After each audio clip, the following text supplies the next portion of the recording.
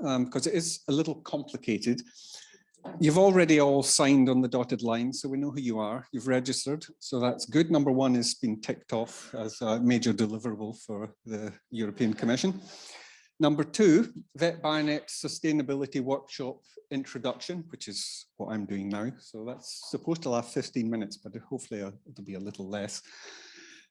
Presentation of invited stakeholders, which is a number of presentations from a range of stakeholders across, covering a range of different research infrastructures across the European Commission. So if I just briefly go through who's going to do what, my apologies if I've got some of the names wrong. There's been a little, we're not quite clear who's presenting absolutely everything, but we've got Irinia.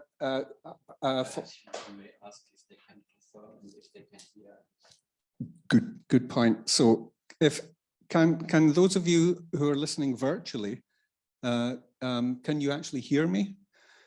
If you could just write something on the chat. They should be able to speak. Or you not yet. Not yet. You can open the microphone. Yeah. To all of them. Yes. Yeah. Okay,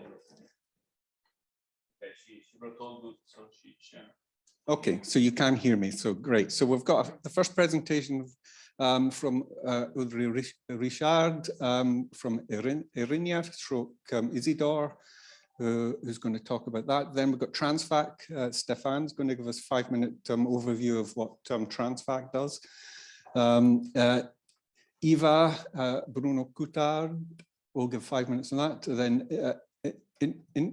Infravec, we've got Ken Vernick, hopefully, talking about that. Then Beatrice, David Morrow, who's here with us today.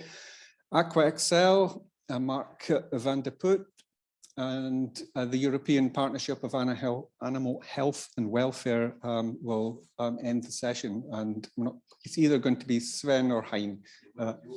It'll be Hein, apparently. So that's good. So we look forward to that presentation at the end. So that will cover number 3 on that list. And then we've got a number of presentations from Sasha, Martin and myself who will cover VetBioNet, the preparedness plan, and then I'm going to talk a little bit and introduce the sustainability part of it as well. We're going to move on to a roundtable discussion, which will hopefully discuss all aspects of sustainability, some of the ideas we've had over the years, where we are now. And it's an open discussion, so we hope everyone will get involved. If there's things people don't understand, please ask questions. And so hopefully we've got 40 minutes of we've got an hour of roundtable, so there's plenty of time to have a detailed discussion about many aspects of sustainability and the various different routes different organizations have taken for sustainability. So we look forward to that discussion. And finally, after lunch, we're going to talk about Isidore VetBioNet partner activities. And then, so there'll be an hour's discussion on that. And then finally, I'm going to introduce where we are with VetBioNet sustainability and talk about the European Research Group proposal that we've put together and the document. I'm going to go through aspects of the documents to make it clear exactly what that's about. Okay, so I'm going to end there. Is there any questions regarding the agenda for today? So if not, we can move straight on to the first of our presentations, which will be from Irinia Isidore. So. Right. I think Audrey has issues with the slide sharing, right, Federico? Yeah. So you will pass the slides for her. Audrey, can you hear us?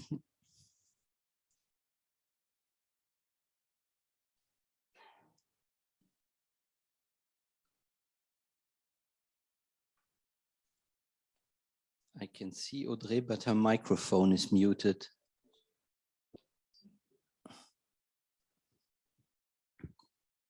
There I am. Good morning. I muted my microphone and then was not authorized to put it back on. Sorry about that. And yes, I asked Federico to share my slides. Thank you for that. This is mostly because otherwise my sound would be pretty bad. So should I just go for it? Can you put it in the presenter mode? Yeah. Something, Audrey? Yeah. Okay, great. So good morning to everyone. As already announced, my name is Audrey Richard. I'm the Director of Operation of the European Research Infrastructure on Highly Pathogenic Agents.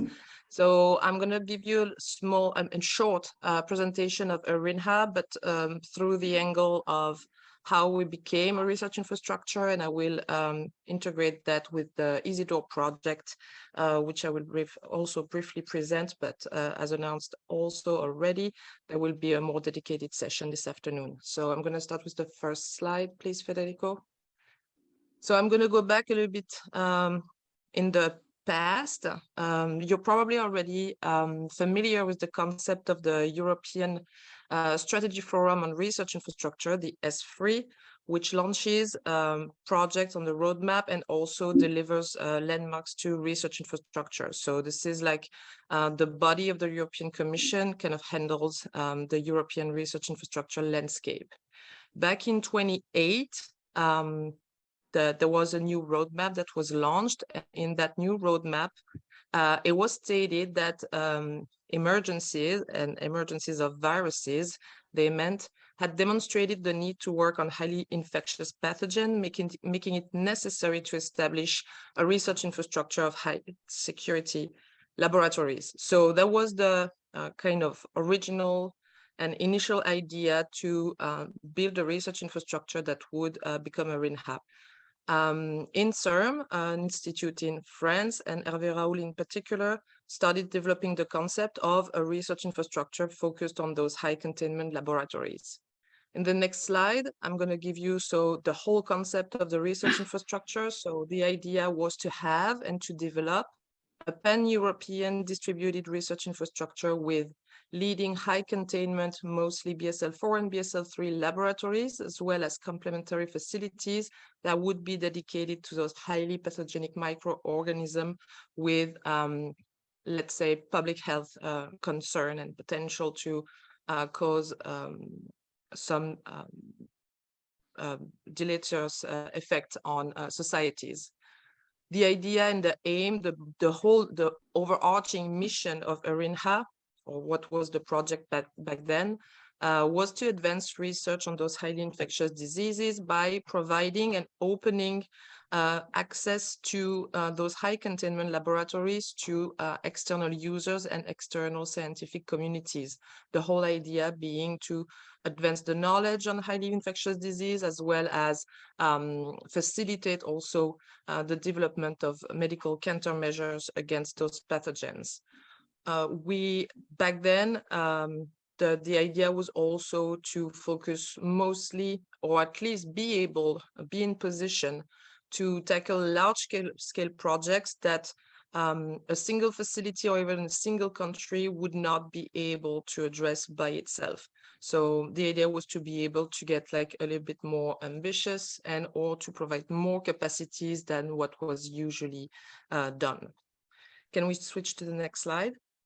So now I'm going to give you just a timeline of the development of ERINHA. So as I said, in 2008, the idea of ERINHA enters the S3 roadmap. Then in 2010 starts the preparatory phase 1 under the support of the ERINHA project that was part of the FP7 work program. And back then we had INSERM as the coordinator and 24 beneficiaries. In 2016 starts the preparatory phase 2 under the ERINHA 2 project, an H2020 project that was under the InfraDev, still in the research infrastructure program, still have the coordinator being INSERM and 16 beneficiaries. In 2017, so at the very end of the preparatory phase, there is that crucial moment in 2017, in July more specifically, where the project, where ERINHA actually becomes a legal entity and becomes an AISBL, meaning a non-profit international organization, association. Then starts the implementation phase, and we can consider that in 2018, 2019 starts the operational phase, meaning that 2018, another like really big milestone for the research infrastructure, we become an S3 landmark. And also in 2019, there are like 3 full-time staff in the research infrastructure, and the operations can start. Another crucial element here is the beginning also of another research infrastructure program, an InfraDev one, but for more mature research infrastructure, the ERINHA Advanced project, where in that case, ERINHA is in position as an entity to be the coordinator. I want to mention here that as time passes, the number of beneficiaries in project and also the extent of the EU support decreases, but this is also associated through a lot of work in advocacy and in reaching out to stakeholders. This is associated with a big increase of the long-term commitment and support of members of the research infrastructure. I'm going to try to give you now more of an idea of how things started when we became operational. So on the next slide, I try to give you an idea of the early operation of ERINHA and what things looked like, what we focused on when we became a research infrastructure. So in 2018, right before the infrastructure really started operating, there was a lot of work done also to submit proposal and to be part of projects that would start in 2019. So at the beginning of the operation of ERINHA, the research infrastructure was really focused on activities that were centered around the research infrastructure and on structuring activities. So we were part of a number of projects that were part of the research infrastructure program. And so there were a couple of them that were about to end, and I'm thinking of Corbel and Ivaji, but I'm not sure that that was probably INSERM still, that was part of this one. But then started in 2019, almost all at the same time, we had the RIVS program that was meant to expand the research infrastructure visibility to facilitate strategic partnerships, the ECRED plan. So we were part of that consortium that was dedicated to the ECRED research infrastructure when it was developing its business plan. We're part of that big also data program, EOSC Live, coordinated by Elixir through EMBM to provide an open collaborative space for digital biology in Europe. And finally, as I said, there was this major program for us because we coordinated it. That was ERINHA advancing, meaning that the project was meant to advance ERINHA. So in the very early operation of ERINHA, the research infrastructure was focused on consolidating its position in the EU RI landscape, and was also initiating its first scientific activities that included service provision through transnational access, as you know it, but also paid for services. On the next slide, I'm going to try to present also another aspect. So this was the part like really around the project, the EU project, scientific activities, etc. But a lot of work was also focused in the early operation. Talking about the early operation, but this is still true, it's still something that is crucial for the infrastructure. But in those 2 first years of operation, there was a lot of advocacy done and conducted by Diana, who is online right now, for the expansion of the capacities of ERINHA, so expanding the membership, and also to build the partnerships of ERINHA with different stakeholder of interest. So you can see here, I put them in parallel. I'm not, but that's probably because they are kind of related. So in purple, you can see the increase in the number of ERINHA members through the years. And next to that, you can see the numbers of full-time employees, meaning that when we secure more support from members, we're also able to secure more human resources to operate the research infrastructure and conduct more activities. Within the stakeholders that we reach out to and build relationship with, that includes like some very key stakeholders that are very familiar to you, of course, WHO, ECDC, CEPI, GLOPID-R, with, of course, a bit relationship with the infectious disease network that you are part of, and also the life science research infrastructure that are part of the S3 roadmap. So during those early operations of ARINHA, we received increasing institutional support. We could build the capacities of the central coordinating unit that operates the research infrastructure on a daily basis. And we also increased the number of partners that we worked with. This leads to, so in 2021, you can see that we have already grown compared to 2019 when we start operating. And that leads us to that moment where call for proposal is launched by the European Commission, an emergency call for proposal that is focused on research infrastructure services to fight mostly the SARS-CoV-2 variant. So that was the very first focus on that topic. But the idea was also to build a project that was able to tackle any other epidemic-prone pathogen. So on the next slide, thank you. So from 2021 onwards, so as I said, in 2021, we have grown already, and we are solid and robust enough to take the leadership of that proposal that is ultimately granted funding, and that becomes EasyDoor. So we are the coordinator of that big research infrastructure program. Started in 2022, will last until early 2025. It was awarding 21 million of funding and has gathered over 300 services and over 150 partners from 30 countries. The real big mission of EasyDoor, this is a research infrastructure project. So this is, it is meant really to support user communities and their research, specifically on epidemic and pandemic-prone pathogen in our case, through the provision of free of charge research services using the transnational access mechanism that you are familiar with. On the next slide, I'm gonna continue a little bit on EasyDoor for those that are not super familiar with it. The way we built such a big project was by relying on existing research infrastructure and networks. So it's 17 of them. The logos of all those research infrastructure are presented here. You know very well that VetBioNet is part of them.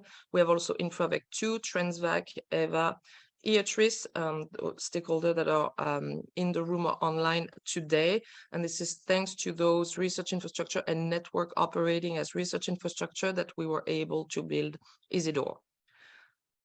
Next slide, please.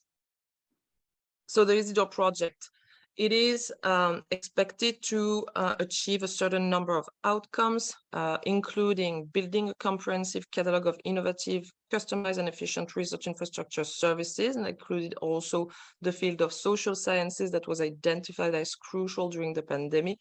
And we are expected also to integrate research infrastructure, their services and then procedures as much as possible to better tackle infectious disease and face epidemics. We are expected also to provide some mechanism for rapid response as well as preparedness, help the development and the transition towards clinic of novel and adapted intervention tools and measures. And we are also very much expected to make all the research data available to the scientific communities in an open manner. And for that, we are supported by the BiCovid project that was that started a little bit earlier than EasyDoor, but was part of the same emergency call for proposal. I'm going to be very close to the end. That's, I think, the next two almost the last slide, sorry. And just to give you an idea, for those of you that will not be able to see the dedicated session this afternoon, the mode of operation of EasyDoor is, again, this is very, very similar to what you're used to. The EasyDoor project launches calls for proposal. Scientific communities are invited to apply to those calls for proposal, and we receive application for access to services. Those are evaluated by independent reviewers, and the selected project are implemented by one of the many EasyDoor partners facility, and this is what is called transnational access. The EasyDoor partner facility is in another country than the user, and in that case, for those of you that are not super familiar with transnational access, the idea is that the researcher does not get the funding directly. It is the Isidore Partner Facility that gets the funding to be able to conduct experiments for the scientists free of charge. So that's all I'm going to present on Isidore for now, because there will be that session this afternoon. And my very last slide is just to show you that from that starting point in 28, where there was an identification, of the need for a research infrastructure dedicated to high security laboratories, towards the research infrastructure that we are now, meaning a non-profit international association, a legal entity dedicated to those highly pathogenic microorganisms with 10 high containment expert members throughout Europe. It took about 15 years to get there, but we are now a solid research infrastructure. And through the coordinate, I want to mention that the coordination of Isidore is something that we have been able to take on because we were already solid. Isidore is not something that helps us towards sustainability. It's because we were already on the path to sustainability that we were able to coordinate Isidore. I hope I did not overstayed my welcome and did not talk too long. I don't know if we take questions now, but other than that, thank you for your attention. Thank you very much, Audrey, for this very nice and clear presentation. We have a tight schedule, and I would suggest that if there are questions, that we take them in the roundtable discussion later, okay? And that we move on now with the next presentation, which will be by Stefan Jungblut for Transvac.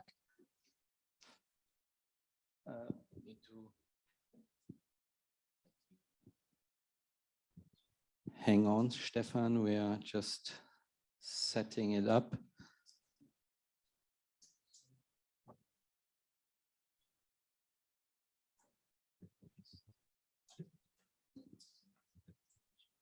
Yeah, you should be able to share your slides. Okay, can you hear me now? Yes, we can hear you. Great. Okay, so let me, I'll give a quick overview about Transvac. We'll find this now. Let me know if you can see this. Yes, we see the slides, not yet in the presenter mode. Now this should, right? Yeah, perfect. Okay, perfect. So thank you very much. First of all, to give this short overview, and I think we are brothers in arms, VetBioNet and Transvac, so we are suffering the same, well, maybe not the same future, we will see, but the same past so far. So Transvac, this is, as the name already indicates, VAC is for vaccine, so this is all about vaccines.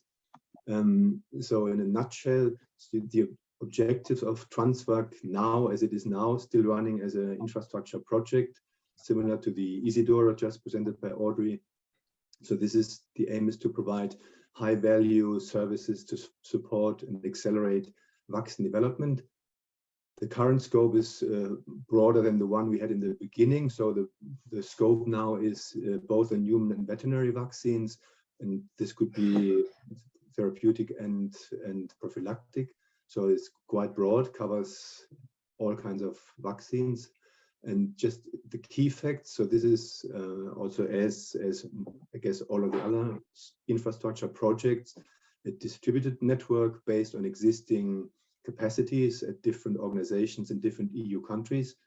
Transvac has been supported since 2009 via 2 service provision projects and the design study, which I will come back to in a second, and Transvac 2, so the second infrastructure service provision project will end now in April, so in a few months' time. And all in all, we have received between the 3 projects, including COVID, panic, top-up funding, so nearly 27 million euros over the years since the beginning. And right now, the network integrates 26 partners from 10 EU countries. And so far, these numbers are probably higher. This is not the latest. So we have, as Transvac, we have provided more than 70 service projects to more than 60 different vaccine development projects. So just to show you the way visually we have come from. So this started, as I said, in 2009 with the first Transvac project, which was a smaller scope and a smaller size also, as at FP7 at the time. Then, which I've euphemistically labeled transition phase, which is essentially a no funding phase of a few years' time before we moved on to Transvac 2, which, as I said, is still going on until April this year. And in parallel, we got this, what I refer to the design study, Transvac DS, in 2.5 years ago, which is, as most of you probably know, these are conceptual projects, paper projects, if you want, aim to develop solutions to convert these projects into something sustainable. So this is then here on the right. Let's see, Transvac, if there will be a future or not. And also included here Isidore, that was presented by Audrey. So to anticipate the discussion we have later in the roundtable, what we came up with in this Transvac DS project is essentially a business model that integrates two types of business models, and that will provide two different types of revenues. One here on the right, which we've termed contract development partnership, would be a continuation in a different way of providing services as a sustainable infrastructure in the future, which would have to be commercial, because there will be no EC funding any longer to subsidize these. This would be one stream, one business model within this overall idea we have. And the other one, which we've called buyer holding model, on the top here, on the bottom, sorry, this would means that we would, inside the infrastructure, would essentially in-license vaccine candidates, and using financing that we aim to mobilize to develop these vaccine candidates in-house up to a certain stage, which in human vaccines would be end of phase 1 or phase 2. And if successful, these vaccine candidates would then be sold off to pharma industry, which would provide then in the long term a far bigger revenue to really make this sustainable. And these revenues would then, as this would be set up as a non-profit thing, so the revenues would flow back into the new dedicated legal entity to finance the entire venture. Just quickly here, just to show the schematically these different types of revenue models. Here on the left, just what I mentioned, the in-house vaccine development model, and then on the right, the service provision, which by different mechanisms could provide commercial payments, fees. So as I was asked to be short, that's it for this moment. I'm happy and looking forward to the roundtable discussion where we can go into more detail. Thank you very much. Thank you very much, Stefan. That was very clear, very instructive. Thank you. And then the next presentation will be by Eva G. From Bruno. Federico? Yeah. Oh, Bruno is already sharing his slides. Can you hear us, Bruno? And can you speak? Is your microphone open?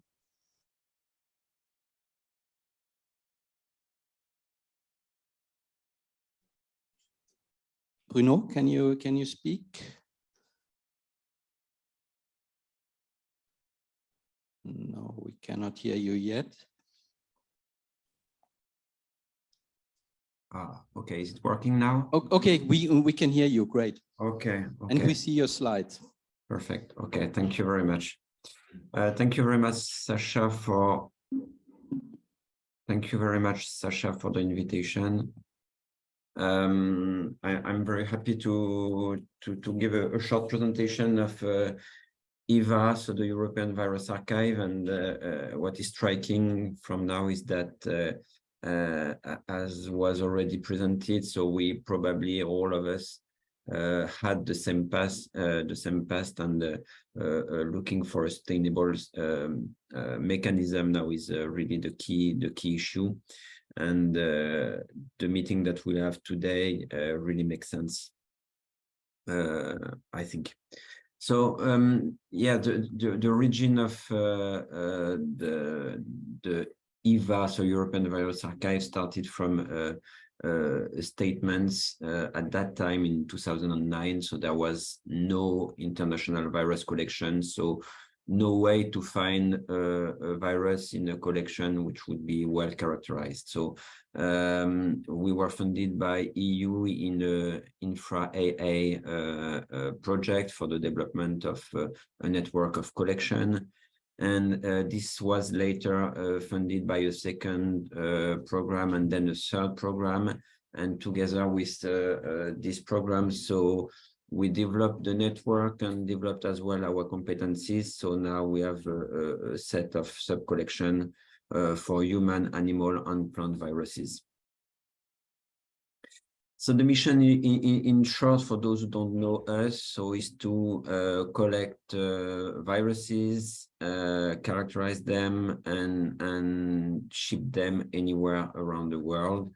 So this is a very simple idea, but putting this idea into practical things is much more complicated. So it means in practical that we have two kinds of activities. One is research and development for the collection, amplification, characterization, standardization and of biological material in order to develop and maintain a large, active and accessible collection. Together with viruses, we are also developing what we call related material, non-infectious material, antigens, cDNA. And the main objective, and it goes with the concept of EVA, is to make this material accessible to the community. And also support public health response, especially during viral outbreaks. So basically how it works, so we have a single entry point, which is the EVA website, which is located here in Marseille. So our partners have their own sub-collection on their site, and they just bring the information of the collection on the website. And with this information, so the user can make an inquiry on the website.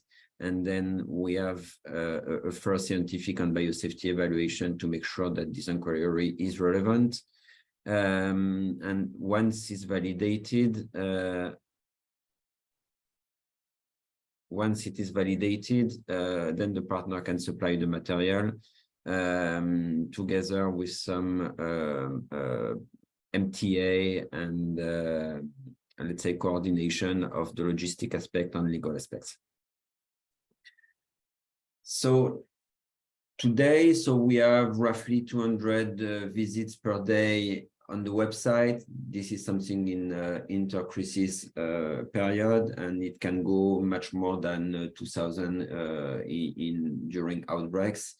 The collection is made of 3,000 different viruses and related material, and we distribute more than 500 orders a year, which can go to several tens of thousands products every year. So I think we have now the largest open collection of viruses, and we can address specific questions like we have a sub-collection on SARS-CoV-2, for example. So 3 pillars in our activities. So have a collection fit for purpose. Quality is a keyword in the project to make sure that the material which is distributed reach some specific criteria, and we are of course compliant with the Nagoya Protocol. And we try to have some access procedure which are available for all our partners, and especially a ratified MTA when it is possible. So we are able to address specifically during crisis to address needs at the in the very short time, like diagnostic material in the first days, hours and days of the outbreak, and then we are developing the specific material to respond to the need for longer term, like variety of strains, variety of material, and training when necessary. So this is what we are doing usually as a support for the response to emergence. Here, this is a very short presentation, short slide to tell you that we are able to respond within hours, and that's what we did for especially for SARS-CoV-2. So clearly, keywords, you need field expertise from the field, you need pre-existing material when it's possible, you need to have logistics aspects to make sure that you can distribute worldwide. You need some factories that are able to produce at a large scale some material, and you need also to disseminate the know-how. So these are the competencies we aggregated in EVA. Just to show you what we did recently, so we distributed some material in 114 countries around the world. It does correspond to more than 300,000 material distributed, especially diagnostic tests. Our users are mainly public sector, but from 1/4 to 1/3 of the order distributed also in the industry. And that's where we are now. So there was clearly a need at the beginning of the concept. So we address this need, and then the question, and I will be happy to have this discussion together with all of you, how to keep this activity sustainable and active in the future. Thank you very much. Thank you very much, Bruno.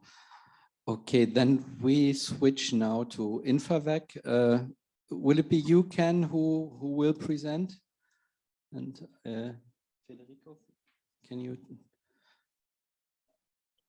Okay, I see his thumbs up. Federico will unmute your microphone. So then with InfraVec, there will be the next brother in arms, as Stefan has put it, the next InfraIA project coming to an end that is also seeking for sustainability opportunities and options. And okay, Ken, yes. Can you? Oh, perfect. We can hear you. Okay. Yes. Okay, good. Thank you. Nice to see you. Well, see you, Sasha. I last spoke with VetBioNet at your General Assembly in 2020, which was on this topic of sustainability.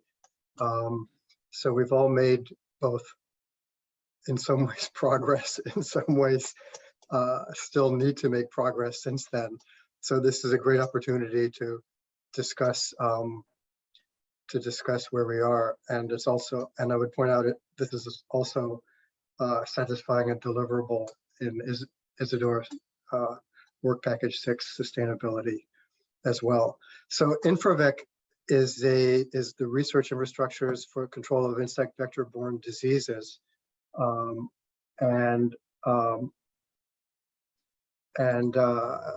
InfraVec for short. Going backwards from the most recent history, so InfraVec is a legal entity created in 2022. Sorry, Ken, just to check, you're speaking without slides, right? We are not missing any slides. Or... Oh, wait a minute, no. Okay. So it's, I thought you better check. Wait, yeah, no, thank you, because I was supposed to. Okay, let me share this. Okay, sharing, do you see slideshow? Do you see slides now? Not yet, no. Oh, let's see. Sorry about that. We usually use Teams, so I'm not that used to Zoom. Share. I've got to push one more button, share. Okay, now you could probably Link. see it. Yes, yes, yes. We see your slides, not in presenters mode, but Okay, now in perfect. presenters mode. Okay, cool. Yeah. Okay, so anyway, like I said, research infrastructures on vector-borne diseases, and going backwards from currently, we're now a legal entity created in 2022. We're also one of the 17 partners in the Isidore project, as Audrey described. Before that, we were Horizon 2020 Research Infrastructure Program. Actually, this should say until 2022 also. So from this was as an advanced community, 2017 to 22.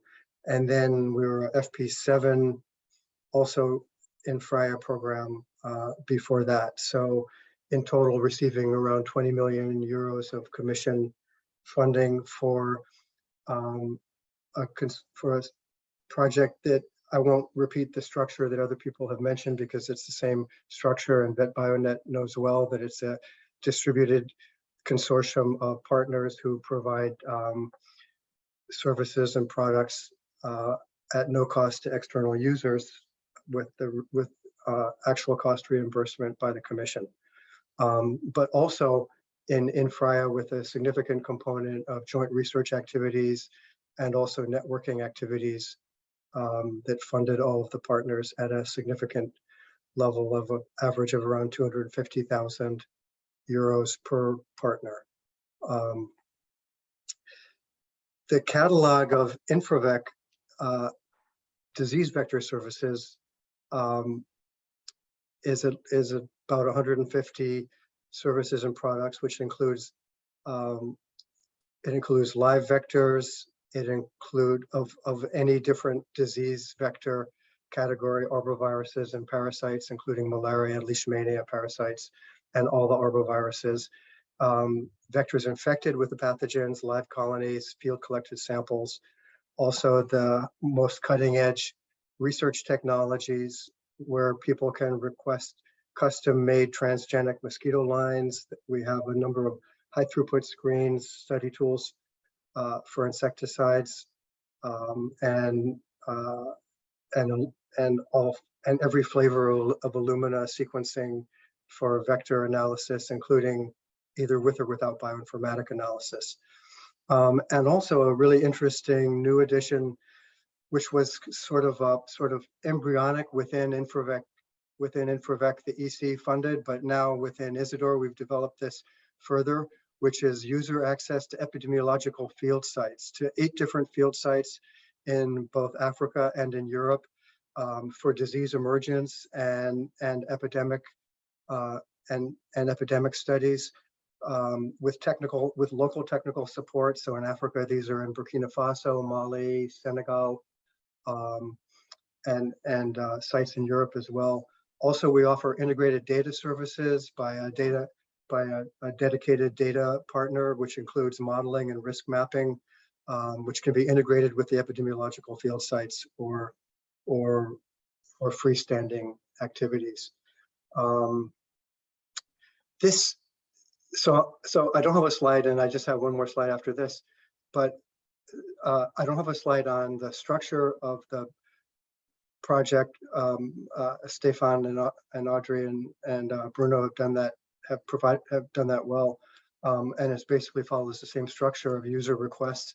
But one thing that I want to point out is how important this kind of program, InfraVec and the others in the European research infrastructures, both the InFRIA levels sort of incubator, what you could consider incubator projects that are non-permanent, and the S3 roadmap projects, which are becoming permanent. But so how important those are on the global landscape. This kind of program doesn't exist really anywhere else in the world, certainly not with the kind of concentration that it does in Europe. We just received a request from the US National Institutes of Health and other US scientists who want to talk to us about, so this is from the vector biology panel at the NIH funding panel, and the scientists associated with it, who said they've been watching with envy InfraVec for years and want to know how they can put something like that together in the US, and they want to talk about that, which we'll be happy to talk to them about. But I think one missing piece that they're going to discover is this is a European Commission initiative that has invested in creating these projects for the infra level incubator projects. The investment has gotten us to the point of existing, not only existing, but being recognized on a global scale. But now the sustainability question is important, because now what we're realizing is how challenging it is to convert scientific research and especially public health activities into something that's commercially sustainable. But so there's a aspect of sustainability that's partly on us, but it's also partly a public sector question as well. And I think this is what the NIH people are going to discover. This is the last slide, is just to show who is the InfraVec consortium. We're essentially present in the world with field sites in Africa and in the Americas, and with SME members as well. Thank you very much. That's what I wanted to say, and I'll have more to say in the roundtable later. Okay, thank you very much, Ken. Thank you. Next presenter will be David, I believe, yeah. And David is present here. We're happy that he's here in tour.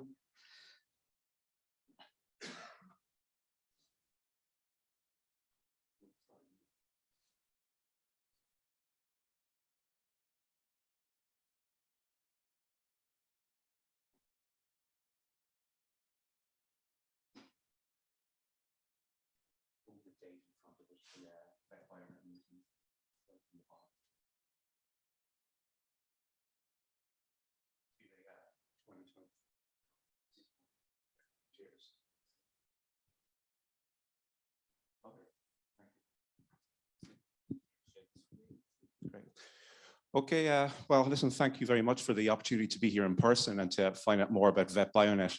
Beatrice has had the privilege to work with VetBioNet and Sasha and Isidore. We share a work package, and I think it's a very nice example how two networks can complement each other. And I think it's a nice example of where we can work together moving forward. So Beatrice in 5 minutes is a bit like speed dating for infrastructures, but I'll do my best. Who are we? Well, we are, that doesn't move it, does it? Okay, great. We are the European Research Infrastructure for Translational Medicine. Our mission is to provide facilities, resources, and services to support cutting-edge research. Presently, we have 144 institutions across 14 countries, with 2 other countries coming on later in the year, hopefully. We operate across 5 scientific platforms, and we have a legal status of an ERIC. So how we work generally is we are kind of our day-to-day is to support matchmaking between institutions. I say if one of the groups in this room wants to find partners for a funding call, we can match you with somebody within our network. We also join projects that we see as key and in line with our strategy. And another level is to coordinate what we call flagships, such as EU Pearl, which is around platform trials. We just started a project around repurposing. So our mission is to accelerate the translation of research discoveries into patient benefit. And we do this by supporting using our capacities, academia, industry, patients, and policy makers. What do we do? Well, we provide user access to research and expert services. So we're a distributed research infrastructure. It's not like your classic example of an infrastructure like a, you know, the large what's it called, what CERN has, for example. It's our expertise relies or already is there in the institutions across those 144 sites. We support development of new research tools. Education and training is high on our agenda. We have a number of programs there, but overall to try and improve conditions for translation. We operate across 5 scientific platforms: ATMPs, biomarkers, imaging and tracing, small molecules, and vaccines and immune monitoring, which Jan Langermans is our chair. So with 144 institutions, we do cover a lot. We cover quite the gamut of expertise, but that doesn't say there's not gaps there, of course. And to finish off, I wanted to give one example of one initiative. At the start of the COVID-19 pandemic, what we did at IATRIS is we looked to identify what institutions in that network worked on COVID-19, what expertise they have, what clinical trials they're running. And the idea was to create an inventory to make it available to everybody, to the research community, but also to create a forum that when any projects came in, such as looking for a partner for a grant, or someone needs an animal model, we would drop it into this 43 centers. And that is quite interesting. It's simple, but we removed any facilitation fees. We also removed any need for contracts and all that stuff. And the success of that ended up ending up at 45 projects in the last couple of years, 20 from industry, 23 from academia. So what type of requests are they? It could be something simple like regulatory advice, a 1-hour meeting with one of our regulators, which, by the way, is available in Isidore. A very selfish promotion here, that if you're working on developing an antiviral or a vaccine and you want a 1-hour meeting with a regulator, come to Isidore. We can try and support you with that. Virus production, it's simple in vivo studies. For example, a group in Zagreb had legacy compounds, and they did some in vitro studies to look at their effect against COVID-19. They wanted a small animal study. They said we have 20,000, so we're able to match them within 48 hours. And other examples. So I think what I'm trying to, maybe just why I'm mentioning this now, is this might be useful to any of you in the room. But it's also interesting that if we don't match it in that first week, that maybe some of the centers in this room could also carry out that work. So it'll be interesting to talk to VetBioNet about how we can relay some of these requests that we can't fulfill in our network to you guys, because there's been several examples recently, and even yesterday sitting at lunch, there was one group that could have done a project that we couldn't match.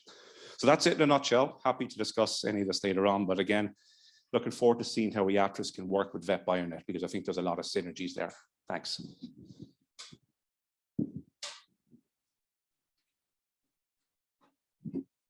Great. Thank you very much, David.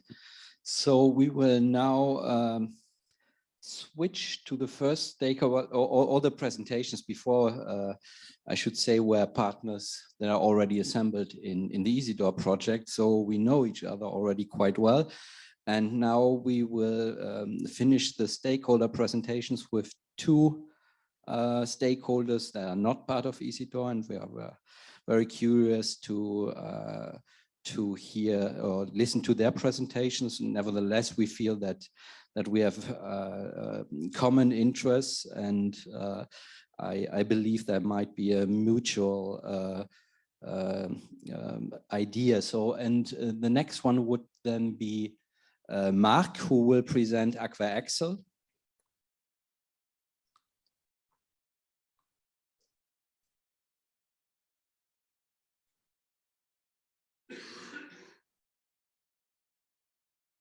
We are about to unmute your microphone, or your slides are already shared. Not in presenters mode, though.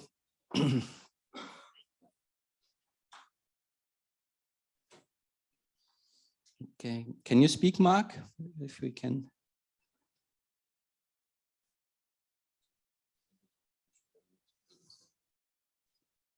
We cannot hear you yet.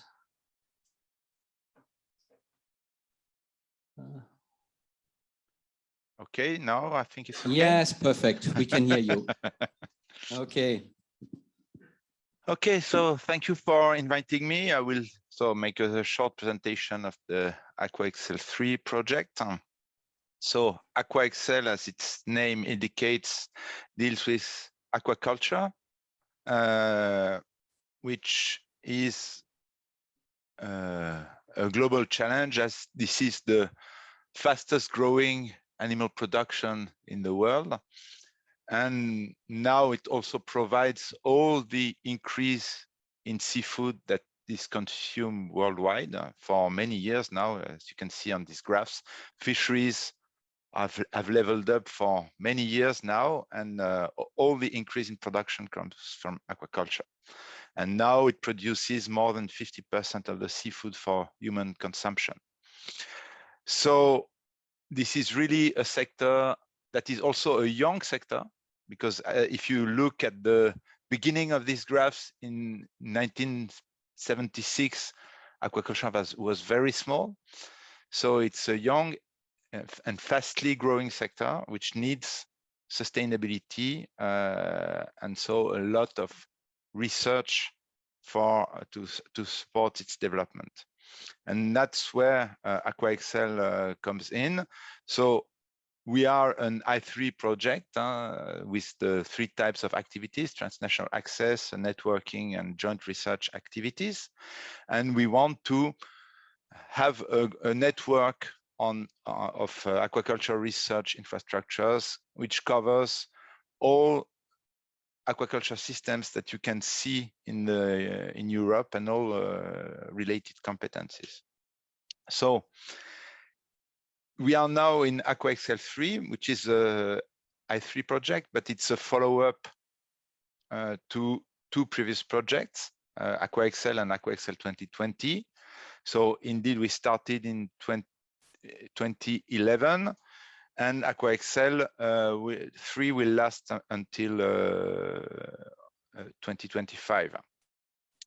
So in total, we have 22 partners, 40 infrastructures which are open to access, and a 10 million euro budget. And over time, as you can see on the graph, the blue bar, which represents transnational access, has increased. So we are moving towards more and more transnational access.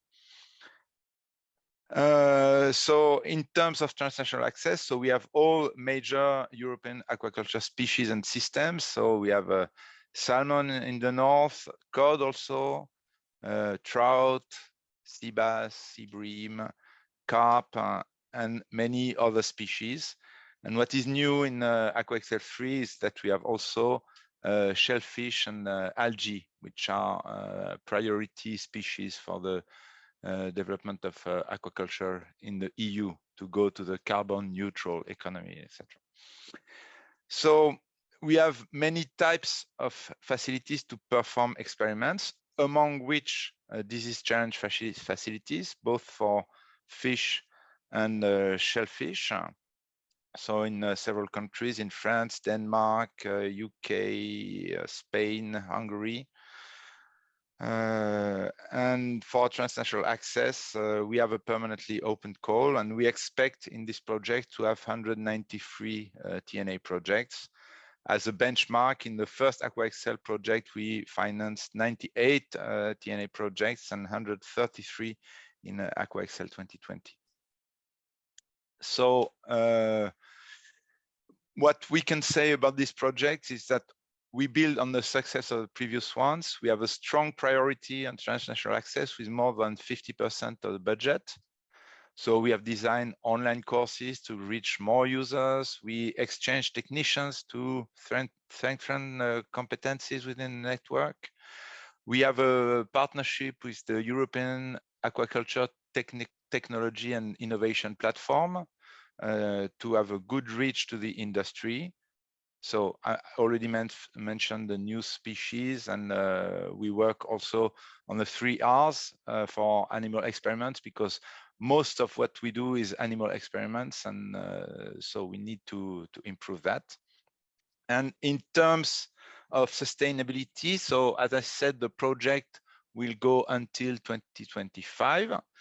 And we are now building an InfraServe project, so the new type of project by Horizon Europe to provide TNA basically without the other 2 activities, without networking, without joint research. So we are preparing it now, and we expect that it will be financed until 2028. And there are also discussions about the preparation of an S3 on farm animal phenotyping, which could support the network in the longer term, but with other animal species. And that's it. Thank you very much, Mark. That was very, very insightful, very instructive. Can already say that I really envy you for the fact that you have obtained 3 successive rounds of infra-IA funding. And that was actually what InfraVac, EVA, Transvac, and VetBioNet we were all hoping for. You managed it. So that's definitely a point to discuss. Okay, thank you very much. And then the last presenter from the stakeholders will be Hein Imbrechts, who will present the European Candidate Partnership, Animal Health and Welfare. Thank you, Sasha.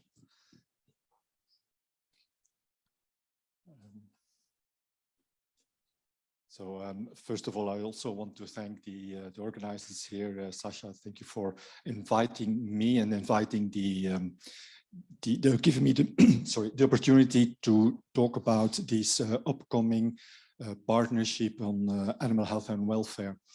So it's one of the partnership is one of the 49, is it 44 partnerships which were planned by the Commission. There are a number in, it is called cluster 6, or they're ordered in cluster. Cluster 1 is health, DG Santé. Cluster 6 is bioeconomy, agriculture, and so animal health and welfare is under cluster 6. I realized that my presentation is too short. I should have added 1 or 2 slides to give it more, but I will try to not to go too fast, because if not, it will not help. So my name is Hein Imbrechts. The coordinator is Sven Arnouds, who is from the University of Ghent. This is it. Oh. This very busy slide gives an idea for this call by the Commission, the intervention logic. On the top are depicted the drivers. What is, if you talk about animal health and welfare, what are the drivers at the level of society, of technology, environment, the economics, political. Don't go into detail, but it's clear that both health and animal health and welfare are under pressure for a number of conditions. Now, there are the main idea, or the general objectives of what we are planning in the partnership is this second line. That's, of course, animal health and welfare. So one, health. We are dealing with, or we want to deal with, infectious diseases, both the emerging ones and also the enzootic ones, and also welfare. There is a lot of to do. There's a lot of there's also new legislation which is going on, which is being prepared for the moment. So animal welfare is also a key issue. And but more interesting, so that's very general, of course, therefore it's called general objectives. But more specifically, there are 4, and I want to go through them with you because I think that's important to know. The first thing that we want to do in this partnership is to bring these actors together. It's important we see that here in this consortium, but also in other, and certainly in health and welfare, there are so many actors over there, and we want to bring them together, at least offer them the opportunity to come together. So this is the first thing, bring these actors, health and welfare, together. The second thing, and it may also be industrial partners, by the way. The second is we want to boost research. So research on health and on welfare is a key topic. And how are we going to do that? There are 2 main, well, research is not only research like the classical research project, but it's also what we call integrative projects. So do capacity building, bring people together to develop new or harmonized methodologies. Organize proficiency tests, things like that. So not only research for the publications, but also methodologies, alignment, harmonization, and so on. And this is very important, of course. If we have all, that's the first step, if we have all these actors and we can make them work together in a more efficient way, then of course that would be a success. So that's what we are doing. And we have two instruments, and that's, I should have added a slide on this. We will have these, like, you know, ERA nets, where we have funders bringing together and put cash money to organize external calls. That's one thing. But also we want to organize these internal activities where the research performing organizations within the consortium, within the partnership, will bring their money in. That's the in-kind contribution. Of course, it seems to be very more interesting to have ERANET like cash funding from funders, because that would represent something like, yeah, maybe up to 100% of the costs that you can get reimbursed. But on the other hand, the second, what I think tell you about the internal activities, the in-kind activities, the partners have to bring in, let's say, 50% of the cost themselves. But the advantage is that they are part of this consortium where they can strengthen their collaboration, they can be better prepared for upcoming events. So this in-kind is also very important. So this is something, it's a mixed model, as we call it, the cash funding through the funders and the in-kind through the research performing organizations themselves. So do research, that's the second thing.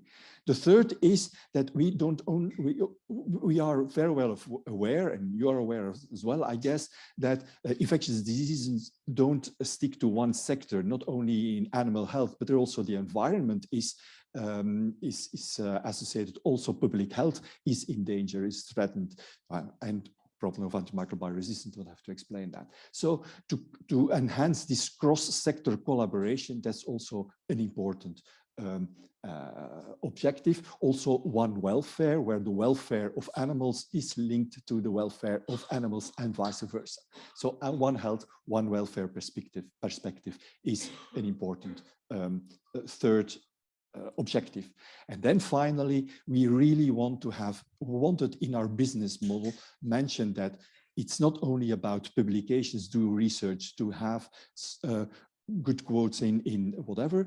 No, we want also that the outcomes of the results and the outcomes of the projects can be used by other partners, can be used by other scientists, fair enough, but also by those that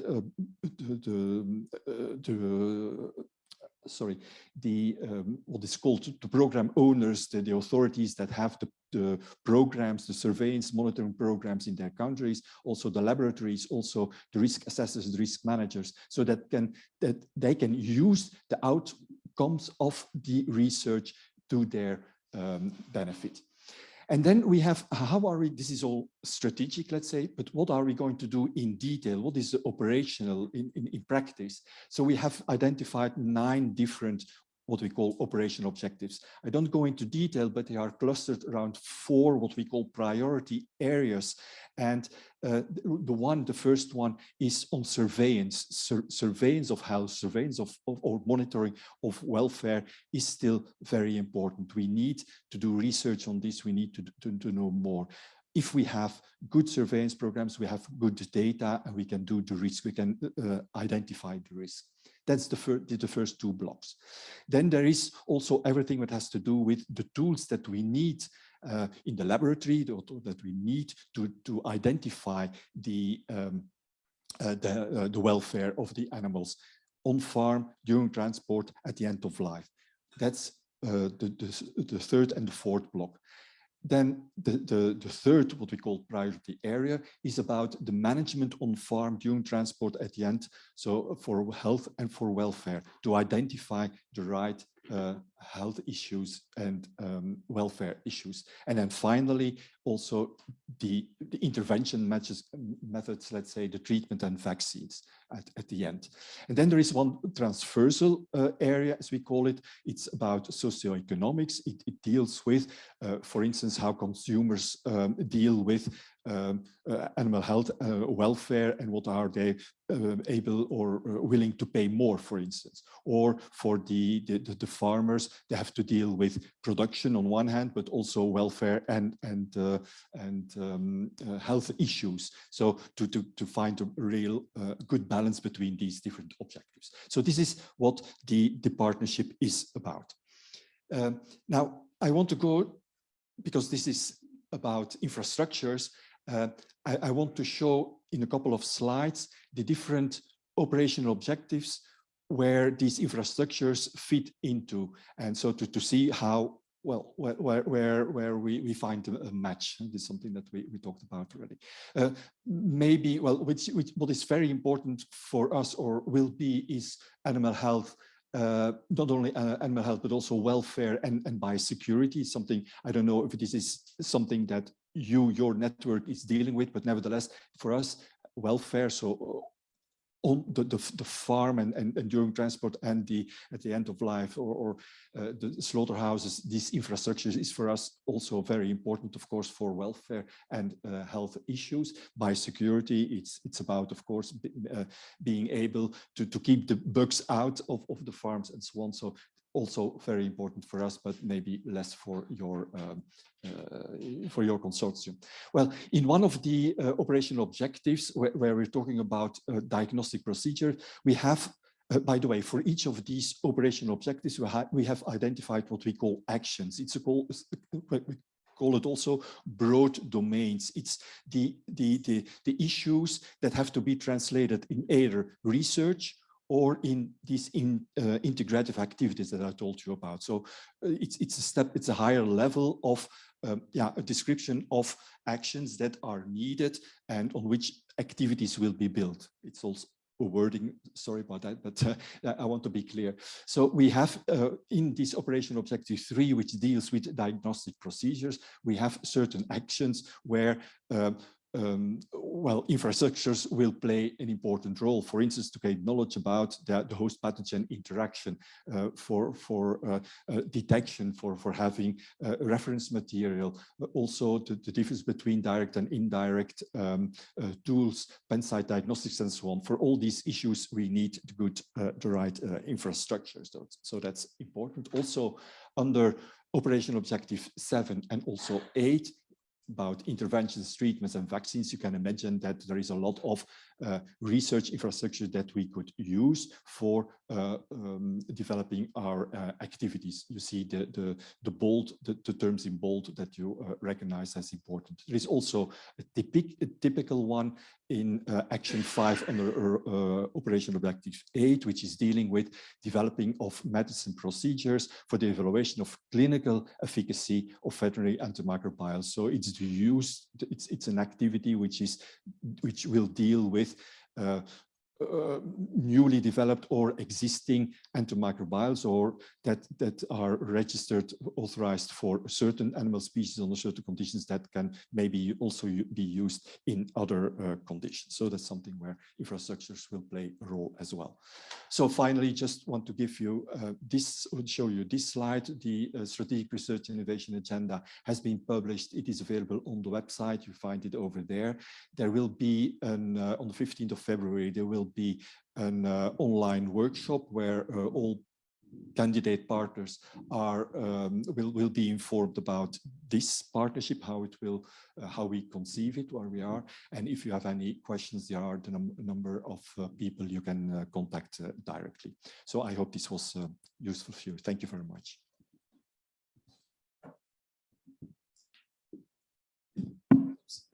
Thank you very much, Hein. That was very interesting, very insightful. Well, this is a huge initiative, the candidate partnership. I have accompanied for a while also the preparation as a stakeholder. It was always fascinating. Sometimes I got a bit lost because it's really such a huge thing.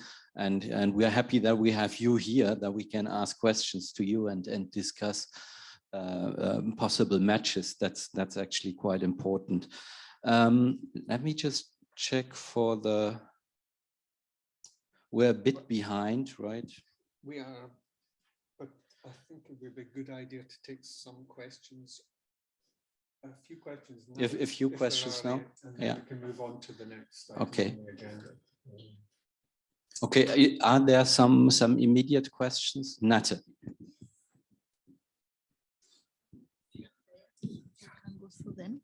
Thank you to all of you for this very nice presentation. The first one is probably for this partnership, the big one we just heard about.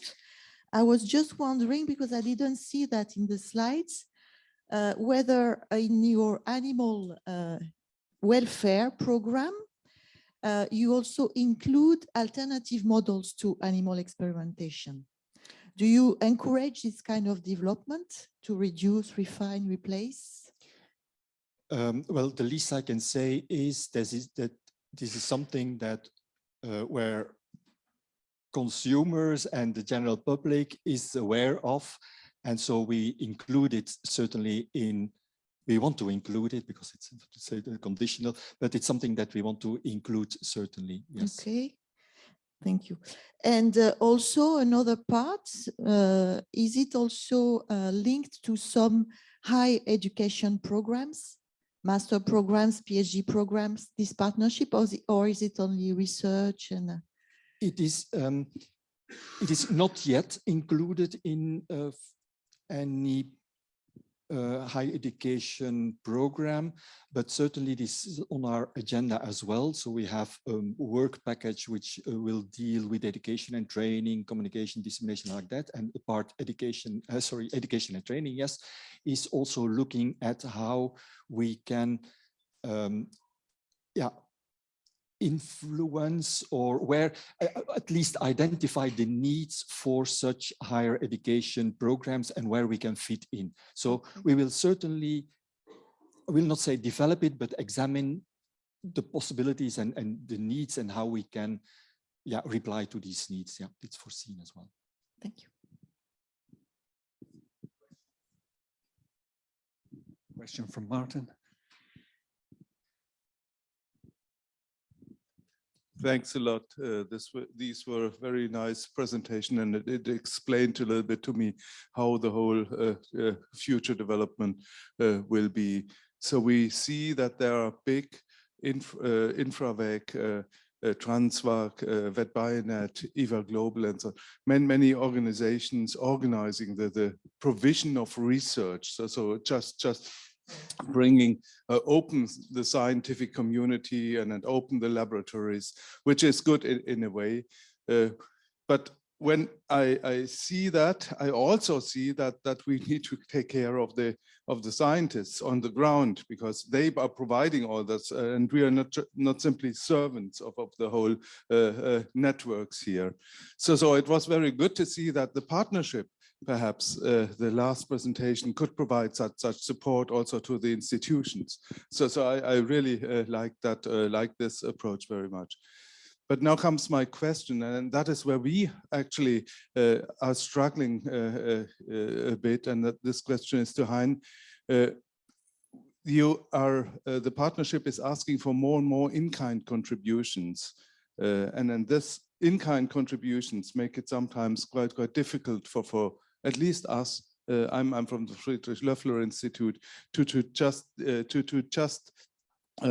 list down all these in-kind contributions. So if you say 50% of the contribution or of the funding should be in-kind, it creates a lot of bureaucracy in our houses in order to just get all this documentation together.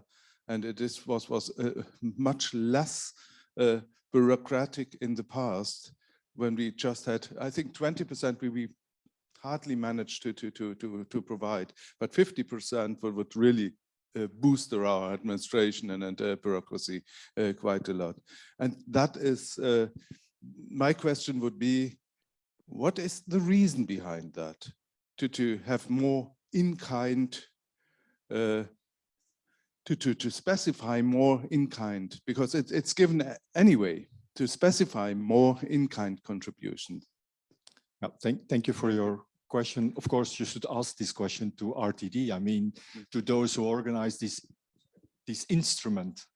You must know that for all partnerships, the default is 30% European Commission co-funding. That means that the partners have to give to to co-fund themselves 70% of the budget.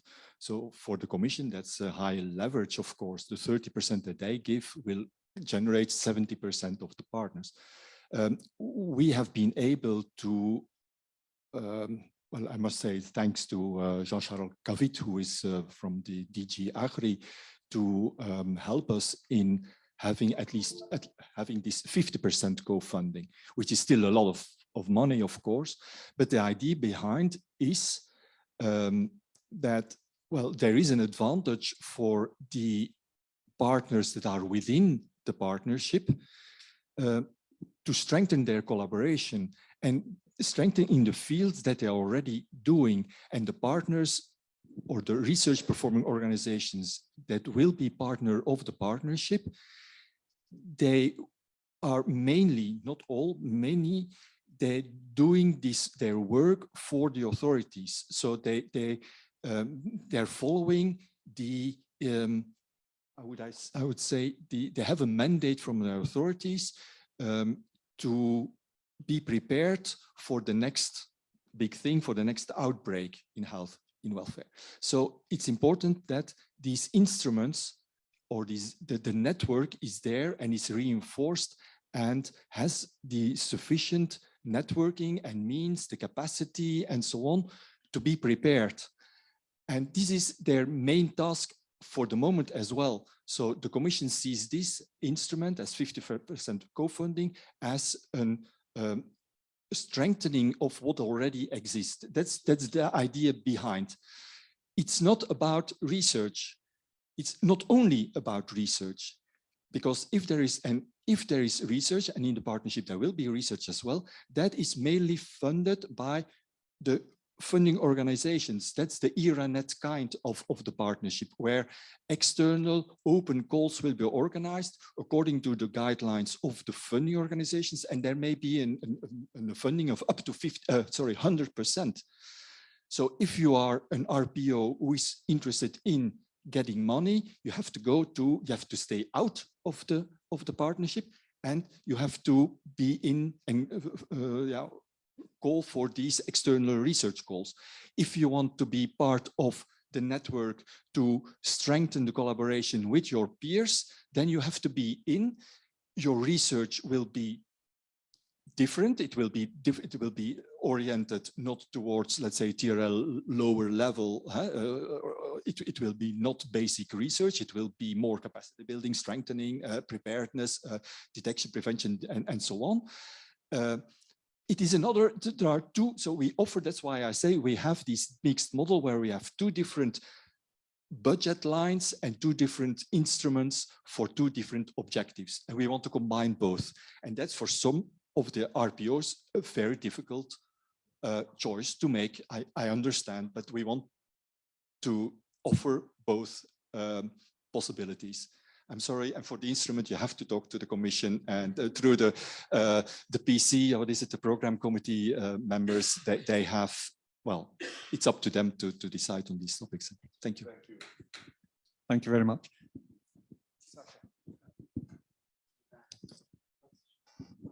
Just a really short final question for Hein.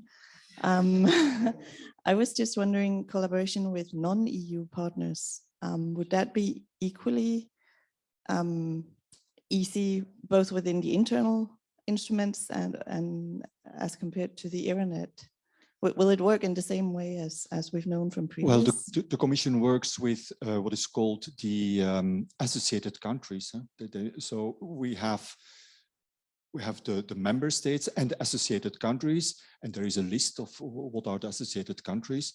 And I understand that United Kingdom, for instance, is still not an associated country, so it's outside. So, for instance, United Kingdom will not be able to get reimbursement of eligible costs. Well, there are no eligible costs for them. So we have to follow the rules of the Commission in that. So also for these internal instruments, it will work. There's no difference. There's no difference. It will work in the same way. Thank you. Thanks, Tina. Sorry, you are saying that the UK is not eligible for to receive funding. Is this new to you? At This is, moment for in time, instance, this is, for instance, a choice that the British made, I think. So I'm sorry, I cannot go ahead. well, yeah, I think the UK wants to sign. But I know there are initiatives, of course, for the moment. But for this, when we're speaking now, Yeah, no, I United Kingdom understand, is yeah. not eligible. I'm sorry to say that. Yeah, no, it's tragic. It is. Anyway, no, we could stop for. We have to move on. Right, so we're on to item number 4 on the agenda, which is basically an overview of VetBioNet in a similar vein to what's been presented from the different infrastructure projects. And then we're going to talk a little bit about the preparedness plan for VetBioNet, and then I'm going to cover a little bit about the sustainability and regarding the European research grouping proposal that we're putting together.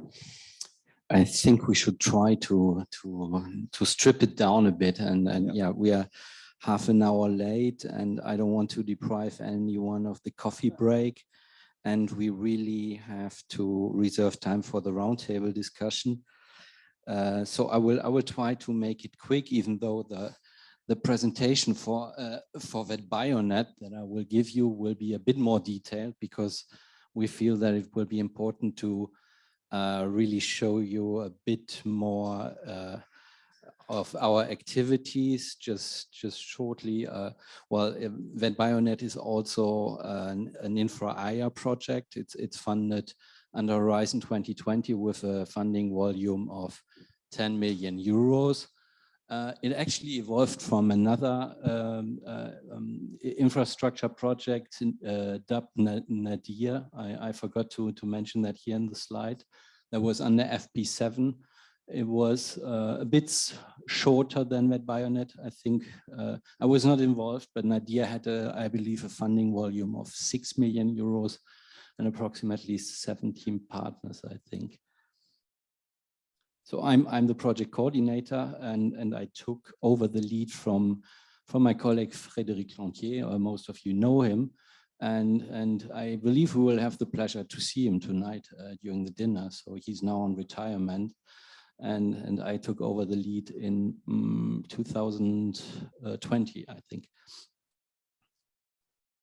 So VetBioNet gathers a total of 27 partners from 8 EU member states and 2 associated or third countries, including the UK, and Africa and Oceania. And then we also have 4 associated partners. That includes also Cienzano and Ages and Plum Island Animal and Plum Island PI Animal Infectious Disease Center, I believe, and the Canadian Food Inspection Agency. So it's also with the associated partners, they're very much involved also in our networking activities. Well, they're associated partners because they don't have their own budget, they are not beneficiaries, but they are always invited to our meetings like today. And we are very happy to have them on board.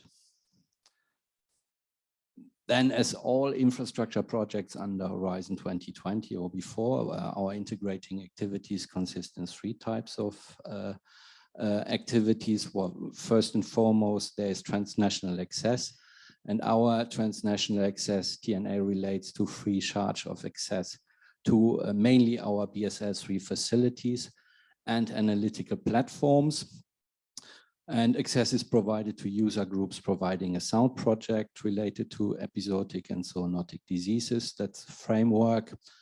But as part of our portfolio, we also offer access to sample collections that are available.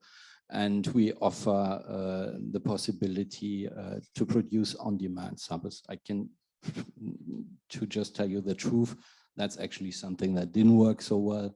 That's not the focus of our activities. That's clearly, well, something that didn't work so well as the access to our animal facilities that were really that was something like a success story. So we assemble 15 access providers and with a total of 26 installations. And our TNA call was launched in January 2018, and we have closed it in September 2022. And today we have granted precisely 50 TNA projects that equal 55 services. So that shows that some projects consisted in different services also. From 14 access providers and 22 installations, and that equals the funding volume of approximately 3.5 million euros. So far we have, I counted 10 articles published stemming from TNA studies, but I saw some presentations yesterday from the TNA users, so that I have completely underestimated the number. I think that we are already at 15, and the number will grow.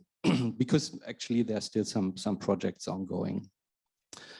Some metrics about the TNA project. So we had users from 20 different countries, mainly from maybe from member states, but also from 4 third countries and associated or third countries, and 6 from other countries, including the US, Canada, Cuba, Japan, and Thailand, and Lebanon, yes. And well, this is something I very, very much like here in the center. This it's perhaps not visible, not easily legible for you, but it shows the diversity of the animal models that we are offering and that have been used. I cannot tell you the number of animals, but it goes from the zebrafish to cattle. And we also have wildlife models such as wild boar or bats. So this is really all creatures, great and small. This is quite impressive, I feel. And then finally, this last camembert presentation, this concerns the disease types. It's mainly 2/3 were viral diseases studied by TNA projects, and 25% approximately bacterial diseases, some share of protozoan diseases, and 1 project related to prion diseases. What we didn't have, I believe, is helminths, so macro parasites. And a few words about our networking activities. Our specific aims are to promote, of course, and facilitate TNA. One aim is to enhance the preparedness of our infrastructures. Martin Goschop will talk about that. Harmonize best practices and promote the use of global standards in European BSL-3 infrastructures. This is work package 3 led by APHA. And then we also addressed ethics. We have a work package dedicated to that, to ensure high ethical standards and clarify the social impact of VetBioNet. Well, of course, we have a dissemination work package. That's a lot of work, but I don't want to go into detail. And then we have a work package, of course, dedicated to sustainability, and Keith will present that. I don't talk about the preparedness plan, work package 2. This will be done by Martin. Just some achievements from best practices is that we have established a collaboration with the International Veterinary Biosafety Working Group. We have an VetBioNet area on the website, and we've also cooperated with the International Group of High Containment Laboratory Directors, the GOLD. And I counted 8, perhaps we have already produced more best practices guideline documents. They are available on our website and will be shared also publicly on the IVBW website. Within work package 4, we have well, those who are activities centered on ethics. So we have developed the 3R centers database, the 3R's events calendar, 3R tools database, and we have organized quite a number of 3R training events. I think within the framework of VetBioNet, it was 2 that we organized. And we have also published an ethics committee best practice guidance. That's something extremely useful, I believe. And an analysis of ethical issues in high containment animal infectious disease research. Well, I skip this part. And finally, a few words about our joint research activities. Of course, they are dedicated to improve the scientific and technical standards of the services that we are offering. And they are specifically designed to develop or optimize infection models for a number of high impact episodic and zoonotic diseases to advance the state of the art of the current analytical, telemetric or imaging approaches in animal infectious disease research. And this is part of Work Package 8 and Work Package 9. So we had 3 work packages dealing with joint research activities. Perhaps just a few words about the major achievements from that. So for Work Package 7 experimental models, we have developed or validated various livestock models for infection studies with high impact diseases such as peste du petit ruminant, avian influenza, hepatitis E, and autoneurovirus infections. We have developed reservoir host models for infection studies with SARS-CoV-2 and MERS-CoV, influenza viruses, and Rift Valley virus. We have developed live animal models for airborne infection studies, also with respiratory viral pathogens, SARS-CoV, SARS-CoV-2, and influenza. And what is really important, perhaps that was not clear before and not clear to everybody, our activities are very much focused also on fish diseases. So we have, both with respect to joint research activities and TNA, where we had quite a large part of TNA studies dedicated to fish. Perhaps I missed to state that. If you just look back at this slide here, we had TNA studies in rainbow trout, in carp, in sea bass, and in zebrafish. And then we have also one important aspect of our joint research activities was to develop alternative models. So this is something that was evoked by Nathalie earlier. This is very important to us. So this included the development of immortalized primary cells, together with a private partner who is part of our consortium, organoids and tissue explants or embryonated chicken eggs.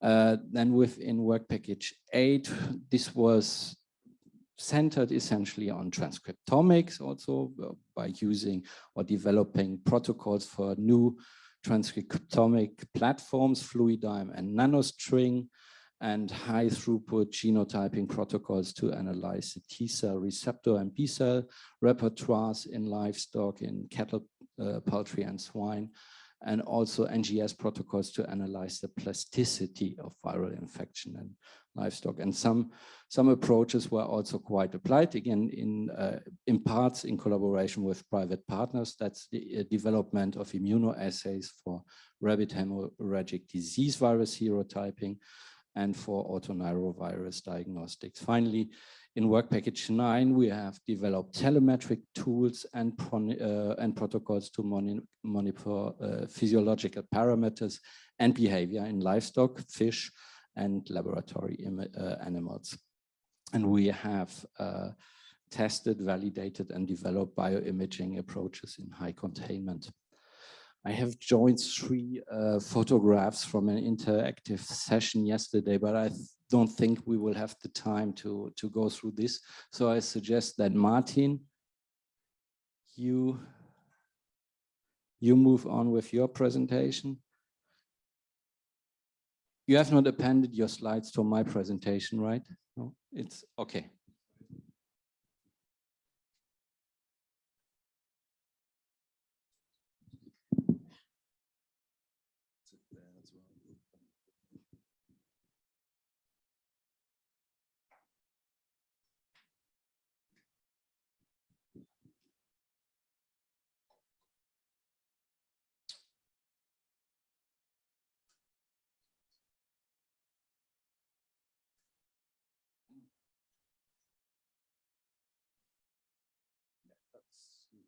good.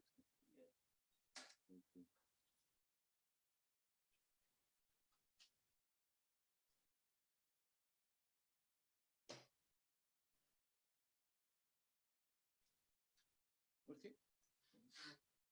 Yeah, many thanks. Do you want to use this? No, I go with it. Okay. Yeah.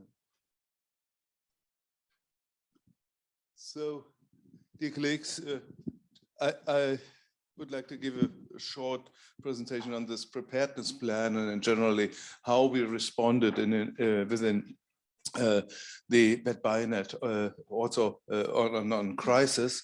And then work package 2 is led by me, but I really need to acknowledge here also Sasha, who really was very much involved in all these activities very much. And as you already see, also the sustainability and stakeholder involvement, he is really also very much key in that regard. How do I proceed here? How do I get to the next one?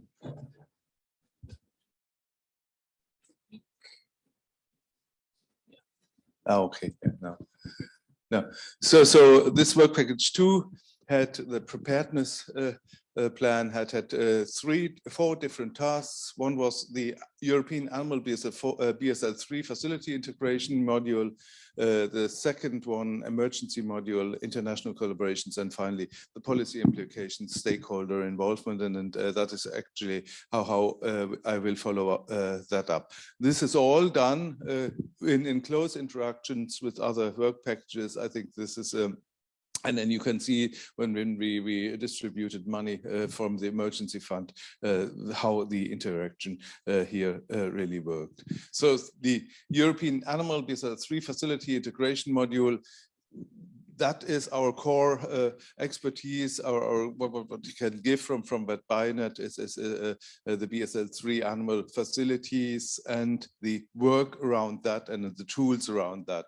And so in order to make that available for the whole community, we need to provide here a little bit sort of in terms of preparedness for the future. We need to have some organizing to organize ourselves, and then the facility integration module here included the veterinary emerging threat response group, which we more or less implemented at this stage, and then this response group finally drafted a preparedness plan, and then that was constituted and so on.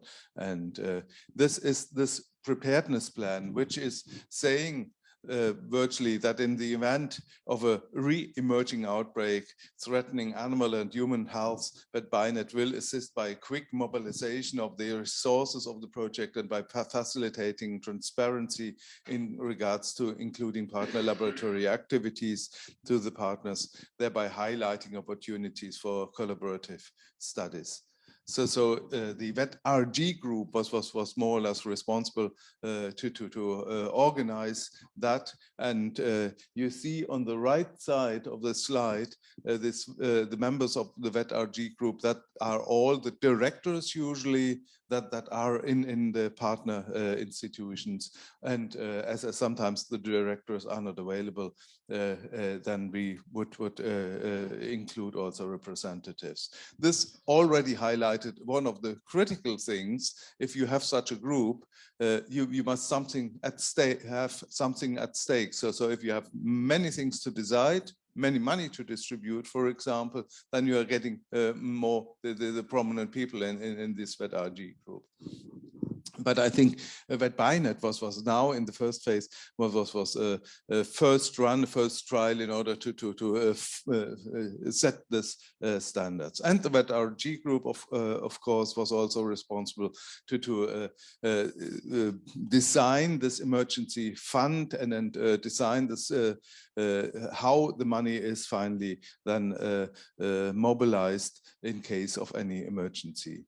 And this is the task number 2. That's the plan for the use of the emergency fund. And so the approach was to structure and harmonize the partners' research programs and resources during re-emerging disease outbreaks. And that is more or less made by declaring first that there is an emergency. This is already quite a substantial step because there are many emergencies sometimes, or at least felt emergencies among people. So when is an emergency there? And then to have a call, and this would be used then the starting point to use the emergency fund. And this all is written down in this document in the Annex 2. The VetBioNet Emergency Fund Management Plan is laid down just to show how the whole system is working. The achievements, I would say, we have played this once. That was before COVID, actually. So we have defined that African swine fever and zoonotic flavivirus infections would be topics that should deserve extra emergency research funding, and we have to launch the call, and then that's finally, and then we found out where the difficulties are on the one side, but how to resolve them in the end. We finally could give extra money to those parts. Then came COVID, and COVID actually, SARS-CoV-2 actually changed quite a lot. And what was happening there actually was that VetBioNet was creating the opportunities for flexible use of money, of the VetBioNet money. And that means that in a deviation of the joint research activity funds, these funds could also be used for SARS-CoV-2 research. And that really unleashed a wide variety of SARS-CoV-2 research activities. And I think VetBioNet was among the primary contributors of challenge studies of domestic and wildlife animals, and also for setting up models, animal models for vaccine and antiviral compound efficacy testing. I think this was very helpful. And sometimes this wasn't really officially declared, but for example, at FLI, the person who had actually done most of these works, the animal infection work, was paid by VetBioNet. And that was Lorenz Ulrich, and we had quite substantial, and VetBioNet is of course acknowledged in the papers. Let's go on to the international collaborations, and that is something which we have already talked here this morning about, this that we need all to talk together and to devise plans how to act in future. And that is, I think, the outcome for me is Isidore. Fairly very much, and that we are sitting here and also talking to the Animal Health and Welfare Partnership, that we are all trying to find ways to work together in the future. So what VetBioNet has done here, there was this EDRI dossier, and in which large parts of the VetBioNet preparedness plan were integrated. That was one of the inputs that we gave. And yeah, of course, there is. I think Sasha could tell much more how this all developed. There was quite a lot of input there as well. And Isidore was finally set up. Last task, policy implications, stakeholder involvement, and then please allow me here to get a little bit more general and not look at especially what VetBioNet has done here, but rather look how we need to talk to politicians and stakeholders in order to be prepared for the future.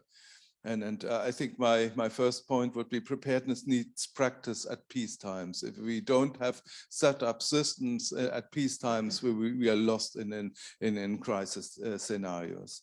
So we need existing standby infrastructures, technically, personal facilities, and so on. So if that is not funded, and that is, I think, a general in-kind contribution, which you can't really calculate what the investment which is given by the individual countries and organizations.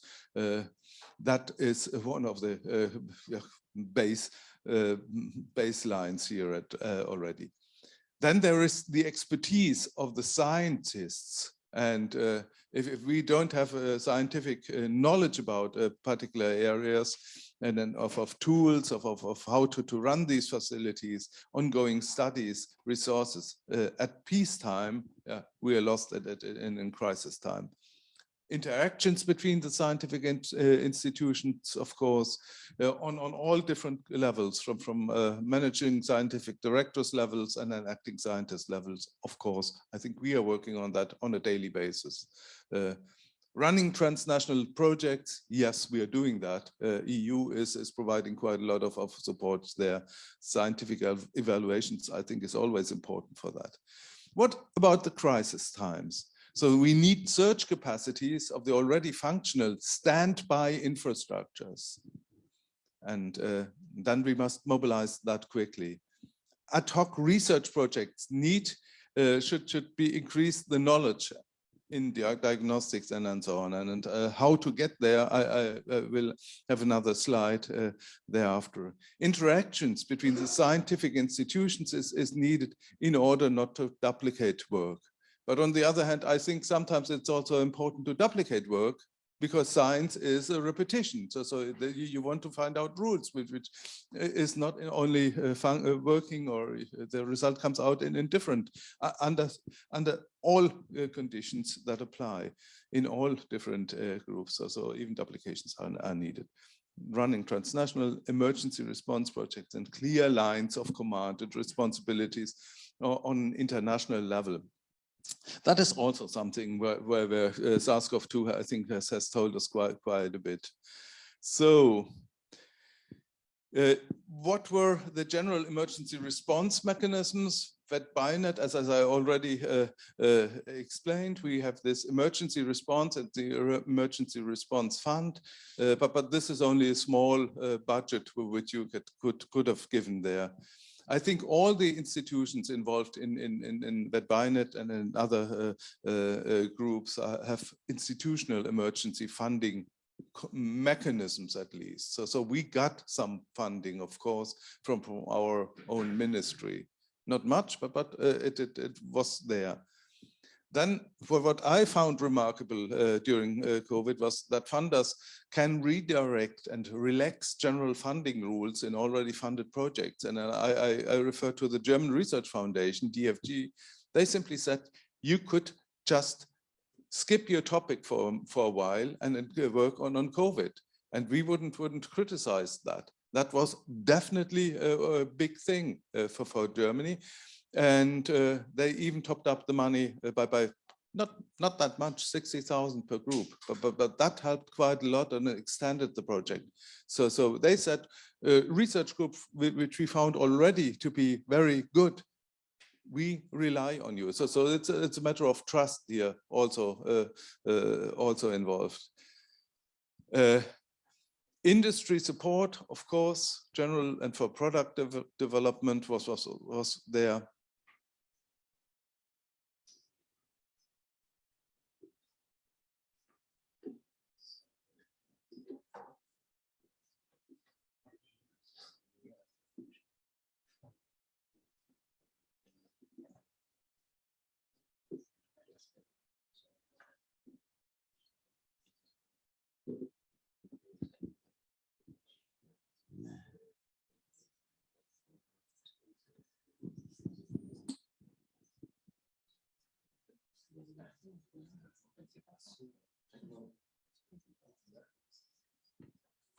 We got there. Okay, thanks for your patience and sorry for keeping you from your coffee. My name's Keith Ballingall. I've been tasked with leading work package 6, which is the network sustainability work package. I took over this from the previous coordinator of this work package, who looked at the mists of European Commission sustainability and decided to retire. so thanks very much to Gary. So I was left with this. So a little bunch of us have been working on this. It's not just me. And there has been many members of the sustainability group that we put together to do this over the last 5 years. So the purpose of this session is to review progress on network sustainability and present the roadmap for completion of the remaining Work Package 6 activities associated with Work Package 6. And that's essentially involved to do with introducing the VetBioNet European Research Group, in which I'm going to talk in the last session. So I will skip over that a little bit now. So the objective of the work package is, not surprisingly, given the title of sustainability, is to develop a framework that ensures the long-term sustainability of the VetBioNet infrastructure network beyond the 5 years, or actually 6 years of funding under Horizon 2020. And what we wanted to do was, first of all, identify the tools and resources that we wanted to sustain. I mean, there's large parts of this network, so what were the key parts that we wanted to sustain going forward? So that was the first deliverable 6.1. Then the second part of it was to identify what was the best structure to sustain those activities that we had identified. And then define a strategy for subsequent funding of this, this structure. We've been successful in parts of this.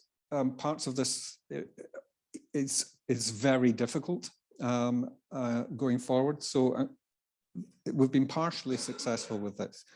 To start with, we constituted what was called the Sustainability Board. And this was members of a bunch of different research organizations, including myself at Morden, INRA, AU, FLI, and WBVR. Plus there was other inputs from the University of Nottingham, APHA, and EAAP. So everyone that's been involved in this over the last 5 or 6 years, I thank you very much. So the first deliverable was to compile the list of activities and tools that we wanted to maintain going forward. And this was done through stakeholder consultation and identified these activities that are listed there, which is essentially access to the facilities. Transnational access is hugely important and has been hugely important to VetBioNet and has been over a huge success over the last 5 years. And many people have gained at many different levels interacting with the transnational access. So that seemed to be one of the things we wanted, was key to going forward. Find mechanisms of exchange of samples. Sample exchange is always difficult, especially when you're working with livestock infectious disease. We always want to minimize the number of animals we use and link in with the 3 Rs. So if there are samples available in one laboratory, let's try and transport them to another laboratory rather than doing another experiment involving animals at the same time. Provision of guidelines on ethics and good practice. That's key to a lot of what we do, and that's been again another hugely important set of activities that have engaged large numbers of people over the last 5 years. So that's been great.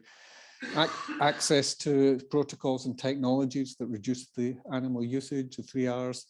Establishment mechanisms for data access, data sharing via outward-facing portals. So we want to maintain these databases going forward. Hopefully, there was the first stakeholder workshop took place, and everything linked to that can be found on the website. So it's well worth having a look at what went on at that workshop. In our naivety, when we started looking at that, obviously what we wanted was the European Commission to provide us with lots of money so we could just carry on doing what we've been doing before. And that seemed eminently sensible to us. And it soon became blatantly obvious that the Commission had different views on this, and that they would not just give us a large sum of money to carry on with what was essentially the third iteration of VetBioNet. So that came as a bit of a disappointment to us when we submitted our first draft of the deliverable plan our project officer. So it came back very quickly and said, must do better. It's like my old reports from school. So, so we've sat down again and looked at that again. So we sought to develop new projects in collaboration with other research infrastructures, and that's worked very well with Isidore, and the VetBioNet was able to become a partner within Isidore while we were still receiving some funding from the Commission. We could integrate as an organization, and that's clearly more difficult when funding finishes. So we need to find another mechanism to maintain the structure of the organization, so we could engage with calls from the Commission going forward and integrate into those as a single entity, and it always is a sensible way to do it. So VetBioNet has, with that in view, has accompanied the preparation of the partnership of animal health and welfare, and has viewed it with great interest going forward. So the VetBioNet is acknowledged apparently as a collaborating entity in the strategic research and innovation agenda associated with the partnership of animal health and welfare. And you know, we do hope that going forward, VetBioNet will engage with that, certainly going forward. What we're currently doing is preparing a European research group, an ERG agreement, to maintain key elements of this infrastructure. And this was submitted hopefully to everybody last week. Sorry about it being a little late, but there was lots of writing and changing and things took place. So many of you, or if not all of you, will have received that document, I think last Friday, late, when you'd all gone home. So hopefully you've had a little time to look at it, and it's an important document. And we're going to talk a lot about that after lunch, so I'm not going to dwell on it now.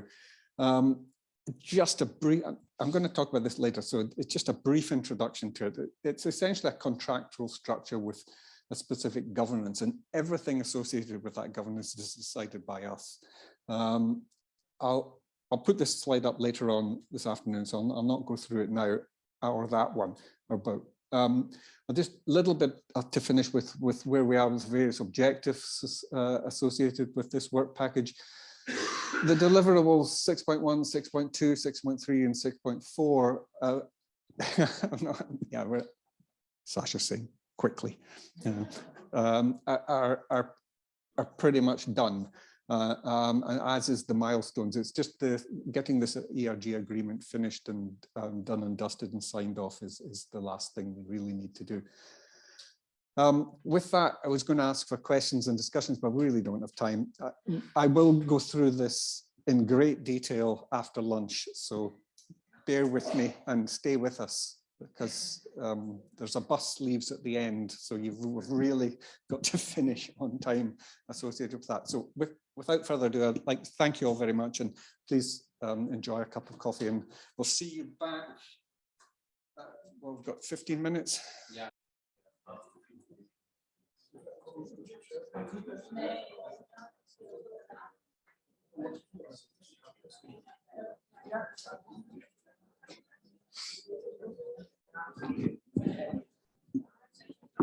I don't know if they need to speak first. Panic somewhere. No, but I mean, everybody. Yeah, like, yeah.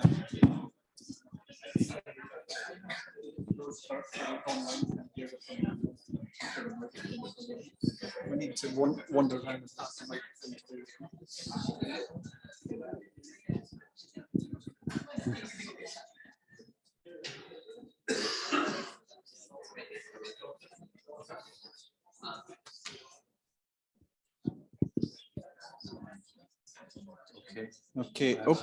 Okay, I think we need to get started with the next session, please. So please come in and have a seat.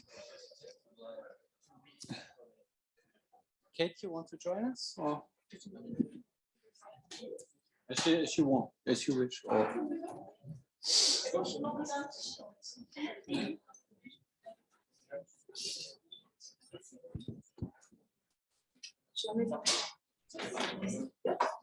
Or you can have a seat here also. Or have a seat there. It's no problem. Mabel, you want to come here?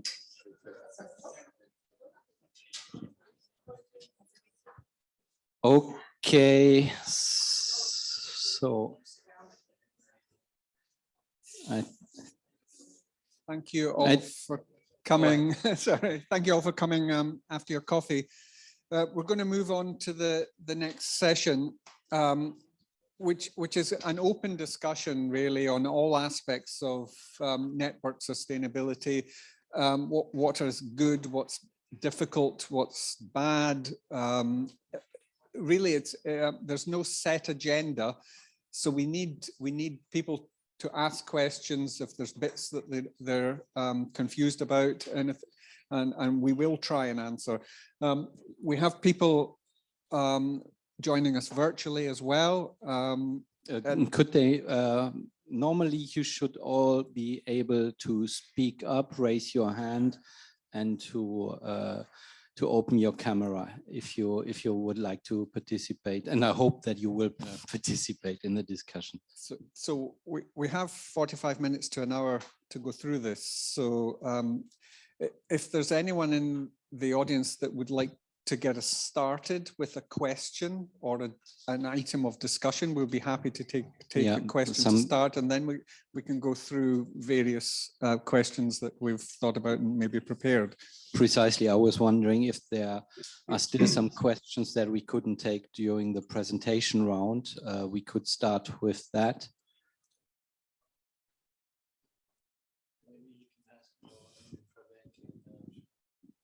Yeah, I wanted to maybe ask Ken Wernig to comment why he wanted to make this foundation, what he expects as a benefit. Ken, are you? I know it's the same. Stefan, with us? Let's see, who asked the question? Was that Stefan? If you could state your name. And... Fabrice. Oh, hi, Fabrice. I just wanted to explain to the audience why you choose this foundation. What you expect as a benefit. Yeah, okay. So I'll make a, so briefly, let me try to explain it very briefly. I think it's important to consider, so in considering research infrastructure consortia, it's important to consider the foundation of it, which is the research infrastructures, the services themselves, which are carried by partners. And these are, as it was mentioned in the talk previously, these are scientists, these are researchers who are operating facilities that are investments of their institutions often, sometimes big investments, but at the initiative of the scientists, of the researchers to carry out research activities. And so these are always, in our cases, pre-existing, they must be pre-existing infrastructures to be eligible, to be qualified to be part of a European Commission project like this. We don't build, the projects don't build the infrastructure. So then these are researchers that are running facilities that have their own life already before the project, and outside of the European Commission project as well. They've been reinforced by their activities within the EC project. For example, most of them never considered before what are the actual costs of providing services, because they've been providing them to the users in their institutions. They've been providing them to external users, but in those cases by scientific collaboration, and not necessarily for any cost, sometimes for cost, but by scientific collaboration. And so what is their reason to then band together into the projects like we are, and the experience that we've all had in how we've attracted the researchers to become part of these projects? And because they mostly didn't need they mostly were operating at full capacity already. They were already supplying all of the capacity that they needed to supply from their research infrastructures. So they didn't need new business. So why would they come into the Infra project?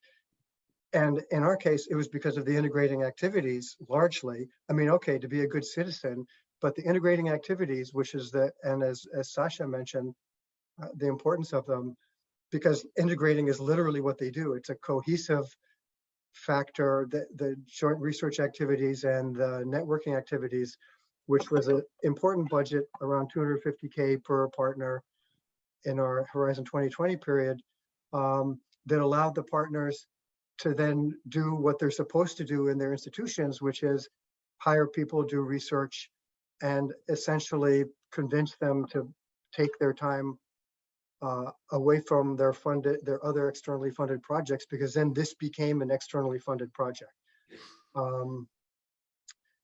Then at the time that, so what I'm trying to do is explain what are the balances. There are multiple balance points. The first was in creating this project in the first place. Now, in renewing them, as we all found, multiple of us found, Sasha mentioned, for another period under Horizon Europe, that was no longer the priority of the Commission. And they wanted what they called higher level integrated activities. And what was proposed to us was Isidore, participation in Isidore. Now for Isidore doesn't have the resources necessarily, nor the mission, to assure the kind of sustainability,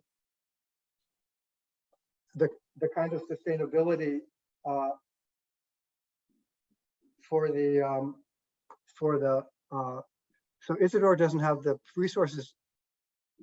So Isidore doesn't have the resources to assure the sustainability in that fashion for the Infra projects with the integrating funds. So therefore, there becomes this point of potential lack of stickiness of the partners in the consortium.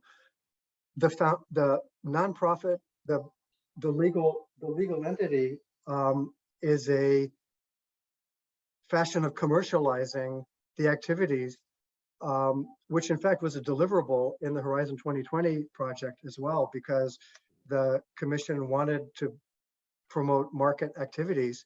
And so it's a form of commercializing the same activities that the researchers were already engaged in before InfraVec, and are still engaged in, will be engaged in Isidore, but commercializing them now with a margin. And since the partners have now done something new in the European Commission projects, which is carry out the calculations of the actual cost provisions of their services, now they're in capacity to provide those services, but at a margin, which they are not allowed to do in the EC projects, of course, because it's actual cost reimbursement, but can do within a legal entity. So then one balance point that's important, and I'll just finish quickly, but I think this might be a kind of key, these might be key points for sustainability to discuss. One balance point is what's the stickiness or the attraction of partners to continue to provide actual cost services, but with no integrating or very minimal joint research and integrating budgets, for example, in Isidore, versus then the attraction for them to provide the same activities and services within a legal entity, where then they can add a margin, which would then, the trade-off of that would mean those services and products would be removed from the actual cost catalog, that is the EC or Isidore catalog, to provide them as commercial activities. So it's kind of like a three-legged stool, and that's what we envision is to do with these with the legal entity, is to provide commercial activities that would be sold to research to researchers as part of their research budgets. They would need to budget them in, and it has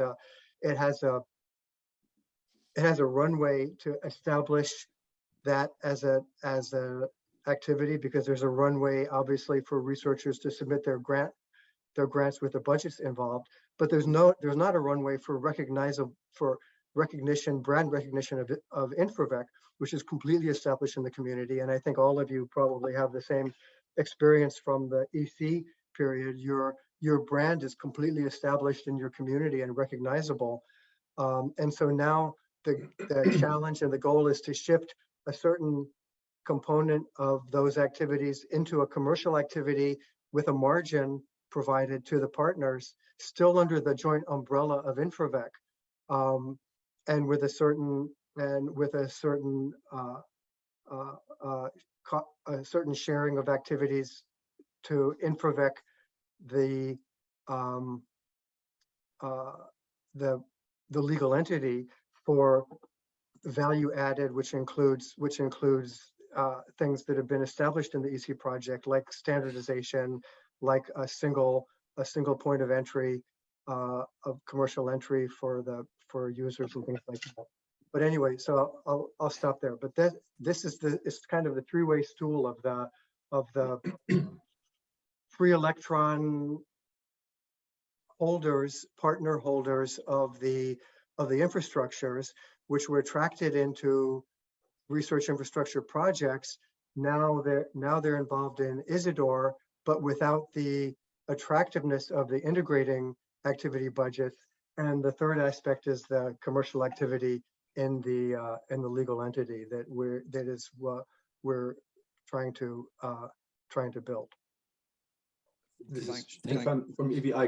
Can I respond? Yes, please, Stefan, go ahead. I'm afraid for me, this is too easy. No, I mean, I don't think the solution, I think this will not work for anyone. Just say, do the same thing as before, offer services. We make a legal entity, do the same thing as before, add a 20% charge on top, and the same thing flies as before. I mean, you have to be honest, these commission projects are such a success because these are free meals. No, they are free for the customers. I think as soon as the customers have to pay for this plus a margin on top, I think the demand will drop from 100 to, I don't know, 5% or whatever. So I think it's important to have services as sustainable infrastructures also, but I think it's not so easy. Not just say we do the same thing plus a margin and then we are set. And so I think for me, having a legal entity, it's important, no, but it's just an empty money box for the time being. So you have to, I think what is important to come up with sustainability ideas, with business plans, business models that really overcome this dependency on public funding, be that commission funding or national funding. And I think this is the difficulty. And I think the difficulty is particular and specific for each one. For everyone is a little bit different because we have different fields where we're working in.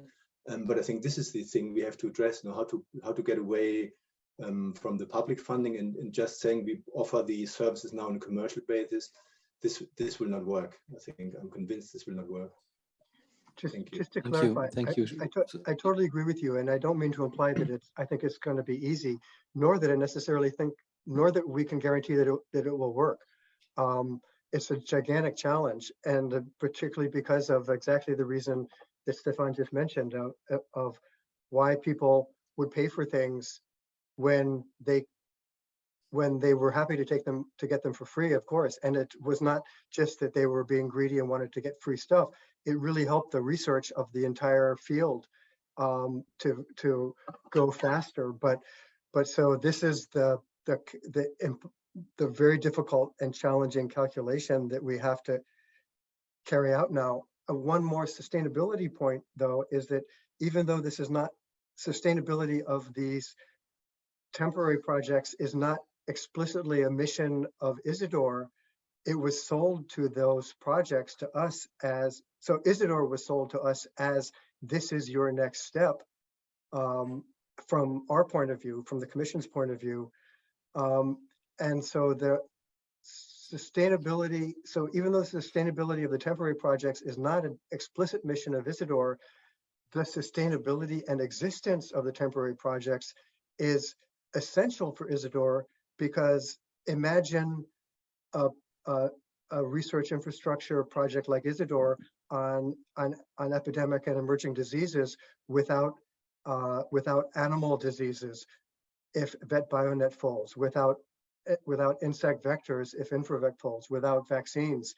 So these are all essential thematics that need to be assured. The continuity needs to be assured in some fashion, including for Isidore. Thanks, Ken. There is a comment from Audrey Richard.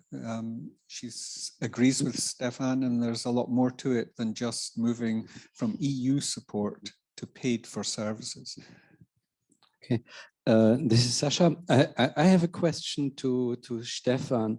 So for Transvac, you have already established a legal entity, and you have demonstrated that you have also developed a business model to sustain your future. But then in your presentation, you have also mentioned that there was a transition phase where you didn't have any funding. And I was wondering, how did you deal with this situation? Were there still some sustained activities by the partners? Were there services provided? Well, overall, how did you manage the situation during this transition phase? No, thanks, Sasha. No, just to clarify, we don't have a legal entity yet. No, so this is part of this design study. We're looking into what could be good legal entity options to do that, but we haven't done that yet. No, so this is still pending. And in this transition phase, I mean, which I name like this because there was no funding, no, as I said before.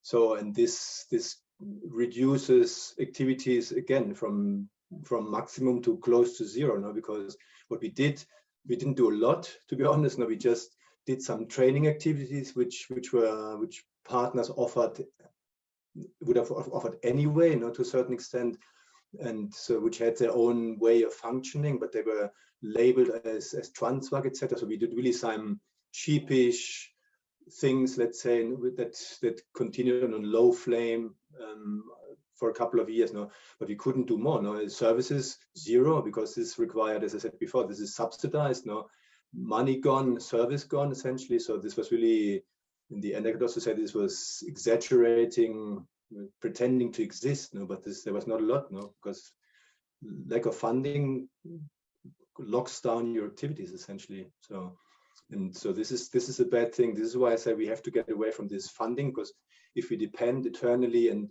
pray and hope maybe next year, maybe in 3 years' time, maybe here or there, no, I mean, this is not sustainable. No? And the sad thing is that I think there are different understandings of sustainability. You know, for me, sustainable means get away, if possible, completely from public funding, at least not depend on public funding. No, but for the Commission, I think sustainable means getting away from EC public funding, moving to someone else's public funding. I think this is what the EC understands as sustainability. You know? So from them, it's moving to national member state public funding, and then that's great. No, then sustainable. This is their definition. So which I would slightly disagree with. Yeah, that's exactly what Andreas Hotel is always saying. Yeah. Okay, so, thank you. Thank you very much. Obviously, with VetBioNet, we're hoping to create an entity, although not an legal entity, which will allow us to move forward without any funding, and hopefully be in a position. Well, if we are honest, we are preparing for a transition phase. so and we formalize our cooperation during this time. We still have some funding through Isidore, but well, that's not a sustainable pathway just No. to be dependent on ECDOR funding and EC funding. I totally agree. But well, at least for the time being, the ERG will allow us to continue, especially some part of our networking activities, which are quite important. And well, certainly we want to sustain service activities as well. But this is then the critical part, the most challenging part. Good. Any other comments from the audience? Questions about? David. Yeah, I think Stefan said it perfectly because he's been in the firing range for the last couple of years. He knows the challenges. But just to reiterate what Audrey and Stefan have said, the service model is not going to work. IATRIS is around 7 or 8 years, and I think service provision makes up 5 to 6%. Where we were most successful is when we removed facilitation fees for the COVID forum that I mentioned earlier. It takes a long time to build up a reputation. You know, why an academic site versus CRO? They'll be used when there's money there, but it's going to take a long time before that model is in place or that confidence is in place to use academic sites. It'll be part of your portfolio, but you will have to do other stuff, unfortunately, like joint projects like IATRIS does, either from the top down or just taking work packages till you find your feet. But service provision alone is just not going to happen, unfortunately. I agree with that, in that many of the partners associated with VetBioNet already have commercial arms that do that job very well. So it's difficult to see how you can be part of a bigger organization that also offers services, in that every organization does that anyway, or most of the organizations we work with within VetBioNet have a commercial arm, and that's what they do. Okay, so during the presentation round, there was one keyword that I heard quite often. That was actually matches, that we should identify matches also, and I would like to switch perhaps into this direction. First, I would like to ask the stakeholders, after we have presented a bit more in detail our activities, if there was something, let's say, that you weren't aware of, some part of our activities, or something that you find particularly remarkable, can be in a good or in a bad sense. So I would like to have your feedback on this. So whoever would like to start. Could you, Sasha, could you explain a little bit about how you think the European Research Group will, what will be the function of that in the continuity or sustainability of VetBioNet as an entity? Right. Well, let's really just focus on sustaining activities and not thinking about how can we fund it and so on. If we just talk about this, unfortunately, we can only present the ERG in detail later. I don't know if you will still be connected, but one important part is dedicated to our networking activities. We had several question rounds with the partners where we requested their feedback and input. What are the kind of activities that we should sustain, where our activities from our point of view are also unique in the landscapes, and that is certainly that we continue working on best practices, harmonization of best practices in biocontainment facilities, both for aquatic and terrestrial animals. That's something important to us. It's an activity that stemmed already from Nadia, that was continued in loose collaboration over the years also, and was an important aspect of VetBioNet. And we just heard yesterday in the presentation from you Simmons, that they have already started continuing the work on this, because this work package has already stopped a while ago, a year ago, I believe, and still there are ongoing activities. They have already set up a Teams meeting chat, and this is quite important to us, and share the products of these continuous discussions in terms of guidelines for best practices and so on. I think that's something unique. I feel, perhaps I'm mistaken, but I feel that's a type of activity we don't see so often in infrastructures or infrastructure projects. Another important networking activity is dedicated to ethics. That was also, I believe, somewhat unique in our project, that we have dedicated a full and very ambitious work package on this. This will be continued. I hope that Kate will be committed to the ERG. She may comment on it. And then, of course, also activities centered on transnational access. So this will benefit also EasyDoor. We will, within the ERG, we will continuously update our service catalog. We will make repeated analysis of our services, service gaps. So this will also help to identify the needs for joint research activities that can feed into EasyDoor, and also joint funding bids within VetBioNet, or also with other infrastructures that we can join together and see what we can propose. And Keith, Mabel, what had I? If you missed, I think you've covered everything. Best practice, you've covered that. Training, there are opportunities to have specific training events, obviously linked with high containment facilities. One important aspect is also that within the sustained TNA activities, we would like to facilitate also access to the facilities in our network that offer commercial services. So that we retain also within the ERG a minimal management structure that can facilitate access to our facilities. Mm-hmm. Did you think of a cost action for that? Because basically what you're talking about, the ERG would be to sustain networking activities from VetBioNet, and a cost action could also do the same thing, which is something that we're thinking about in InfraVec. Yeah, that sounds absolutely plausible. We never discussed it quite directly, but that's something that crossed my mind also, that these cost actions can for certain types of activities and various partners.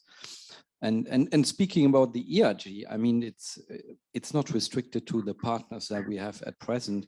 You remember, Ken, that at some point we have even talked about creating a joint ERG when you came to our consortium meeting.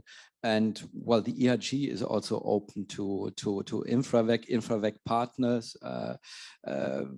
We can, everyone who is interested in the kind of topics we will deal with is invited to join, of course. We should maybe come back to that idea. Yeah. This is Stefan. And maybe. Oh, sorry. Go on, Stefan. I can come after you. Just to comment on I think this cost action, I also thought about this, but then also talked to people who did lead cost action in the past and said, forget about it. Now, this is extremely bureaucratic. Now, it's even far worse than the commission times multiplied by 1,000. So really horrible to manage now.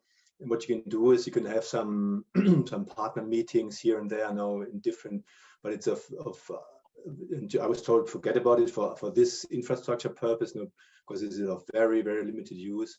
So then I didn't look further. And just commenting on the ERG thing that you were mentioning, I mean, the weakness here, you know about this now, as you don't have this doesn't have a legal personality. This does not Right. allow you to participate as an entity. No, this doesn't address this very important point. No, so I think this is what many things require. No, legal personality, be that applying as an organization for grants, funding from investors. No, if there's not a dedicated legal entity, they will say, "Thank you very much," and come back whenever you have that in place, I think. Thank you. Yeah, no, that's clear. Yeah, you're right about that. I think Can I just the add- cost action might not be quite as bad as the person told you though, Stefan. We're involved in one that's just ending on Aedes invasive mosquitoes, where InfraVec is on the management committee and different work packages. So we've seen it pretty close up. I didn't have any experience of it before. And it actually could, yes, it's very bureaucratic, and no, there's not that much money, but it does a lot of exchanges. It funds scientific exchanges, what they call short-term scientific missions between partners. And that's mainly what it does. And also networking activities. So it's not to necessarily dismiss completely. Can I just add to that? Sorry, I'm not sure if you can see me online. It's Kate Miller. I'm involved with the ethics work package. Just on the cost actions. I completely. Is it gone, the battery? Can I borrow it? Fabrice, can I borrow it? Sorry, the battery on the microphone went.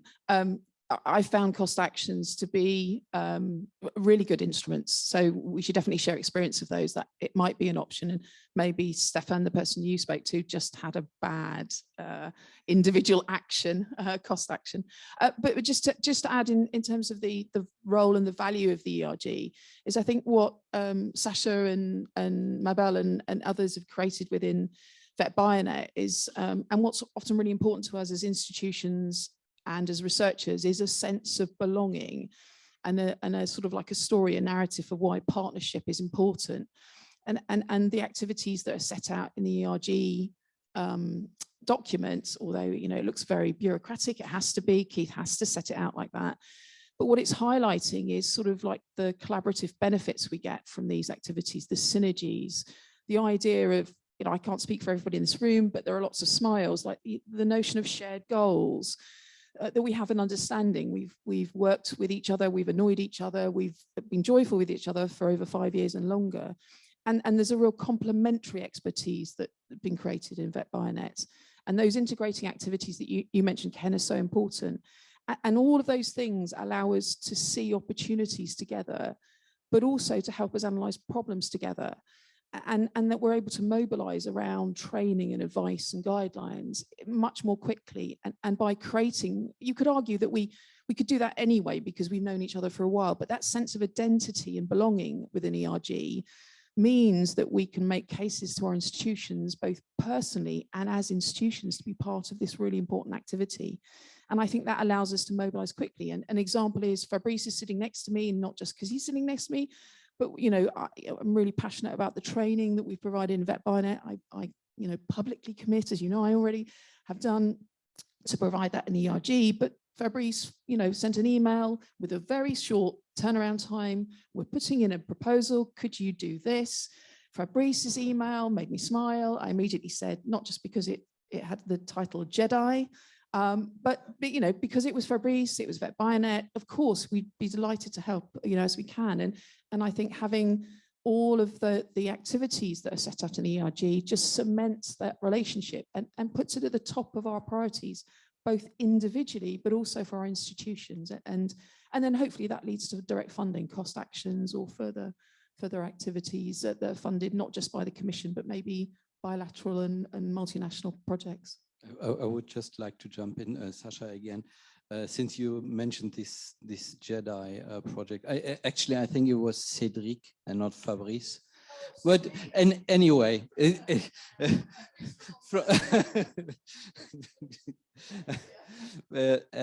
but he's also from INRA. But this is a good example. I was even wondering, this Jedi bid is a European joint doctoral degree proposal.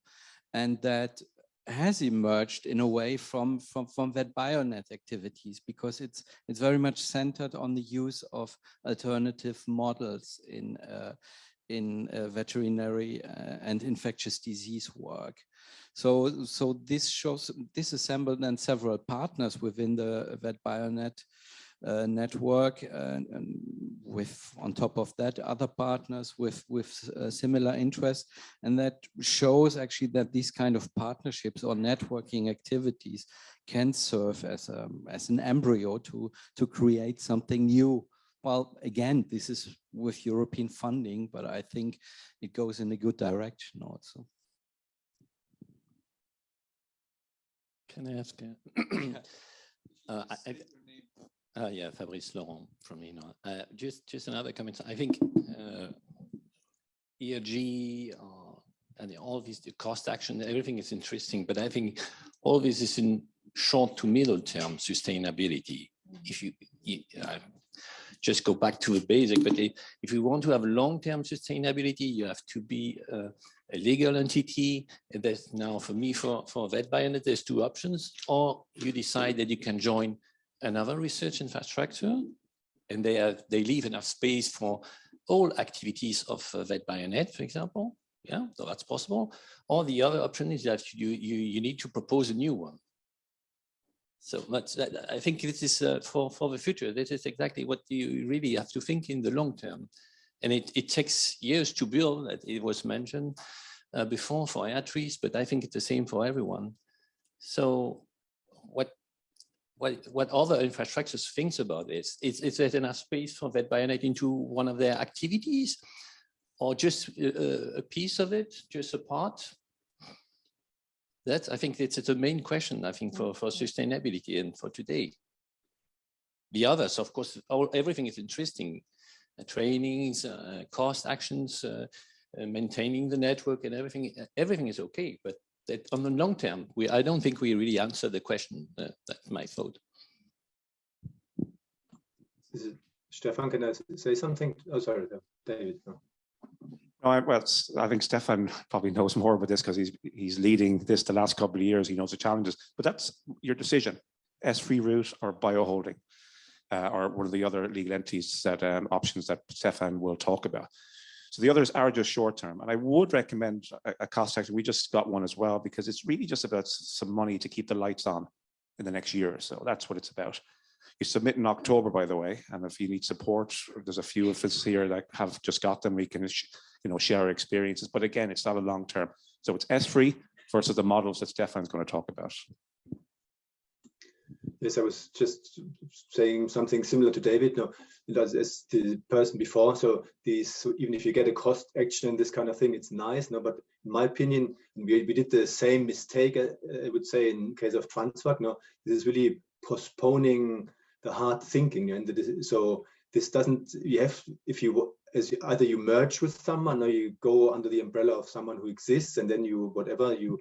But in the end, you have to develop a business model now that makes money. No, what you want to do. No, this is it, and this we should have done earlier, because even in Transvac 1, the project we had starting 2009, we had already also, I think, was even a work package in sustainability. We did some kind of business plan, but not very serious. No, so this was just going on a little bit in parallel. But I think this is something everyone who is in this position has to think about. No, cost action, etc. This will not. It's just gaining some time. No, but you really have to come up with business models that generate money. No, this is the difficult thing. No, but anything else is just, when it's nice to keep on existing, let's say. No, but eventually you have to tackle this, because if you don't do it now, you have to do it in 5 years' time. So this is really the tough thing you have to tackle. Everyone has to tackle who is in this situation. Thank you. Thank you, Stefan. No, you're right. We really have to deal with that. I think Audrey has raised her hand. Yeah, that's probably just a quick comment. It's in continuity with what David said and what Stefan said. I did not want to necessarily kind of open that kind of worms, but I feel that there are some elements that have not been really necessarily addressed, maybe because they are like problematic, but I think that yesterday there was some mention of how time consuming it can be also to run VetBioNet, and I totally understand that. So as long as there is no solution to have people that are like fully dedicated to running the infrastructure to bring what a research infrastructure can bring to its partners and its contributors, I think you will struggle with sustainability. Typically, if I am honest about ERINHA, if the members had not been here to support the deployment of the research infrastructure, that would not have been possible. So there is that, again, this is another type of transition time. It's not that we didn't have any funding, but we were deploying. And now we are in position to kind of return the favor and bring some added value once more to the members, but without some like long-term firm commitment to make sure that there are some human resources to run the network or the infrastructure if you become a legal entity, that remains difficult. Mabel was mentioning 44-hour days yesterday, so it sounds like the workload is already pretty high. You probably need dedicated people. This is a very down-to-earth type of comments, but you may want to consider that type of very pragmatic things also in your model, because the activities need to be run. Yeah, and you're absolutely right. I mean, I've seen that you have really built up over the years a durable management structure, and that's important. And this is what we are actually lacking. That's clear. It's VetBioNet is not only challenge and research driven, it's also driven by researchers. So also on the coordination management level. And well, it is time consuming, and this is not exactly what we have a lot. That's true. So we have to integrate that in our reflections. We don't want to be too naive and trust too much that with the ERG we can just wait for the next funding option and then just keep going on like that. Well, but then to be honest, this is what we will do in the near future, and still in the ERG form, we have to really think what we want to do and what we can do, and if we want to make the next step. And I also agree. Then it comes back to the question of joining or creating something durable. That's what it will be all about when it comes to the real sustainability question. Yeah. There are some other hands raised, but just before I leave the floor back to someone else, this is just ERINHA's experience. I'm sure that it's not that I'm sure that there are many models of reaching sustainability. So this is what worked for us. You may want to consider it, you may not. Not obviously saying that this is the only way for you. Depends on how you want to evolve and how long you want to last. Thank you. Are there? No, Bruno has raised his hand, I believe. Yes, I did. Yeah. So I completely agree with Audrey's comment, and to our experience, we identified the key activities we should keep alive in the next year and for long-term sustainability as well. And the management team, what we call management team, which is in our case maintaining the website, keeping communication between the partners and the users, are clearly the action that we would like to keep alive and for which we are looking for secured funding. And of course, everything else at the moment is not something which has been identified as very important.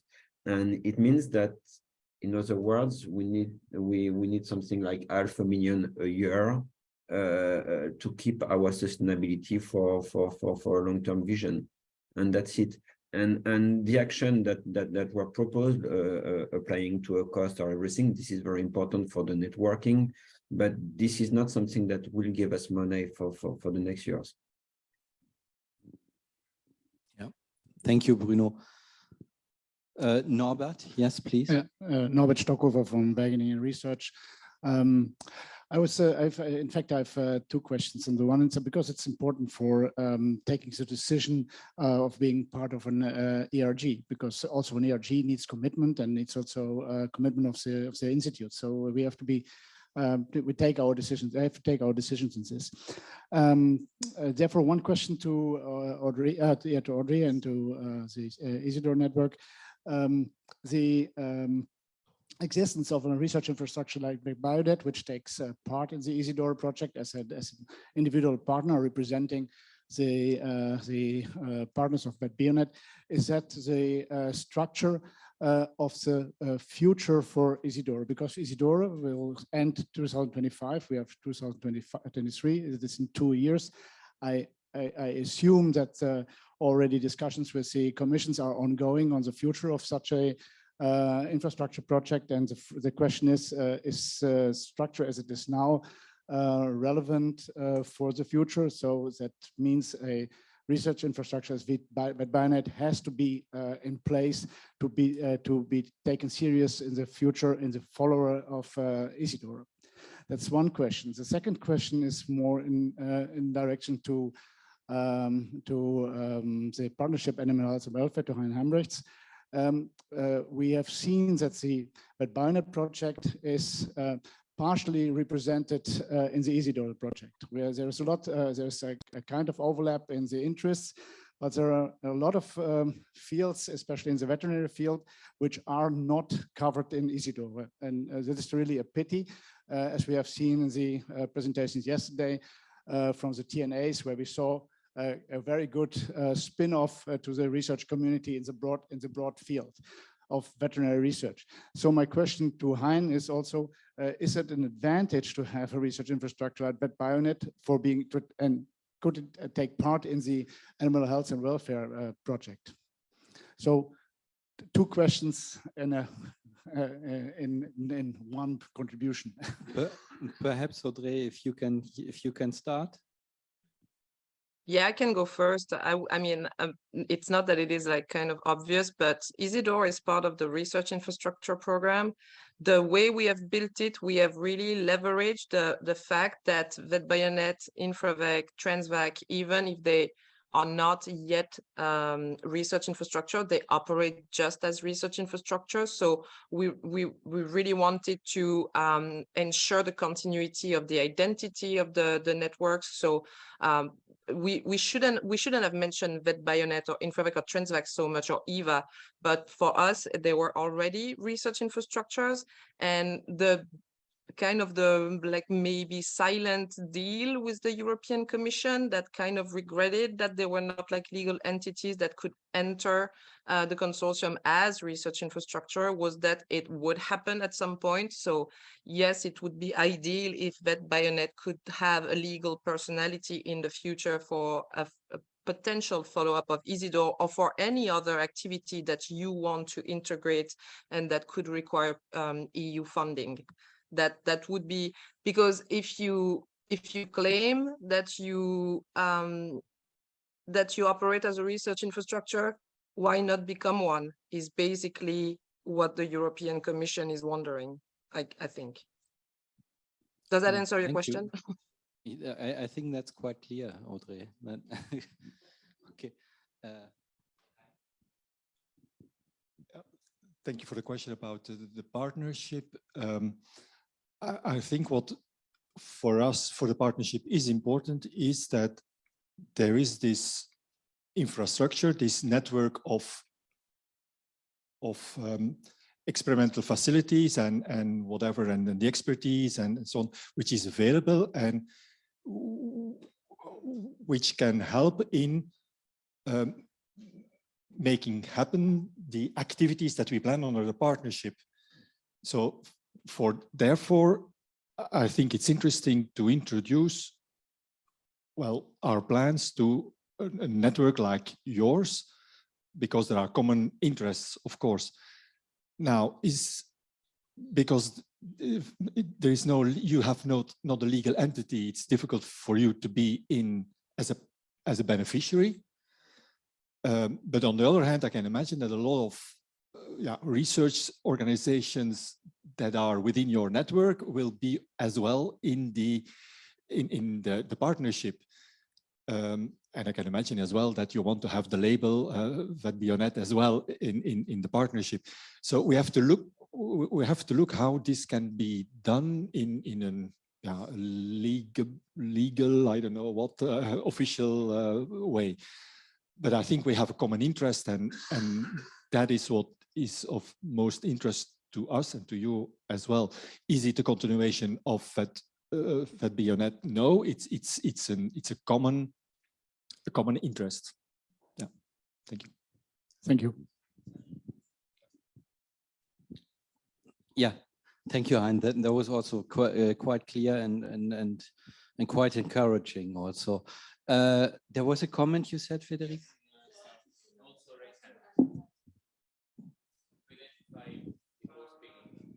Yeah, there was a comment from Sarah who asked that everyone can just identify themselves before speaking. Okay, Sarah, you can also talk. You no problem. And this is Sasha. And I just have a quick comment, which may be obvious, but to everyone here. But for me, in thinking about funding sources, we all, at least in our infrastructure, we're very public health based. And who pays for public health in society? Maybe I'm too liberal, but I think that's the role of government. And so if the EC is stepping off, do we need to go to country or state level governments more? Or, I mean, we can go to more private sector and philanthropy for funding, but at least for vector research, we can't go to the people who are going to benefit most, children dying in Africa, not funding research. So that's probably an obvious comment, but I don't know if people have thoughts on sources to continue our important mission. Well, I think that was what we were talking about before, how difficult it actually is to identify. You can always find pieces here and there, but then it's still not a sustainable pathway. That's the issue. But otherwise, I agree with you, Sarah. And so we're approaching the end. And yeah, Jonathan has a raised hand or a comment.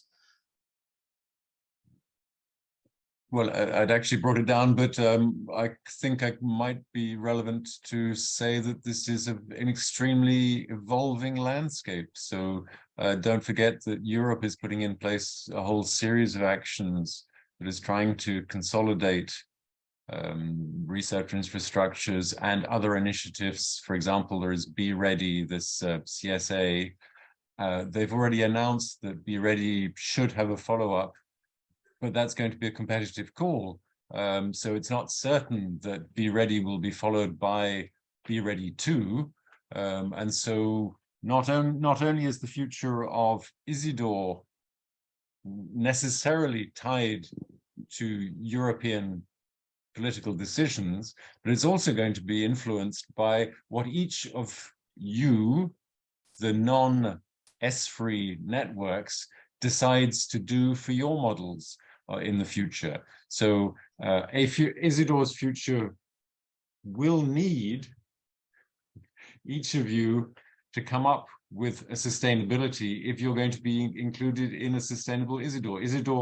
Isidore's vocation is not to sustain the networks, but potentially integrate sustainable elements in a broader preparedness solution. Yeah, totally agree. That's like the Kennedy comment: don't ask what your country can do for you, but what you can do for your country. Yeah, it's like that. So I assure you our commitment to do our best to be sustained and reliable partners in EasyDoor Plus. So that's what we are striving for. And if I could just add one last thing, which would be clearly on that pathway, what's required is partners, if they go down the sort of service provision pathway, that should be very clearly identified. And undoubtedly, as we've seen through the different presentations, this necessarily results in a decrease in the number of participants in your respective networks. And that's something that the networks have to accept, but not all partners are there to provide service. Some of them are to get what was described as the free meal, and that is not where you might expect research laboratories necessarily to be, if service provision is not their vocation. Yeah, you're right. I very much appreciated that slide in Audrey's presentation. That was quite clear.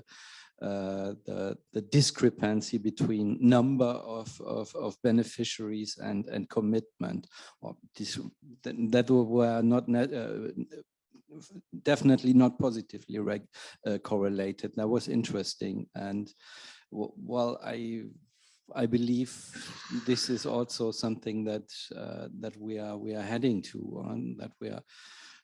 Before in that year, there were, I believe, 15, 17 partners in VetBioNet. It was all about growing bigger, and I think the next step will be again to refocus and when necessary limit the number of partners.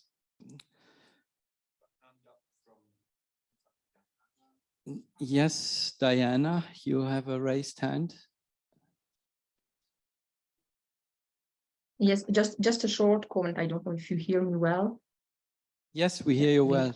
Just a short comment related to the sustainability, which is linked also to EasyDoor, but more also to the networks that are struggling now for their sustainability. As you know, so there is currently reflections for the next work program for the European Commission for 2025 and 27, and the future of infrastructure that have been launched within the Horizon Europe is also part of these reflections currently for their sustainability, the way how they will be made as a follow-up projects or other kind of structures together with EasyDoor, that two others came also last year, and new infrastructure projects will be funded this year. So the idea is also to see how the European Commission sees the future of this kind of funding. So they pushed for a kind of bigger integration according to the specific topics, the cancer, epidemic-prone diseases, etc. So the idea is now to see how from the European Commission side, they see also the future of the sustainability of this approach for the upcoming program starting from 2025. And also it will include also the midterm review of Horizon Europe. In this sense, there could be also an interesting session within the EasyDoor annual meeting, which we are making part of the meeting as an open session for the morning. So will be all the external audience will be able to be there. So we invited also the European Commission representatives and HERA representatives also to talk about these opportunities for future sustainability of these projects, and also the role of European infrastructures for pandemic preparedness and the EU support for this. That's fantastic news. Okay, that's great. Yeah, I'm looking forward to this.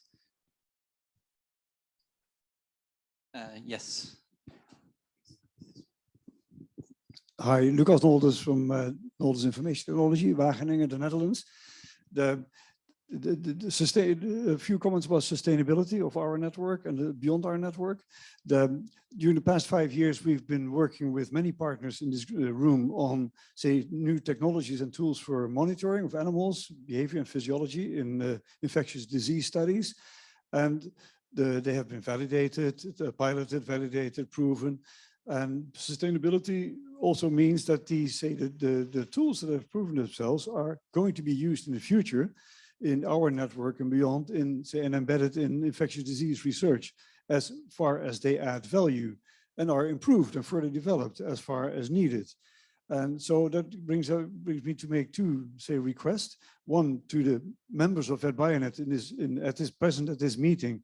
Those of you who have been involved in Work Package 9, of which we will share the details tomorrow, please have a chat with Leslie and me to discuss what are your plans for the future, how we could support this type of monitoring in the future. And second, the number of animal species, represented in this consortium is very broad, very diverse. And we have only been able to pilot the various technologies with, say, 1 or 2 labs of every particular animal species. So there was 2 fish labs and 1 rodent lab and 2 pig facilities. That is usually for a tools developer, not enough justification to, base a future development on just 1 or 2 groups. But these groups may be present in all the other stakeholder organizations and networks present remotely at this meeting. Across the EasyDoor network or the other networks that we're speaking this morning. So I wonder, would it make sense to reach out to those networks and share the developments made in VetBioNet with these other networks to find out if there are interested parties to give us feedback or to adopt these technologies in the future? And if so, how could we achieve that? I think this is actually a great idea. I mean, we can definitely share that. Perhaps, well, if I think about it, almost all of the research infrastructures should be interested in those kind of approaches, and also the partnership animal health and welfare. I mean, you have sensor technologies is among the research topics also. I think, yeah, once these documents are ready, I would be happy to share that with everyone, that everyone is on the same page and informed about those important activities. Yeah, and of course it also applies vice versa. In these other infrastructure networks, there may be inventions and creations that we could benefit from, or the VetBioNet partners could benefit from, and we should learn about them. Yep. I'm mindful of the time. You want to make unless there's still a raised hand or no?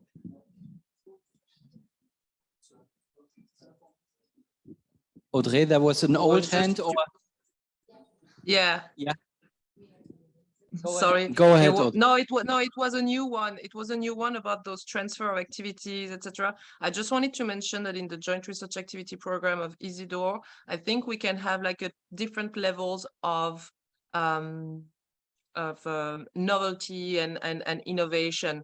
The goal of those joint research activities is to expand and improve the catalog of services. So I think we can have some very ambitious, innovative development of new services. There can be improvement of services, but I think it could also be interesting that some of the funding could be used for transferring technologies from one infrastructure to another to make sure that there is a continuity in the services, to also ensure that there is a continuity of activities, a further level of integration between the certain research infrastructure that have similarities and overlaps.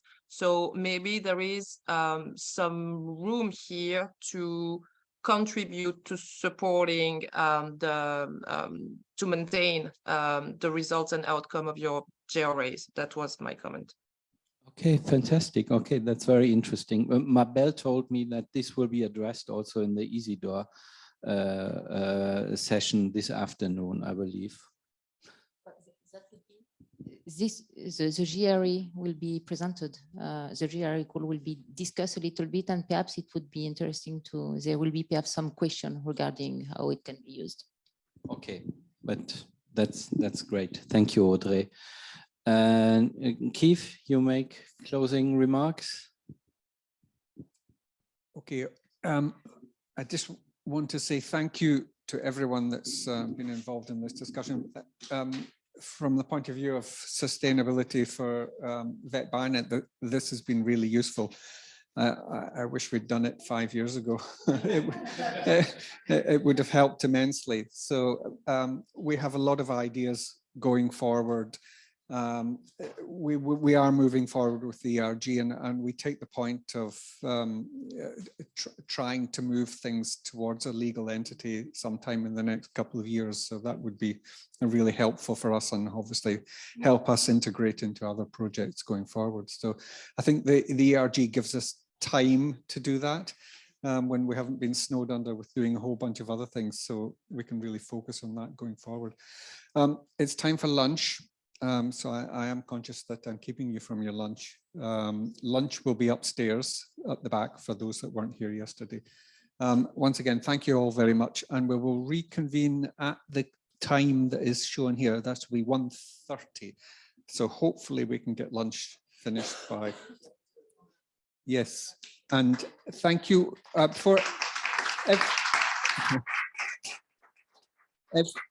everyone that contributed online. Your contribution has been fantastic. So thank you all very much. And we'll hopefully see you all again soon sometime. Thank you. Thanks for the invitation. Bye. Bye-bye. Thanks a lot.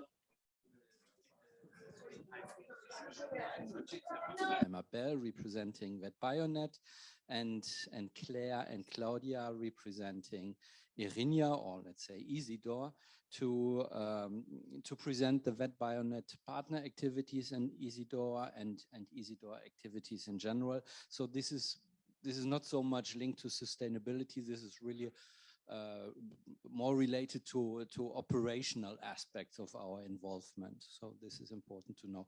Not all of you are partners in Isidor, but quite a number of VetBioNet partners are involved in this project. So we thought that this would be very interesting to you. Thank you. First, I would like to thank Claire and Claudia to join us today, despite the strike. And I think it's very important for also access provider, the VetBioNet partners that are access provider of Isidor, also to better know the Irinia counterpart. And so I'm glad you're here. You succeed. Thank you. We do.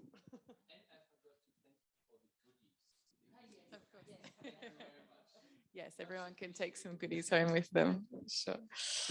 Okay, so and because of, sorry, hi everyone, my name's Claire. I'm the Isidor project manager and I work at Irinia with Claudia. Because of our delayed trains this morning, I did miss Audrey's presentation earlier. There might be a bit of repetition, but I'll try to go over it relatively quickly. Also, those of you who are in Isidor may have seen some of these slides before, so we'll do a brief overview. So just firstly, a quick overview of Isidor, and then Mabel is going to go into, and Claudia are going to go into specifics of VetBioNet's involvement and also some of the operational aspects.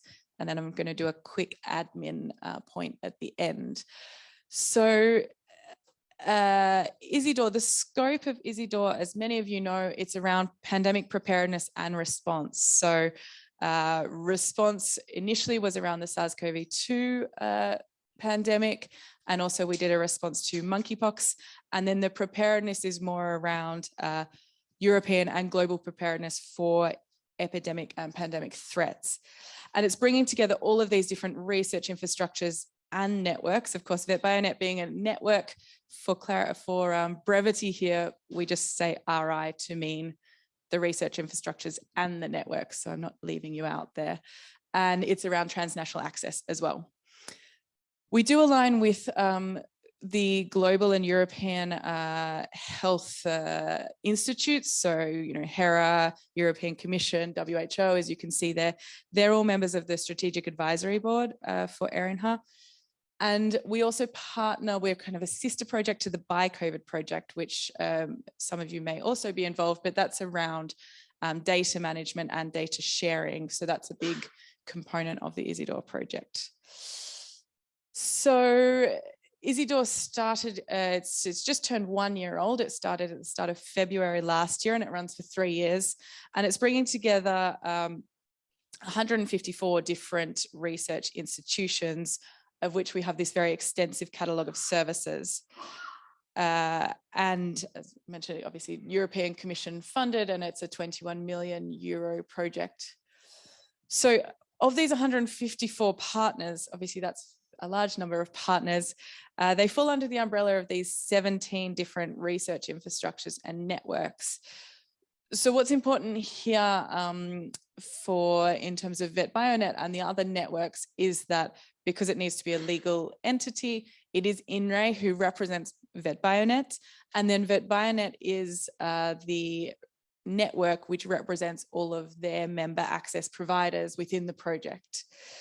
The other 17, as you see, it aims to cover the whole range of scientific research for health and epidemic preparedness. Erin, her at the top, that's us, so we're the coordinator of the project, as well as bringing in our own access providers for transnational access. So as I said, that VetBioNet represents you all as the access providers. So VetBioNet, the GB governing board, sorry, I realize I've got too many acronyms on here. GB on the right is the governing board. So VetBioNet, which is Sasha and Fabrice, sit on the governing board to represent VetBioNet and its members' interests. The ExCom, the executive committee, is made up of the work package leaders. So VetBioNet is mostly involved in work packages 11 and 14, although also some involvement in others, and that's Mabel and Sasha, and Erin, her is a co-leader on both of those work packages as well. So that's Claudia. We also, as I mentioned, have the strategic advisory board and a number of different other parts to the independent advisory board. The strategic advisory board is ensuring that we are aligned with global health priorities, and they defined the calls for proposals through the transnational access. The scientific advisory board is involved in developing the joint research activities, the JRA, which was discussed, and Claudia will discuss a bit more also. So Isidore works through transnational access. This may be very similar to what you have through VetBioNet as well. And for those of you who are not involved in VetBioNet and for the access providers, it's also useful to know that you can be both a user and an access provider in Isidore, as long as it's fulfilling the transnational access requirements. So it needs to be access to services that are not otherwise available to you in your country. So the way it works is that Isidore launches the calls for proposals, which are defined and decided by the Strategic Advisory Board. The scientific community apply to those calls for proposals, they're independently evaluated, and then selected projects are allocated to the access providers to provide transnational access. So this is kind of the usual transnational access funding model, that the funding, rather than the funding going directly to the researcher, it goes via the research infrastructure to the service provider to provide free of charge access to services. But as mentioned, you also can, someone's in the waiting room. Do I control the Zoom as well, or, sorry? No, it's just for the waiting room. I'll let them in. Cool. So yes, so you, sure, okay. So you as users as well can apply, and that would work the same. So the funding wouldn't go directly to the user, it goes, but you are provided with free of charge access to those services. So in terms of the calls for proposals, there have been 6 calls for proposals released so far with the Isidore project. The first 2 were these emergency calls. So the first one was the SARS-CoV-2 and COVID-19 call. That just, at least temporarily, has closed yesterday. And the monkeypox call came up, that was unexpected in, obviously in the grant preparation period. The monkeypox crisis was not yet evident. So that was our first real proof of concept, I suppose, to see how Isidore can react to a crisis. And so we had in 2 short time periods some calls for proposals for monkeypox for services to combat the monkeypox crisis. That also closed at the end of last year, although when I say closed, many of those services are still, ongoing or applications. So it has closed to initial applications, and you as access providers might still receive request for provision of service to either of those two calls. Then just late last year in November, we released the 4 preparedness calls for proposals. So that you can see these here on vector-borne pathogens, risk group 4 pathogens, respiratory pathogens, and then other pathogens with epidemic potential. At the moment, they are still open. The risk group 4 pathogens will close in about a month. The idea there is really just around the time that's required to effectively provide that type of service. As I mentioned, as we know, Isidor is a 3-year project. It ends in January 2025. So it's just about ensuring that there's enough time for those applications to be processed and for the service provision to be undertaken. It may also be reviewed as needed. The others for the moment are open as long as funding remains available. So as with SARS-CoV-2, we may at some point need to close them just to manage capacity. So within the calls for proposals, within all of them, really, there are 6 or 7 different sections that need to be aligned with, which you can see here. I say 6 or 7 because the 7th one, vector biology and vector control, is obviously only relevant for certain calls for proposals. And again, these different sections were evaluated and decided by the Strategic Advisory Board to ensure that we're aligned with global and European health research priorities.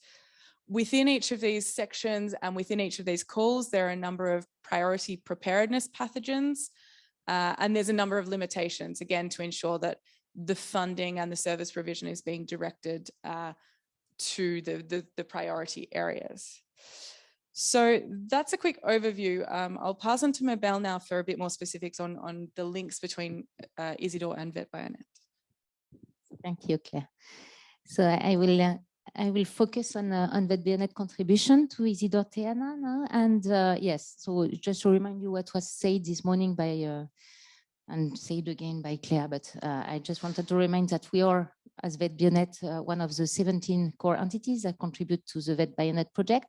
And besides all the work package and board or committees that are listed on the top, I just want to then focus on the TNA service provision and all the VetBioNet partner that are involved as access providers for service provision. So we don't see much, but what is written is you, as Claire, so as you will see here, VetBioNet propose access provider propose services in several TNA work packages. So this include analytical services, immunomonitoring and profiling, development support for vaccine development. This is mainly that, yes, and a large panel of service for in vivo models and cellular models. So this is what we call work package 11 and work package 14, and both of them are co-led by VetBioNet and Erinia. So, and in the case of in vivo model, it's also led, I think, co-led by Infravec.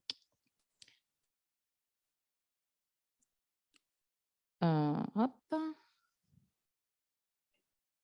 Yeah. Duck. No, it doesn't work. But I think he has to click. And here the flash marche pas. Okay, so okay. So quick overview of what is proposed in the context of work package 14. So work package 14 is related to in vivo model. And there are many services that are proposed by VetBioNet, Erinia, but also Transvac, Infrafrontières, UMBRC, and Infravec. And as you can see, for the different calls that were launched, we had to propose a catalog that was the gateway for application. So this catalog has to be put online on the website.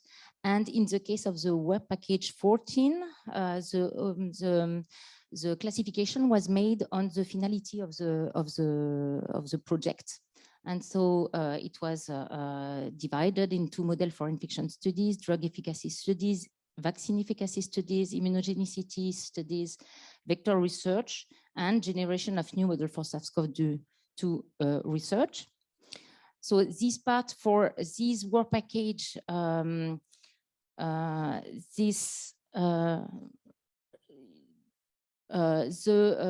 VetBioNet partners that propose services within all these categories or have as primary contact Sasha for VetBioNet and Martin Houd, who perhaps is with us, is online. So hello, Martin. And Audrey Richard. And as secondary contact, myself and Claudia. Just to give you an overview of all the models that are proposed. So as you can see, there is a very large panel of models in the portfolio. And what I would like to highlight for VetBioNet partner is to highlight the range of models that is provided by VetBioNet and how much it contributes in terms of exotic model, or at least livestock model, and also some other wildlife model, but as you can see here. So beside all these lab model for which VetBioNet contribution is really is contributing to the portfolio, there are also some additional added value with all these models that could be provided. And for all the arthropods, most of the model are provided by Infravec, our partners. Regarding cell models, so work package 11. So I'm sorry, it's there are some problem, but the primary contact are Claudia and Martin. So Claudia here and Martin, and myself for VetBioNet, but we are working together. So I think that it's a little bit, it depends on the day.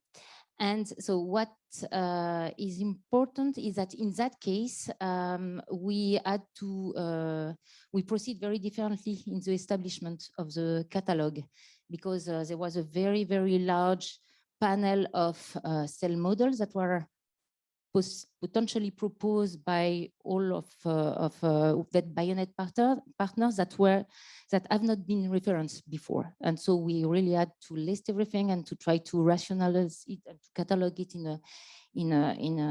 a way that could be clear as a gateway for all the for applicants.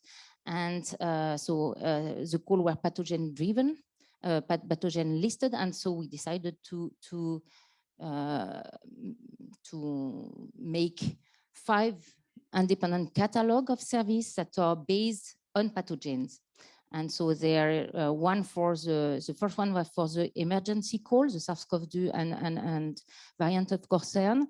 And as all of you know, we went back to you to ask some more detail of what was available for RG4 pathogen, respiratory pathogen, other than coronaviruses, or other than SARS-CoV-2, vector-borne pathogen, and other potential emerging pathogens. So this explains why we recall you for many times for the establishment of this huge catalog, to be honest.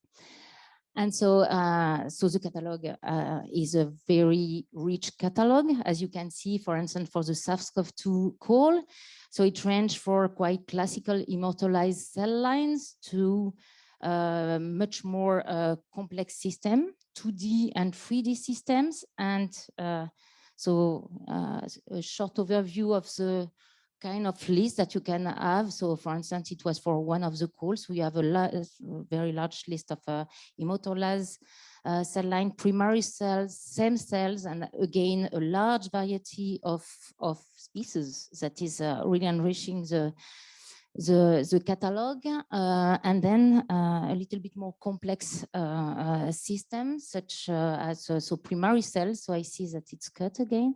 So, but primary cells that are non-polarized or polarized under the form of ALI, air liquid interface polarized cells, or organoids, and also or proposed for service provisions tissue section culture from, again, different a large panel of animals and of species, and organotopic cultures. And yeah, and just to show you the complexity and the number of readouts that could be associated for each cellular model that makes the combo pathogen, cellular model, and readout quite difficult to classify and to present in the simple way for the applicant. So for each call, for each catalog, we classify everything. So it's more or less broad, depending of the pathogen and all the requirements. We imagine that for RG4 pathogen, there is much less model available, but still, it's still a very unprecedented catalog of services that is proposed there. So now, where are we now regarding work package? So I will focus on work package 14 and 11.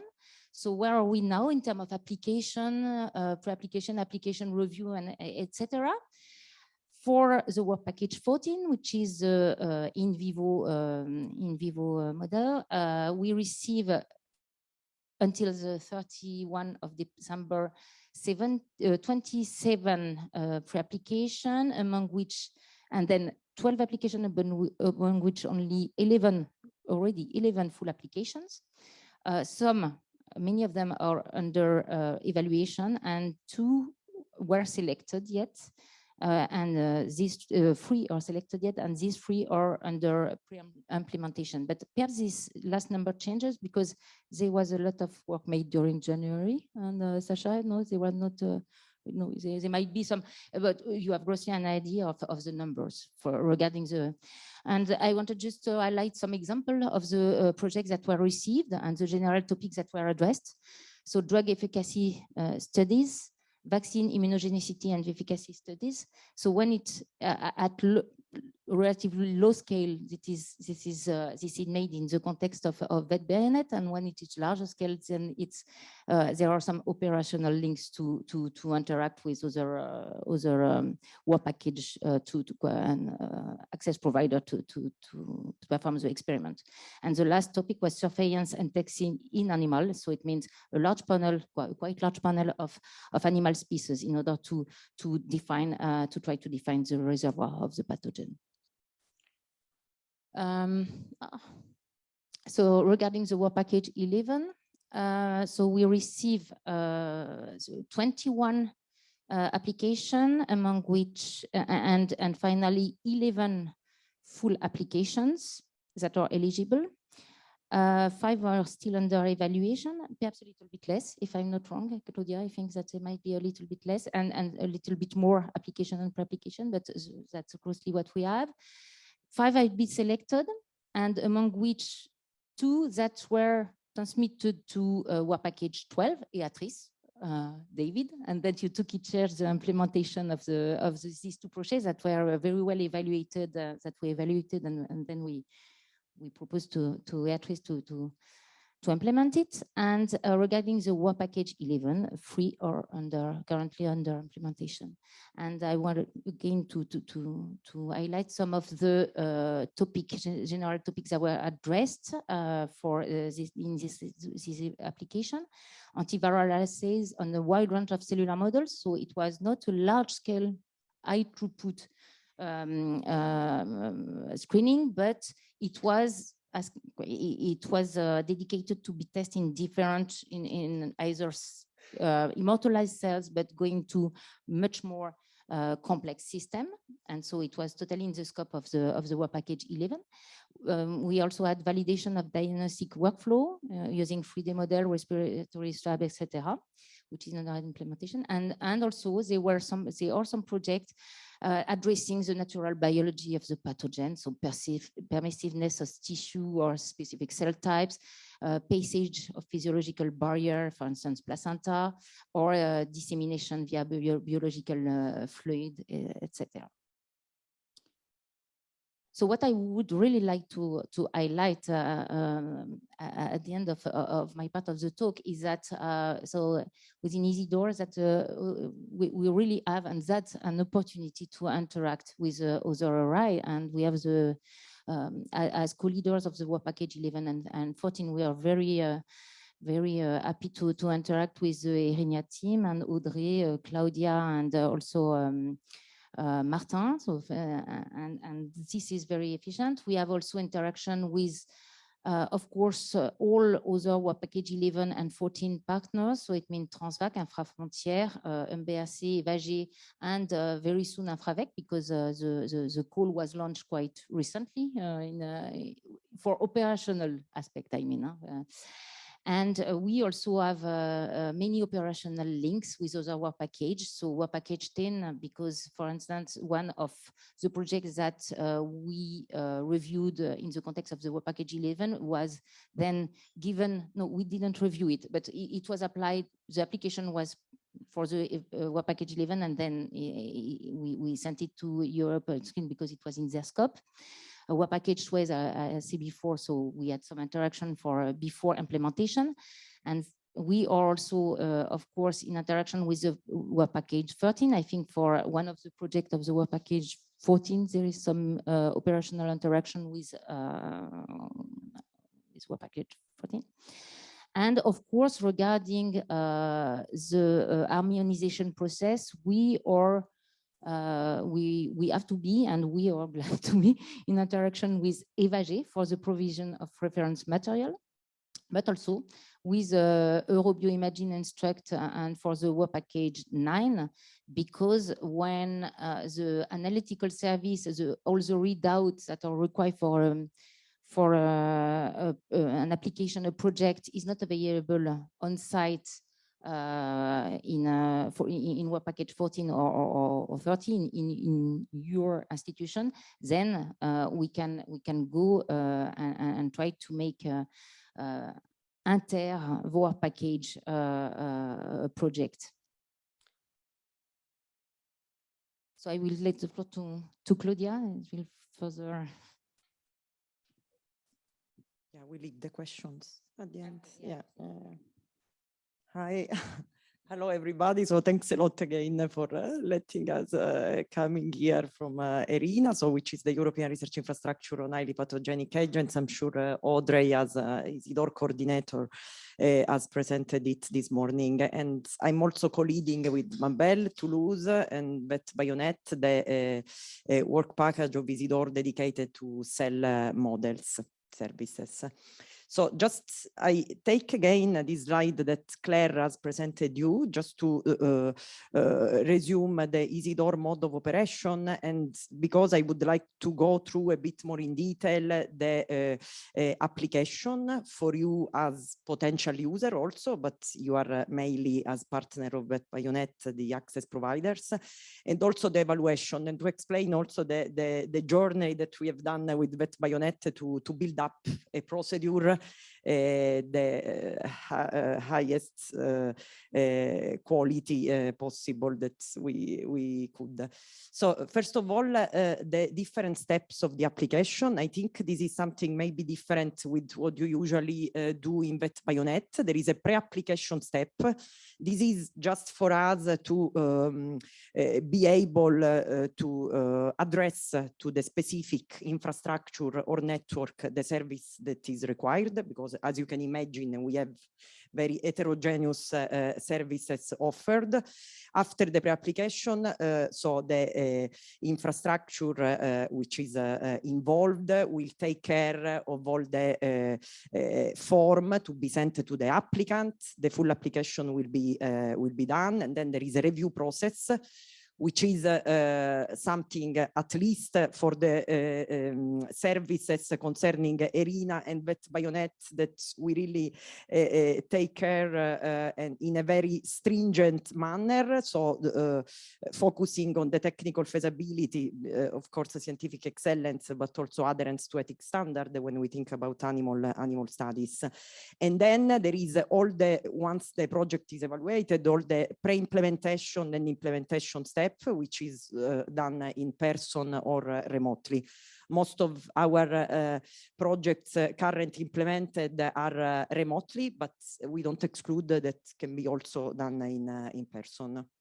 So concerning the application, this is just the example of the form that is done for the VP 11 and 14. So cell models and in vivo models. We have the abstract, we have the project description, and we ask, especially for animal studies, all preliminary results and state of art to justify the choice of the model and in general of the rationale why the study should go to in vivo, and the ethical statement is always required with all the impact and the general information on of the applicant and the collaborators, so you can have also more applicants with one referent PI.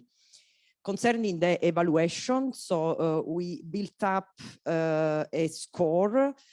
So we have two independent reviewers, experts in the field. So according to the project, we try to be the most like closer to the subject, and we also try to have gender equality in the choice of reviewer and one European or non-European reviewer. There are 3 different levels of score. So under out of 20, above 17, the project is accepted. There is a intermediate stage between 13 and 17, for which we ask for review according to the reviewer's comments, and then there is the case in which the project is rejected under 13. In some cases, we can also have a third reviewer. So this is exactly like it works for publications that we are used. And these are the criteria that are considered for the reviewers to evaluate the projects. So there is the scientific rationale, but also the methodology, the feasibility of the methodology, the outcomes, and the alignment with the research topic of the call, with some recommendations. After that, so if the project is well evaluated, we go to the pre-implementation step. So this step is important because for us is also to choose the access provider, which is like the most appropriate. So this is very important, and if necessary, can be also more than one access provider. So for some complex projects, there could be also the possibility of multi-partner implementation. And then, and this is something that I really would like to emphasize, when organizing the experimental work, the experimental plan, the access provider will be very active also in proposing some adjustments to the experimental protocol. So even if a project was very well evaluated, there will be also some adjustment according to the laboratory, to the timelines, of course, to different criteria. And as Mabel has also mentioned, and this is something that is among the priority of Isidore, we take all the viral material via the European Virus Archive. So probably some of you are part of the of EVA-G, and so these with the objective to use high quality and highly standardized material, and to reduce at the minimum the heterogeneity among laboratories. So during the implementation step, like I was saying, we have either remote or in-person service provision. We will have continuous follow-up and report. And I mentioned the BioCovid project, which is the partner project of Isidore, because we also care that all the data that are generated in the framework of Isidore will be fair and will be shared. So the data sharing and the open data politics is something that, of course, at the Commission, but we try to follow the best possible. And again, the last point, so the active role that you have as access provider is also in the scientific valorization. So the scientific publication, of course, will be co-authored by the user and the access provider that will intervene in the experimental design and in all the experimental work. So now I would like to move to the evolution of the catalog of service. This morning has been a bit mentioned, but I think it's worthy to talk a bit more. So what's the next step to enlarge the catalog of service? So this has been already shown. Basically, we have several capacities according to the expertise of the different research infrastructure and networks. The idea is that nowadays we have around 300 services that are offered, but how this offer can evolve and according to which priority. So the catalog will be expanded and improved to allow the advancements of knowledge, technology, but also to respond to potential new emergence that will occur. And this will be done through the joint research activities, which are really an example how the consortium, Mabel in her last slide was emphasizing it, how the consortium can also interact among them despite the high diversity of expertise. And so we are preparing the launch, so at ERINA as coordinator, the launch of the joint research activities. All the Isidore partners were asked to provide suggestions to be submitted to the Scientific Advisory Board. So this was exactly like we have done for the topics for TNA, basically to present, in that case was the Strategic Advisory Board, here is the Scientific, to present which are the priorities for us. And so we have, this is the first point, so we are in the first months of the year, and we have actually asked you to suggest the research topics, and also I put a small star in the inter-RI because the topics that will be developed and presented and that will require the intervention of several research infrastructure will be favored compared to others, because we show that there is a collaboration among the different actors. And the final goal of these scientific activities that will be developed is, of course, to be converted into a service that will be offered in the future. So if we look at the other steps, we will present these suggestions that will be done by the research infrastructure to the Scientific Advisory Board. The Scientific Advisory Board will draft the topics, the GRA topics, and then there will be the call for proposals that will be launched. And then basically the access provider will prepare the proposal. So this will be in 2 months, April and May. There will be the evaluation of those proposals, and at the end, the ranking with the final selection. So the implementation of the GRA will go starting from end 2023, but up to 2024, which is then the end of the project. So we can discuss, I mean, now later, but now the idea was that Claire was closing with the more administrative issues. And then, yes, we. For the GRA calls, so there will finally be a single call, because that was a question I had already at some point. It was not quite clear if there would be a single call or 2 calls.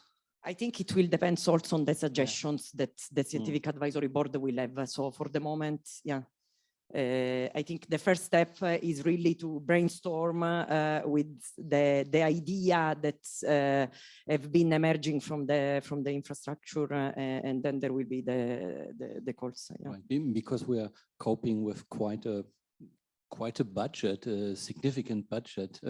Did you show the amount? No. No, maybe you have declared something on that. Sorry, that's what I was going to add as well. Yeah.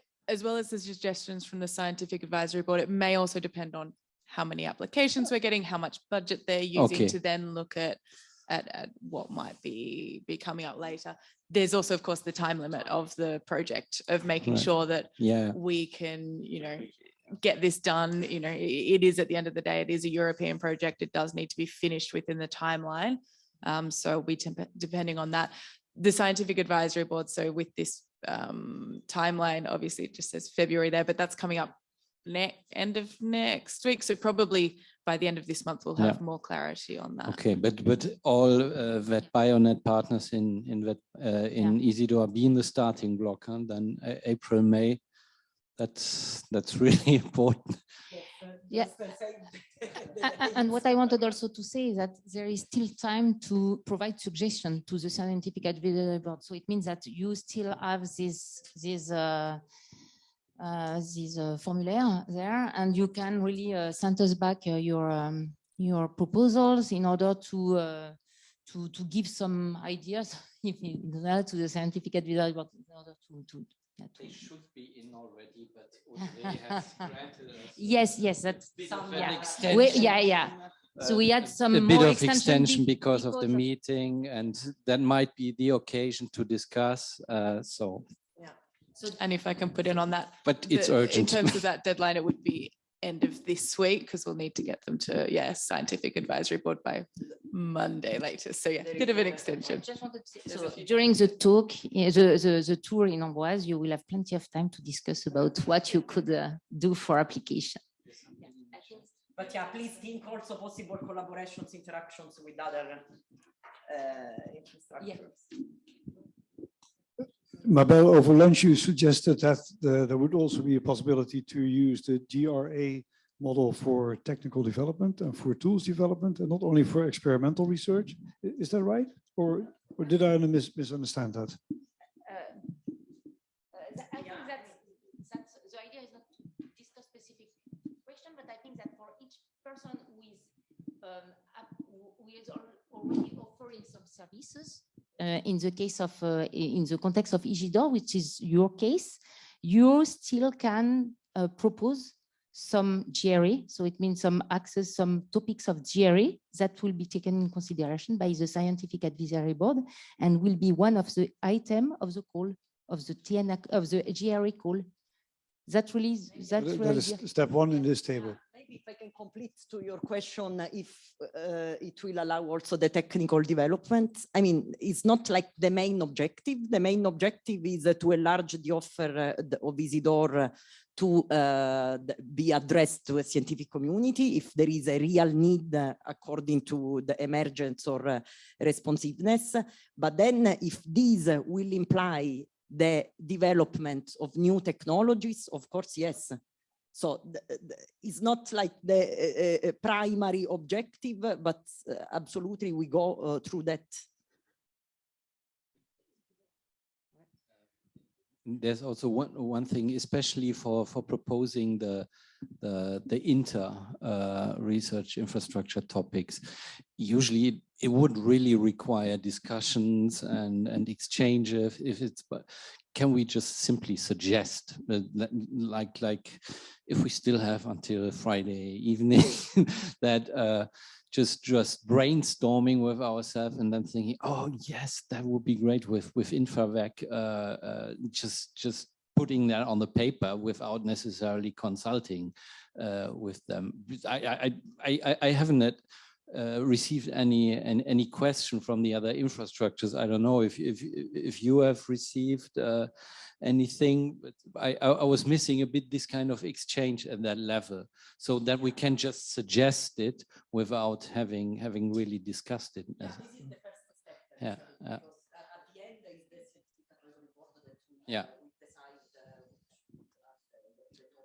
And And just to add on, of course, we have shared it with the access provider, and they were a bit confused because, well, it was perhaps too detailed. Because when we asked for the TNA topics, we essentially put it in an Excel table, and that was quite simple. And here they were a bit lost. They were wondering, shall I propose a project? And then if it's not a project, why provide so much detail? So that's perhaps. Actually, I mean, I would, it's just suggestions of research topics and like why does it imply the multiple array or intra-array? So yeah, but perhaps we shouldn't think too complicated because there's some text required, and if we keep it simple, then okay.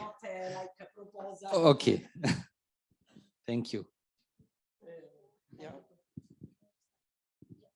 That's what I wanted to emphasize. I think that it could be some general questions and not very specific questions. So, for instance, improvement of freer, well, of model of cellular models in order for freer. But it should start from a gap analysis, saying so perhaps this is missing in the catalog, and this would be more reliable or more relevant for the study of this pathogen in this call, and then this is totally, well, that's the way I was seeing it. Okay.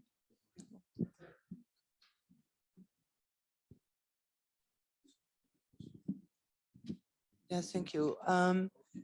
Indeed, it is quite an open format where you can suggest something, and you can also more or less provide a profile of your ideal collaborator to complement your ID.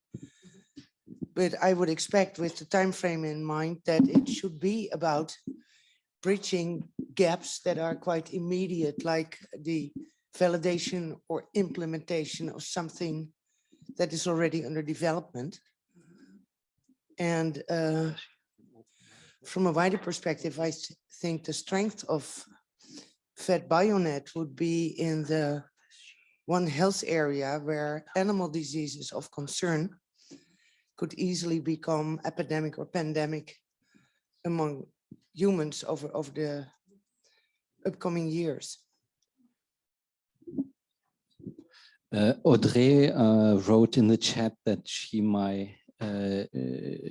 can say a few words also to clarify a few things, and also addressing questions that were asked by Sarah in the chat. Audrey, I don't know if your microphone is already unmuted. Oh, perfect. Okay. Can you hear me? Okay.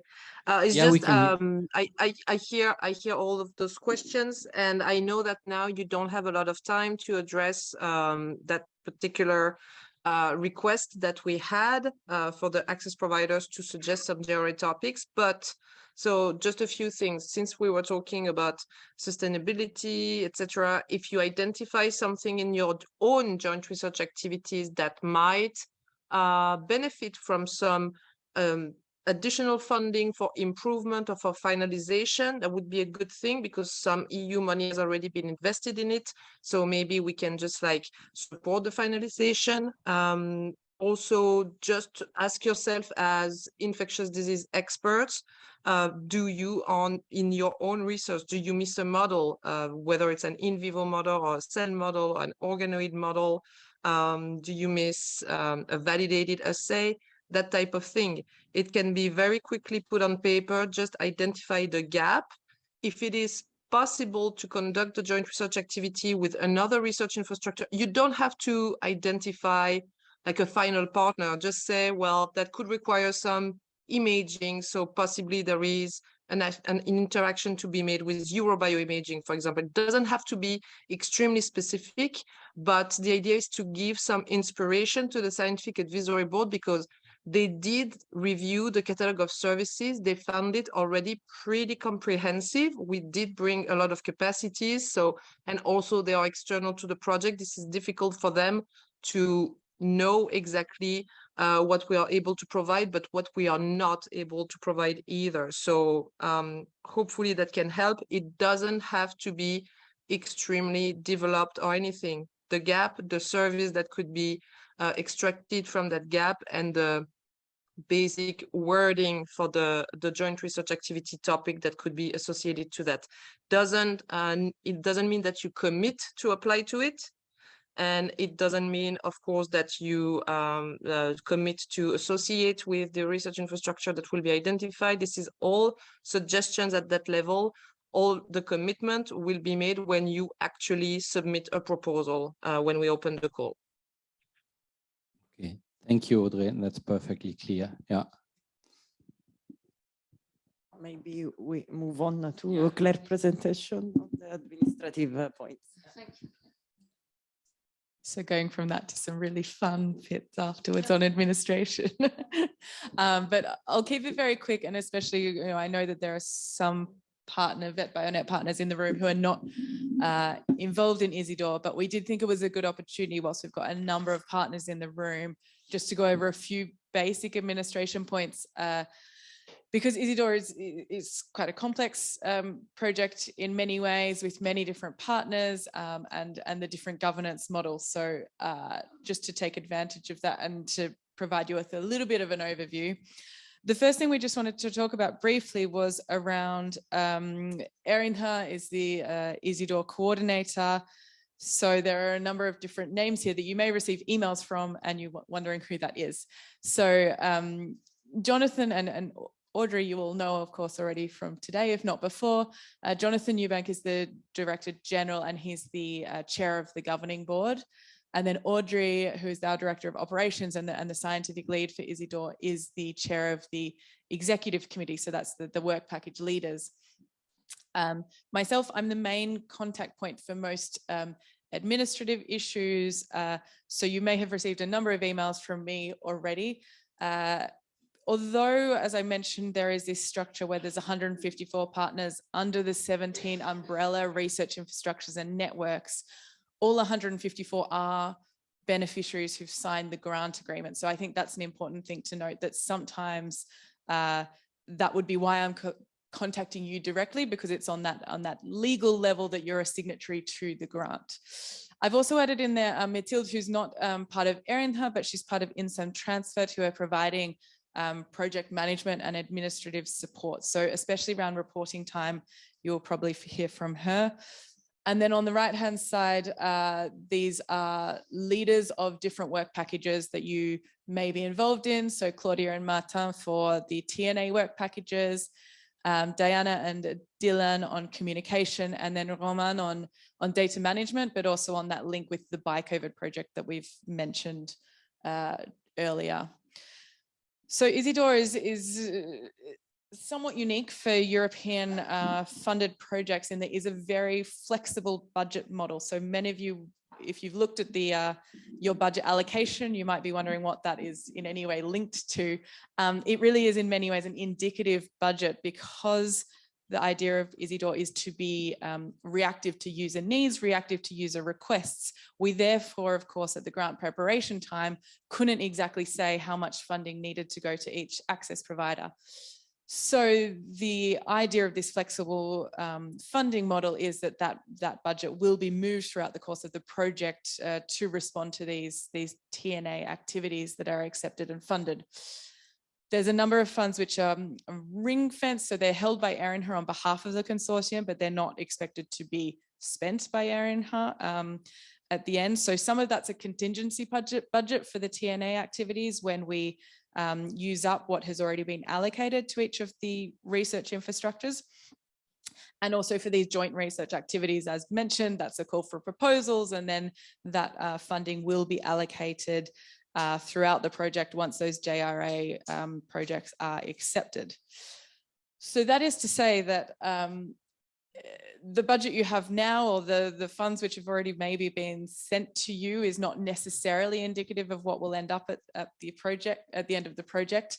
And some of you might receive a TNA activity, and then you're thinking, actually, the cost of this TNA activity doesn't correspond in any way with the funds that we have allocated to us. So if I can I do the pointer thing? How do we do the pointer? No, okay, I'll just talk through. Other red one. There we go. Okay. So, so when you get a TNA funding, a TNA activity that's accepted, the first thing to ask yourself is, do we have enough budget available within our own budget that we've currently been allocated to cover the cost of the service? If yes, great, you'll be using that budget and you will need to fill in a form so that we can monitor it. But if no, then you should be contacting, so if it's work package 14, probably Sasha. If it's a work package 11 activity, probably Mabel, but also myself. We have a handy coordination email address that specifically goes to a few of us to let us know what that estimate of funding is. This is really important. We really do need to be monitoring the funding at a pretty real-time pace throughout the project. And then you will either ask for that to be pre-financed. So if you, especially if it's a high-cost project, we expect you may want that to be pre-finance. That's only to the level of the funding we've received from the European Commission. So at this stage, only up to 75%. If it's a smaller funded project, sorry, a smaller cost project, or if you, for administrative purposes to simplify it, you may prefer just to let us know how much it's going to cost and then request the funding at the end once you've got the correct actual expenditure. So once you've requested that from us, you will need to fill in a form, which I'll look at briefly. And then either we will transfer you the pre-financing or you go directly and you start the service provision. And then at the end, we'll ask you to fill in the exact same form again, just to let us know exactly how much it costs so that we can keep a track of that in case there were changes throughout the project, which may have changed from the budget estimation. And then final payment will come after all of the reporting, after we've received payment from the Commission as well. The form itself, I've tried to keep it as simple as possible. I hope that you find it easy enough to use. David's laughing, that's always the case.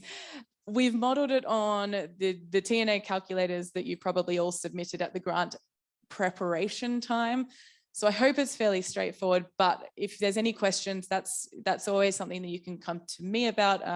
If you come to Mabel or Sasha, they're likely to pass on the question to me. So you feel free to, if you have any questions on how to use it or fill it in, especially the first time, fill it in. I'll have a look at it. I'll make any corrections as needed and we can agree on it together. But the idea is just this, as I mentioned a bit earlier, the SARS-CoV-2 call, we did close that yesterday. That's because with this real-time monitoring, we're realizing we're getting close to that budget ceiling and we don't want to be approving projects and then needing to in any way backtrack. So this is just a really important point to mention, that we do need these budget estimations as soon as possible once you have a project.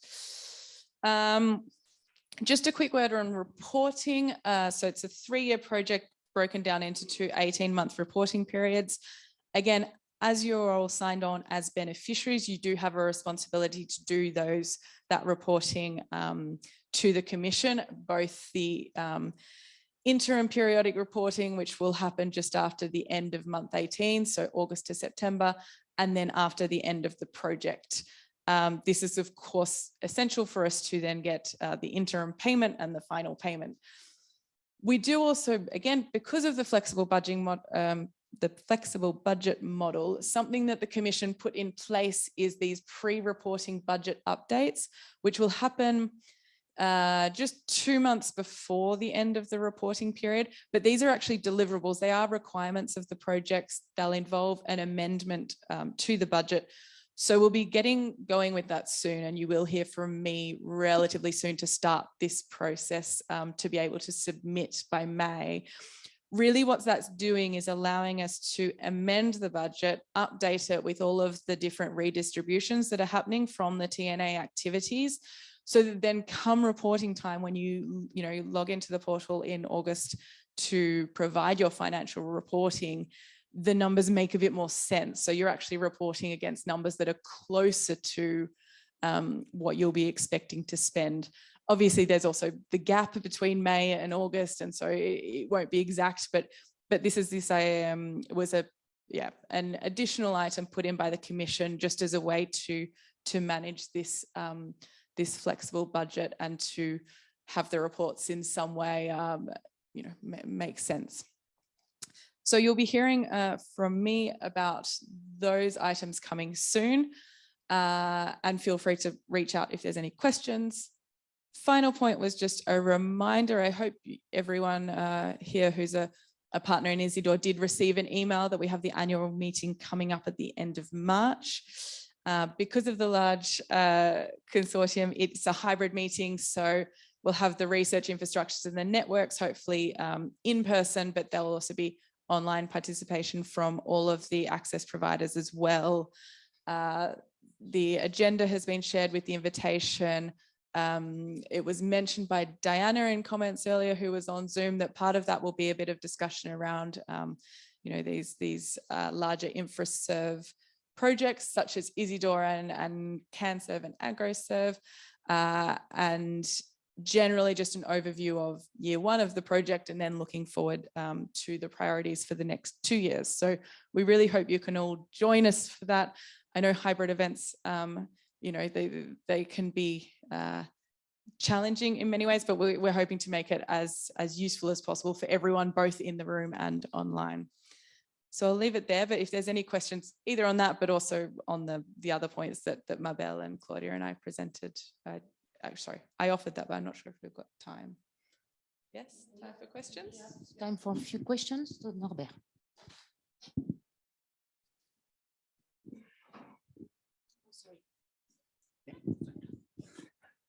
Thank you. Norbert Stockhofer, I'm from Wageningen Research, and I was leading the work package 1 with the TNAs. And I was looking at your review process and the process as it is described now. And I can understand that you have a uniform process for all the different services you're offering. Yesterday, when we summed up the different TNA accesses we provided, and we got the presentations by the TNA presenters, it got evident that the prior discussion between the service, the access request and the access provider was essential for a good study design and for going quickly further. So I'm wondering how far the review process as it is suggested now is adequate for animal studies. And giving this question, I say immediately, from my expertise, it's not. And therefore, I really would like to hear your opinion on this, because otherwise we are really getting a long delay between the start of the study and the granting of a study. A second question I would like to raise is your review process in itself. I saw you have 3 categories on which the reviewers should look at. That is the feasibility, that is the scientific soundness, and it's the ethical part. I'm doubting that the reviewer who is not familiar with, especially with animal studies, that he is sufficient capable of, to judge about the feasibility and to judge about the ethical aspects of a study. So I'm really hope that your review, that your ideas on the review process may change a little bit for at least the animal studies. So for this question, I think perhaps Sasha, you can answer, because you're more precisely involved in the work package 14 reviews. I can comment on the last comment, because that's now still fresh in my mind. For the reviewers, well, I agree with you, Norbert, with the whole review process. It's for animal studies, not ideal. That's what we have talked about yesterday. I preferred the VetBioNet model, where users and access providers were brought together and already had a precise idea about access units that will be used. That also helps with the budgeting. But to come back to the last comment, the reviewers are actually chosen in this case to be experts that can really evaluate animal models. They are not experts in a given field. Someone who has experience with SARS-CoV-2 with in vitro studies will not be asked to review. And we often had declines from reviewers who has who have said, okay, I don't feel competent in this field. This is because I have previously worked with mice, and you're asking more for my advice on ferret studies with SARS-CoV. You see, it's not so different, but it goes in that detail. I think the quality of the reviews are good, and but it's time consuming. For work package 14, Martin is doing a fantastic job looking for reviewers, sometimes with a lot of frustration because, well, they're busy, they decline quite often, but still he has always arrived to find someone to evaluate. But that prolongates the whole procedure. But well, this is the way we're dealing with the situation with all the different infrastructure. However, what we may consider is that we can still somehow encourage an early interaction between user and access provider. Yeah, we had a lot of discussion about that at the beginning, while again, when I said that we built up a nice relationship among VetBioNet and Arena, I think it really depends, to answer your question also, it really depends on the service that we are talking about, because for a more simple cell service, there is no need to build up with the access provider. So we don't exclude that. It depends on the service. And just to a precision concerning your point, so we ask for the ethical statement in the application, but then when we send the evaluation form to the independent evaluators, we have these criteria that are demanded to be scored. No, just to, yeah, please.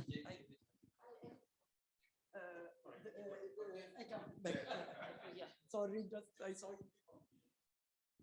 Sorry, thank you very much. Just one more question on the access provider, because how do you select the access provider if there are more possibilities? So for instance, from mouse studies, and there might be 2, 3, 4, 5 similar similar access possibilities.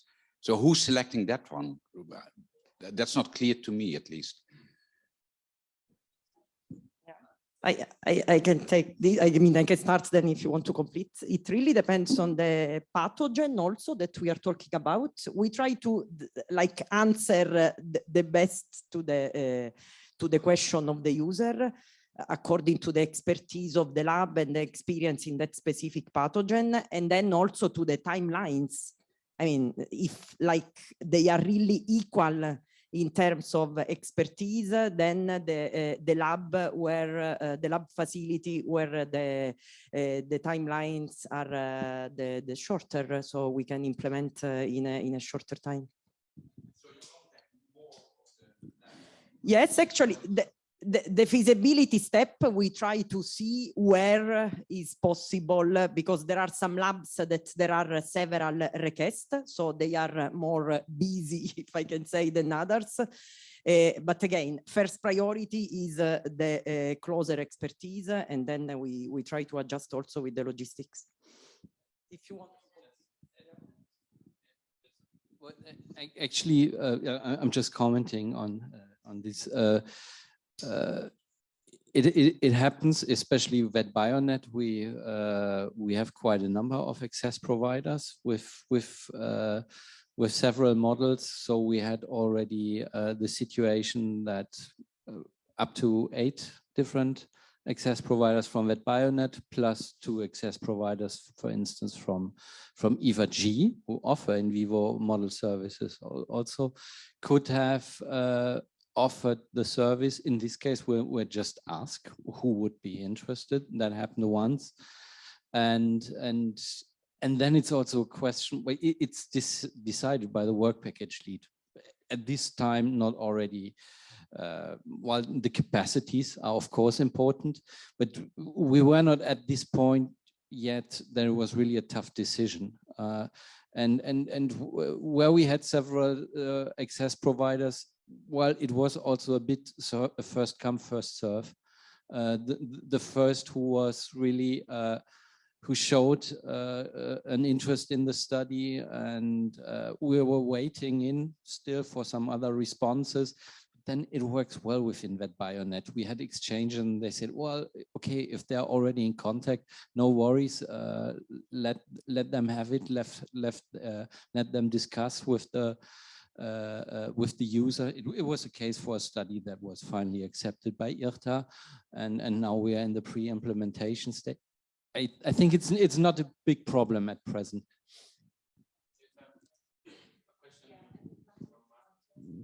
Yeah. A very simple question.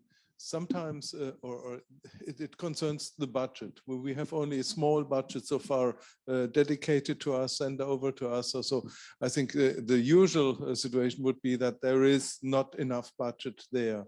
So I think the left side would be the usual way, just to ask for more budget.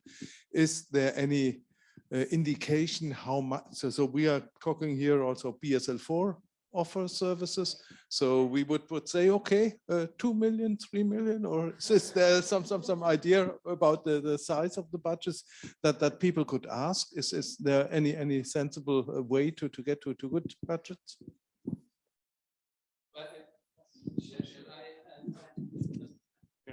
Oh, okay. So there is actually, well, it depends on the call. I think, well, ideally, I think Audrey will agree with me that for BSL4 studies, for instance, we are well aware that this is very expensive, and that might exceed the margin that we have discussed a bit. The margin I think we have set for a generic project would have been 400,000 euros, something 400K. But then we already had we have discussions about the implementation of a 11-month study in non-human primate. I think it's 11 months, Jan, right? That's expensive too. So there might be exceptions, but that's the general framework, 400,000. Okay, yeah, okay. Good to know. Thank you. Yeah, this is for in vivo studies. For in vitro, that's a good budget. Yeah. Sorry, David had. I think I'm about to forget it now. No, just a couple of comments. Well, first of all, congratulations to Rina, because this is such a monster to run, and you do it so well. It's like the Hunger Games for our eyes. But it's so efficiently run. It's fair. It's exciting to be part of it, and there's going to be a lot of success stories I'm already seeing on our site. Small projects, which I think are as equally important as big projects. So again, well done. But maybe just in the spirit of the future of TNA, we seem to lose 60% from pre-application to full. Have you ever considered a small survey? Why that happens? I know we have a lot of window shopping in this business, but it'd be just interesting to see why people drop off.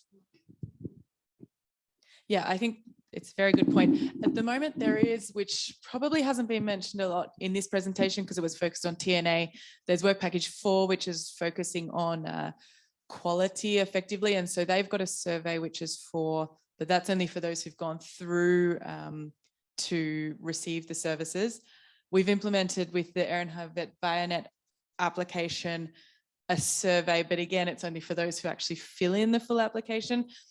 The good and the bad thing about the pre-application process is that it's a really low barrier to entry. So it's just, it asks you your basic contact information, and then I think it's a 500 character limit explanation of your project. So it takes most people probably 3 minutes to fill out. And then they do that, and then they receive an email with, I still think it's fairly simple, but a multi-page application form, which asks a lot of information on them. And I do wonder if there's a few who kind of, fill in the pre-application to see what happens almost. So, but I think it would be a good point. What we'll need to, from a data protection point of view, is to look into in what respects we can send out a general email to everyone. It may be more around with the project managers of looking to, yeah. But I think it could be a good thing to look into at some point, especially those who potentially have already, you know, I know with EATRIS, we've got Patricia as the project manager. She's reached out to users. If they then haven't, you know, followed through, it would be interesting to get a bit of insight there, definitely. I'm sorry, I think we are late. We have to move on. Already, Keith, you must you must talk quick. Because, well, I don't know if the bus can really wait long time. So that's why. But thank you so much, Claire and Claudia, for your presentation. That's extremely helpful. And please don't hesitate to contact both if you have further questions. I think you are happy to reply. Okay, Keith. Sorry. Okay, yes, I'm conscious of time as usual. There we go, perfect. So this is the last session today, and I'm going to just run through the VetBioNet European Research Grouping. So without further ado, and this is the agenda for the next half an hour or so. So I'm going to just introduce and give you a bit of a background to the ERG, a bit on progress, where we currently are with this, the final stages of the ERG setup, what still has to be done. Offers to contribute to the VetBioNet ERG is something you'll have to consider as you leave here. And we will be contacting everybody to look for offers to contribute to the ERG, to the different tasks. And if we have any time at the end, we can have a little bit of discussion about it, the pros and cons of the ERG. And if you have any questions, just ask. And if we haven't got time today, just send questions to myself, Mabel, or Sasha. We're all happy to address those going forward. Okay, so creation of a European Research Group. How did we get to this place?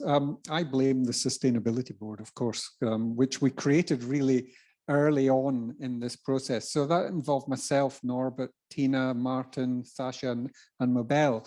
And it was important to get a bunch of people who were interested in sustainability, get them together and organize meetings early on, and as we've progressed through the project. So, and I just have to thank them all for contributing towards this over the years. Okay, so a summary of the ERG. What exactly is it?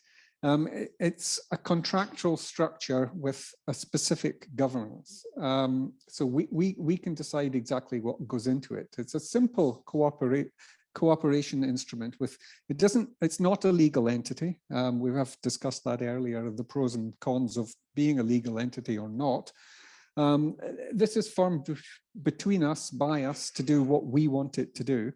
It's in it, and we can have it in principle for as long as or as short as need be. So generally they tend to last for a period of 4 years, but it can be more, and it's really up to the members or the parties involved in it to decide that. It's tailor-made by us, and we define its content, so it can do anything we want it to do. There's no need for a financial contribution from the partners for the creation of the ERG. It's up to us. Everything's done in kind. So the ERG can operate with in-kind contributions, and it can second staff from its members. They can contribute with whatever time is available to them.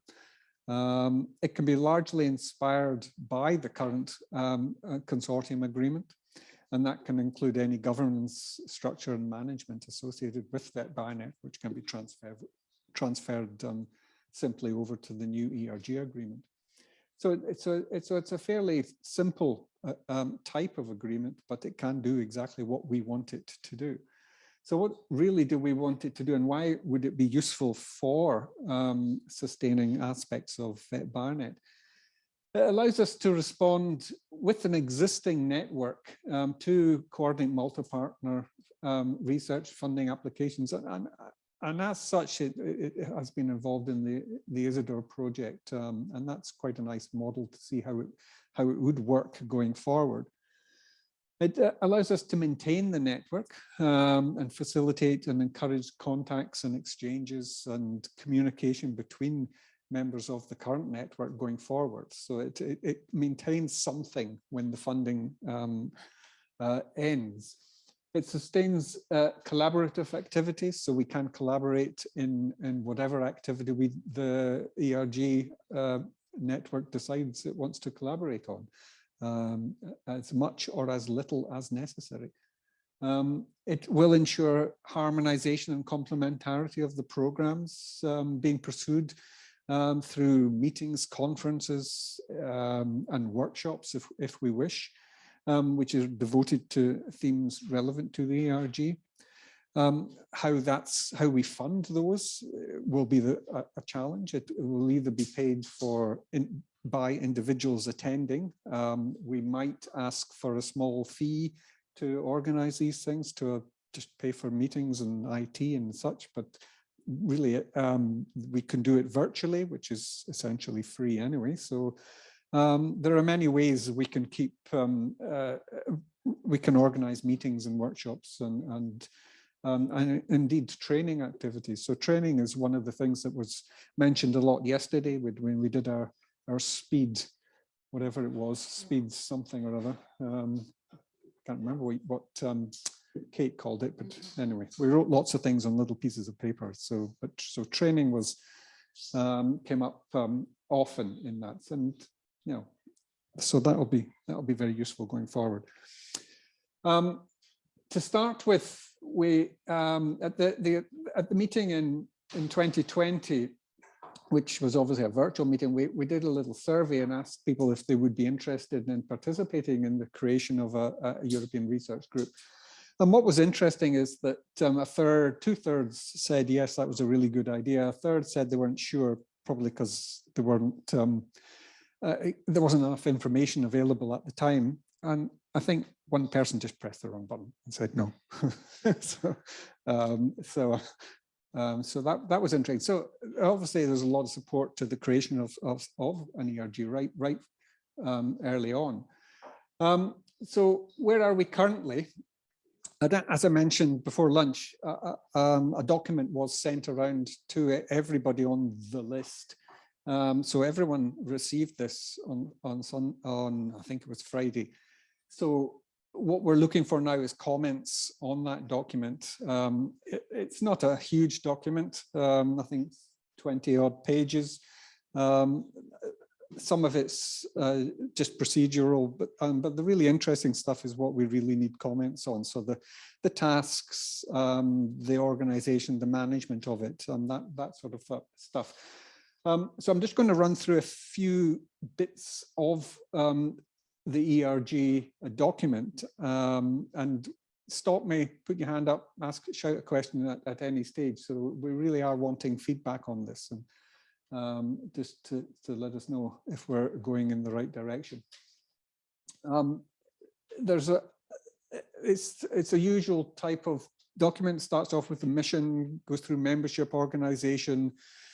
There's a little bit about financial participation and intellectual property rights, which is fairly standard information.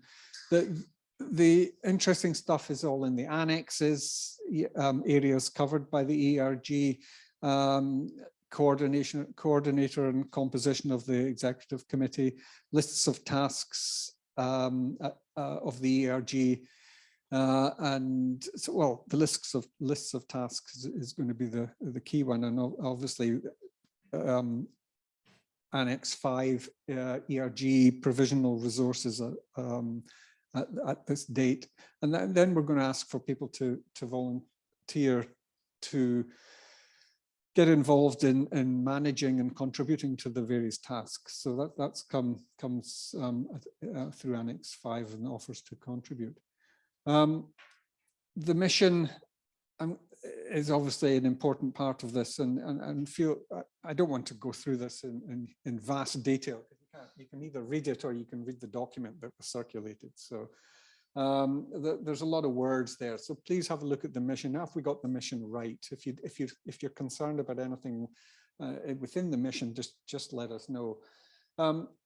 Membership composed of the parties is represented by their respective participating laboratories, research departments or centres. Obviously, anything in here, you're going to have to go back to your participating organisation and get permission to do what, to contribute to this. So it's unlikely you'll be able to offer a lot of or part of your time to something unless you get actual permission to do this. So it will take a little time before we can populate the various tasks. The terms of the agreement shall apply only to animal and infectious disease research. So it follows on fairly nicely from what VetBioNet was asked to do. We are open to new members. So those that have not received the document and are interested to maybe join, just send an email to Sasha, myself, or Mabel, and I'm happy to circulate it. There's nothing in there that's at all protected. So if you want to join and you're not part of VetBioNet, just ask and we'll send you it. New members can join. You've got to ask us our permission, obviously. So you need the permission of the parties and signatures of the new members, provided always that parties have agreed to the joining of the new members. So yeah, there's a lot of information there. So but we are open to new members, basically. Financial provisions is fairly simple. Everything's done with in-kind contributions from participating organizations. There's no direct financial contribution is requested from parties. However, the coordinator and executive committee reserve the right to propose an administrative fee to member organizations, but this would require majority support from the General Assembly. So it's not inconceivable that we will ask for a small fee to be part of this. New members will be asked for a fee to join it, possibly, but again, those decisions have to be made. It would be useful to have a small pot of money for organising annual meetings, supporting training, that sort of thing. Yeah, I mean, it wouldn't be new. We can decide whether to do that or not.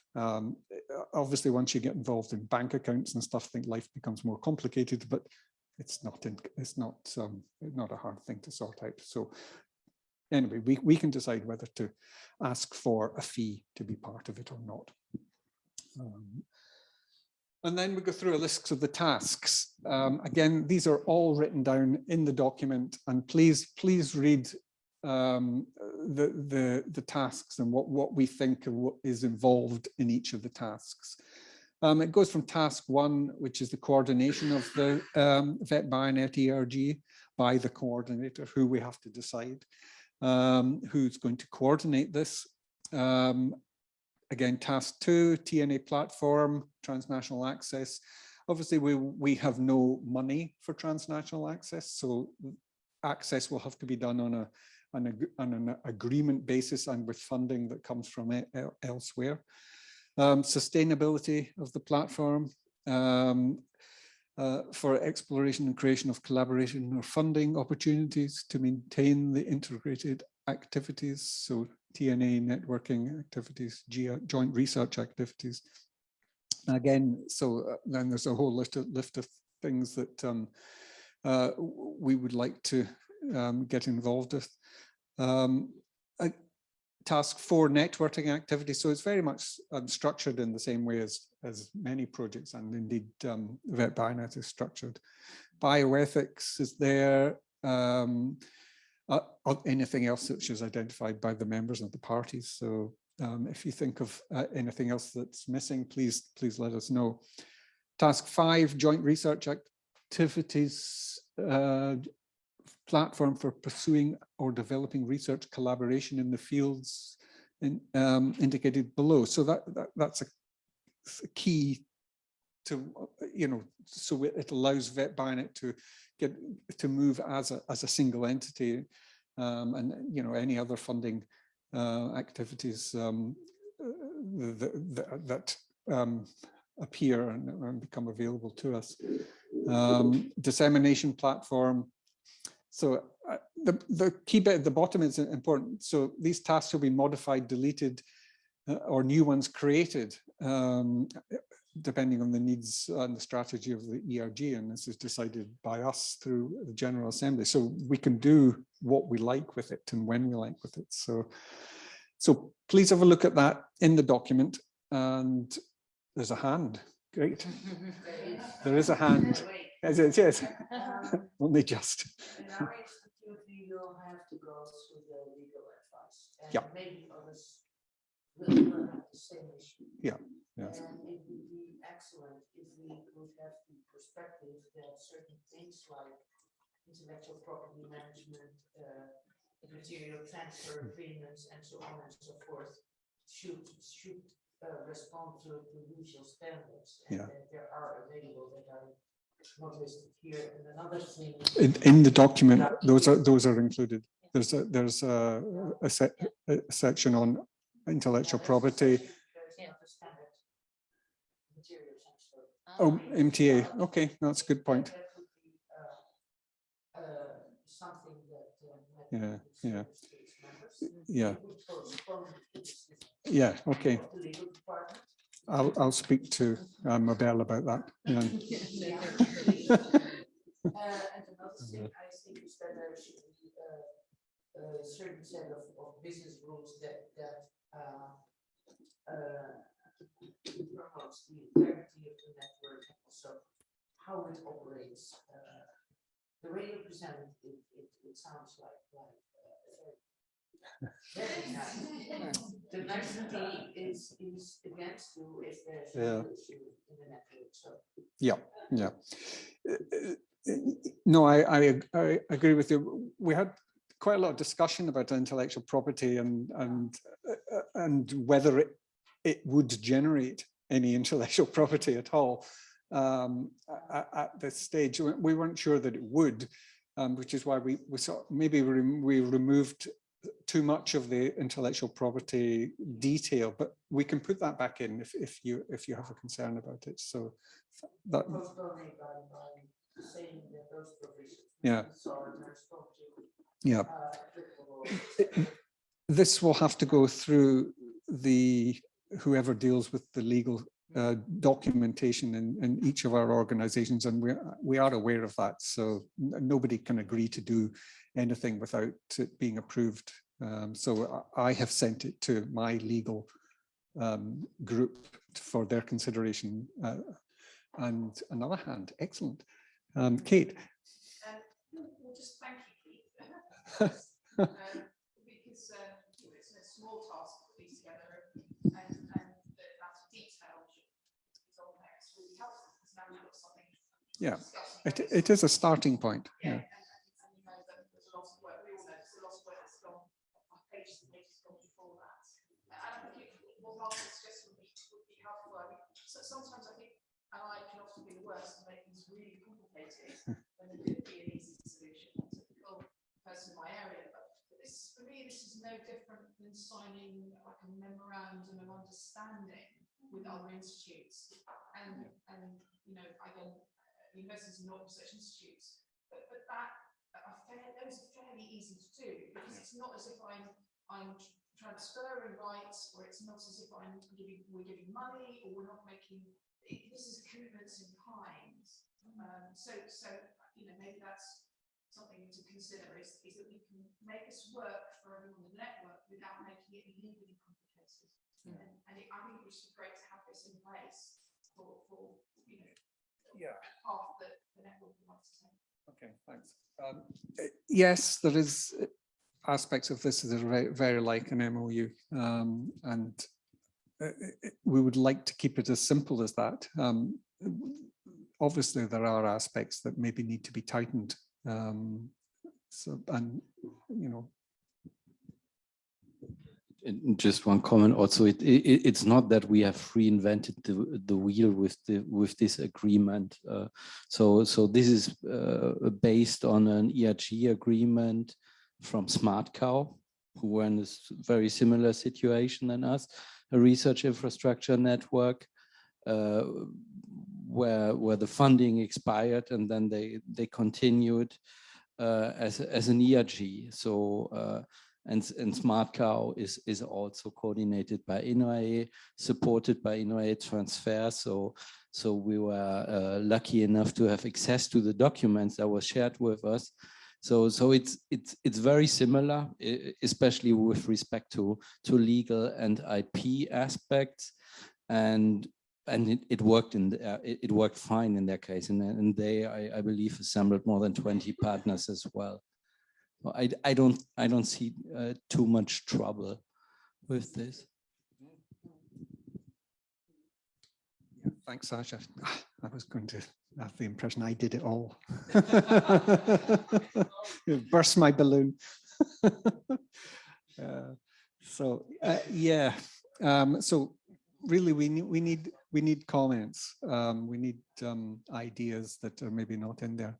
Sorry.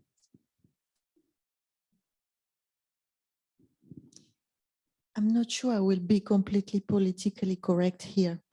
I'm sorry in advance. It feels like, if I can take an image, it looks as a way to put a group in a fridge and wait for something to happen to resuscitate the group. This is my feeling from the outside. But so what I should be more positive to start with. I think it's very important to keep the group. Sorry. It is very important. It is absolutely important to keep the group. So if it is the best way to keep the group, it's okay. But I think maybe, and this is not clear here, there should be some commitment to review on a regular basis what can be the future of this group and how we will look at opportunities and how we will progress. And this was not clear from what you presented. That's the first point. And the second point, this is nice because this is very light and this is nice. But if we don't have something to push us with deliverables and so on, then, it could just go away. So we need also to be very careful on that. Sorry. No, thank you very much. Please, you want to? Yeah. There are points of what you say. I agree with you. This is an interim step that allows us to look. I don't totally agree. I agree for the second part, but for the first part, we didn't have time to show you what the content of the text. But yeah, the idea is to regularly rediscuss and to see what could be done in a short-term perspective or longer perspective. And really, and there is also a question, and that's something we discussed also together, whether it should be, how frequently we should do that in order not to be too much heavy, but also to maintain this link and also to keep the dynamic. And I think that's a crucial point that has to be discussed. We put numbers twice a year, but perhaps it should be more. Perhaps it should be sometime in person, that regarding what Kate says, sometimes in person also, and online more regularly. And that's super important. For the deliverable or milestone, perhaps more than deliverable, I agree with you. I really think that it would push to have even smaller, not very large, huge objective, but some milestone would be perhaps. Yeah, I'm totally against it, to be frank.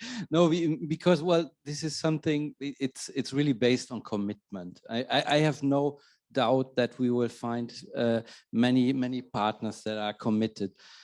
We are struggling with late deliverables already at present, and I think if we self-impose ourselves another administrative burden, and then considering that all partners are only working in kind, and if we push them then from the management side later, well, you know, there's a deliverable, milestones in a way that we set an agenda. That's okay, but I think for a moment for a while we will all be happy that there is no reporting necessary. So we will be. We have some freedom, but it's true. This is definitely not very informative. It's an annex to the document, and if you just go one slide before, there's also. Oops. Okay. There is one task also dedicated, especially to. You see, the second point is mapping of international, European and national funding opportunities. So this is something what we will do. There will be a monitoring, a surveillance, and we will always we will continue looking for funding opportunities and other collaboration opportunities. So this is an essential part, yeah. Thanks, Sasha. And Mabel. Any other comments?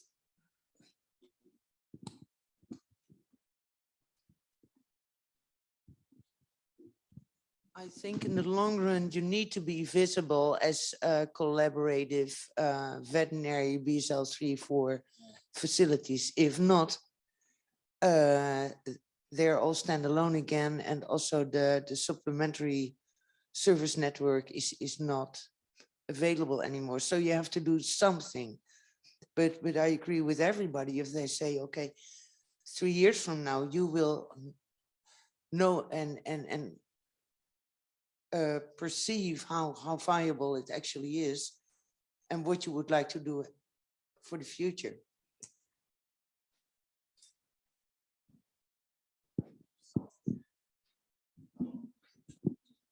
Yeah, I think maintaining a visibility and a presence is really important. And there is within this document areas that emphasize that. And so, you know, part of the purpose of this is to maintain a visibility within the area. Yeah. No, I agree.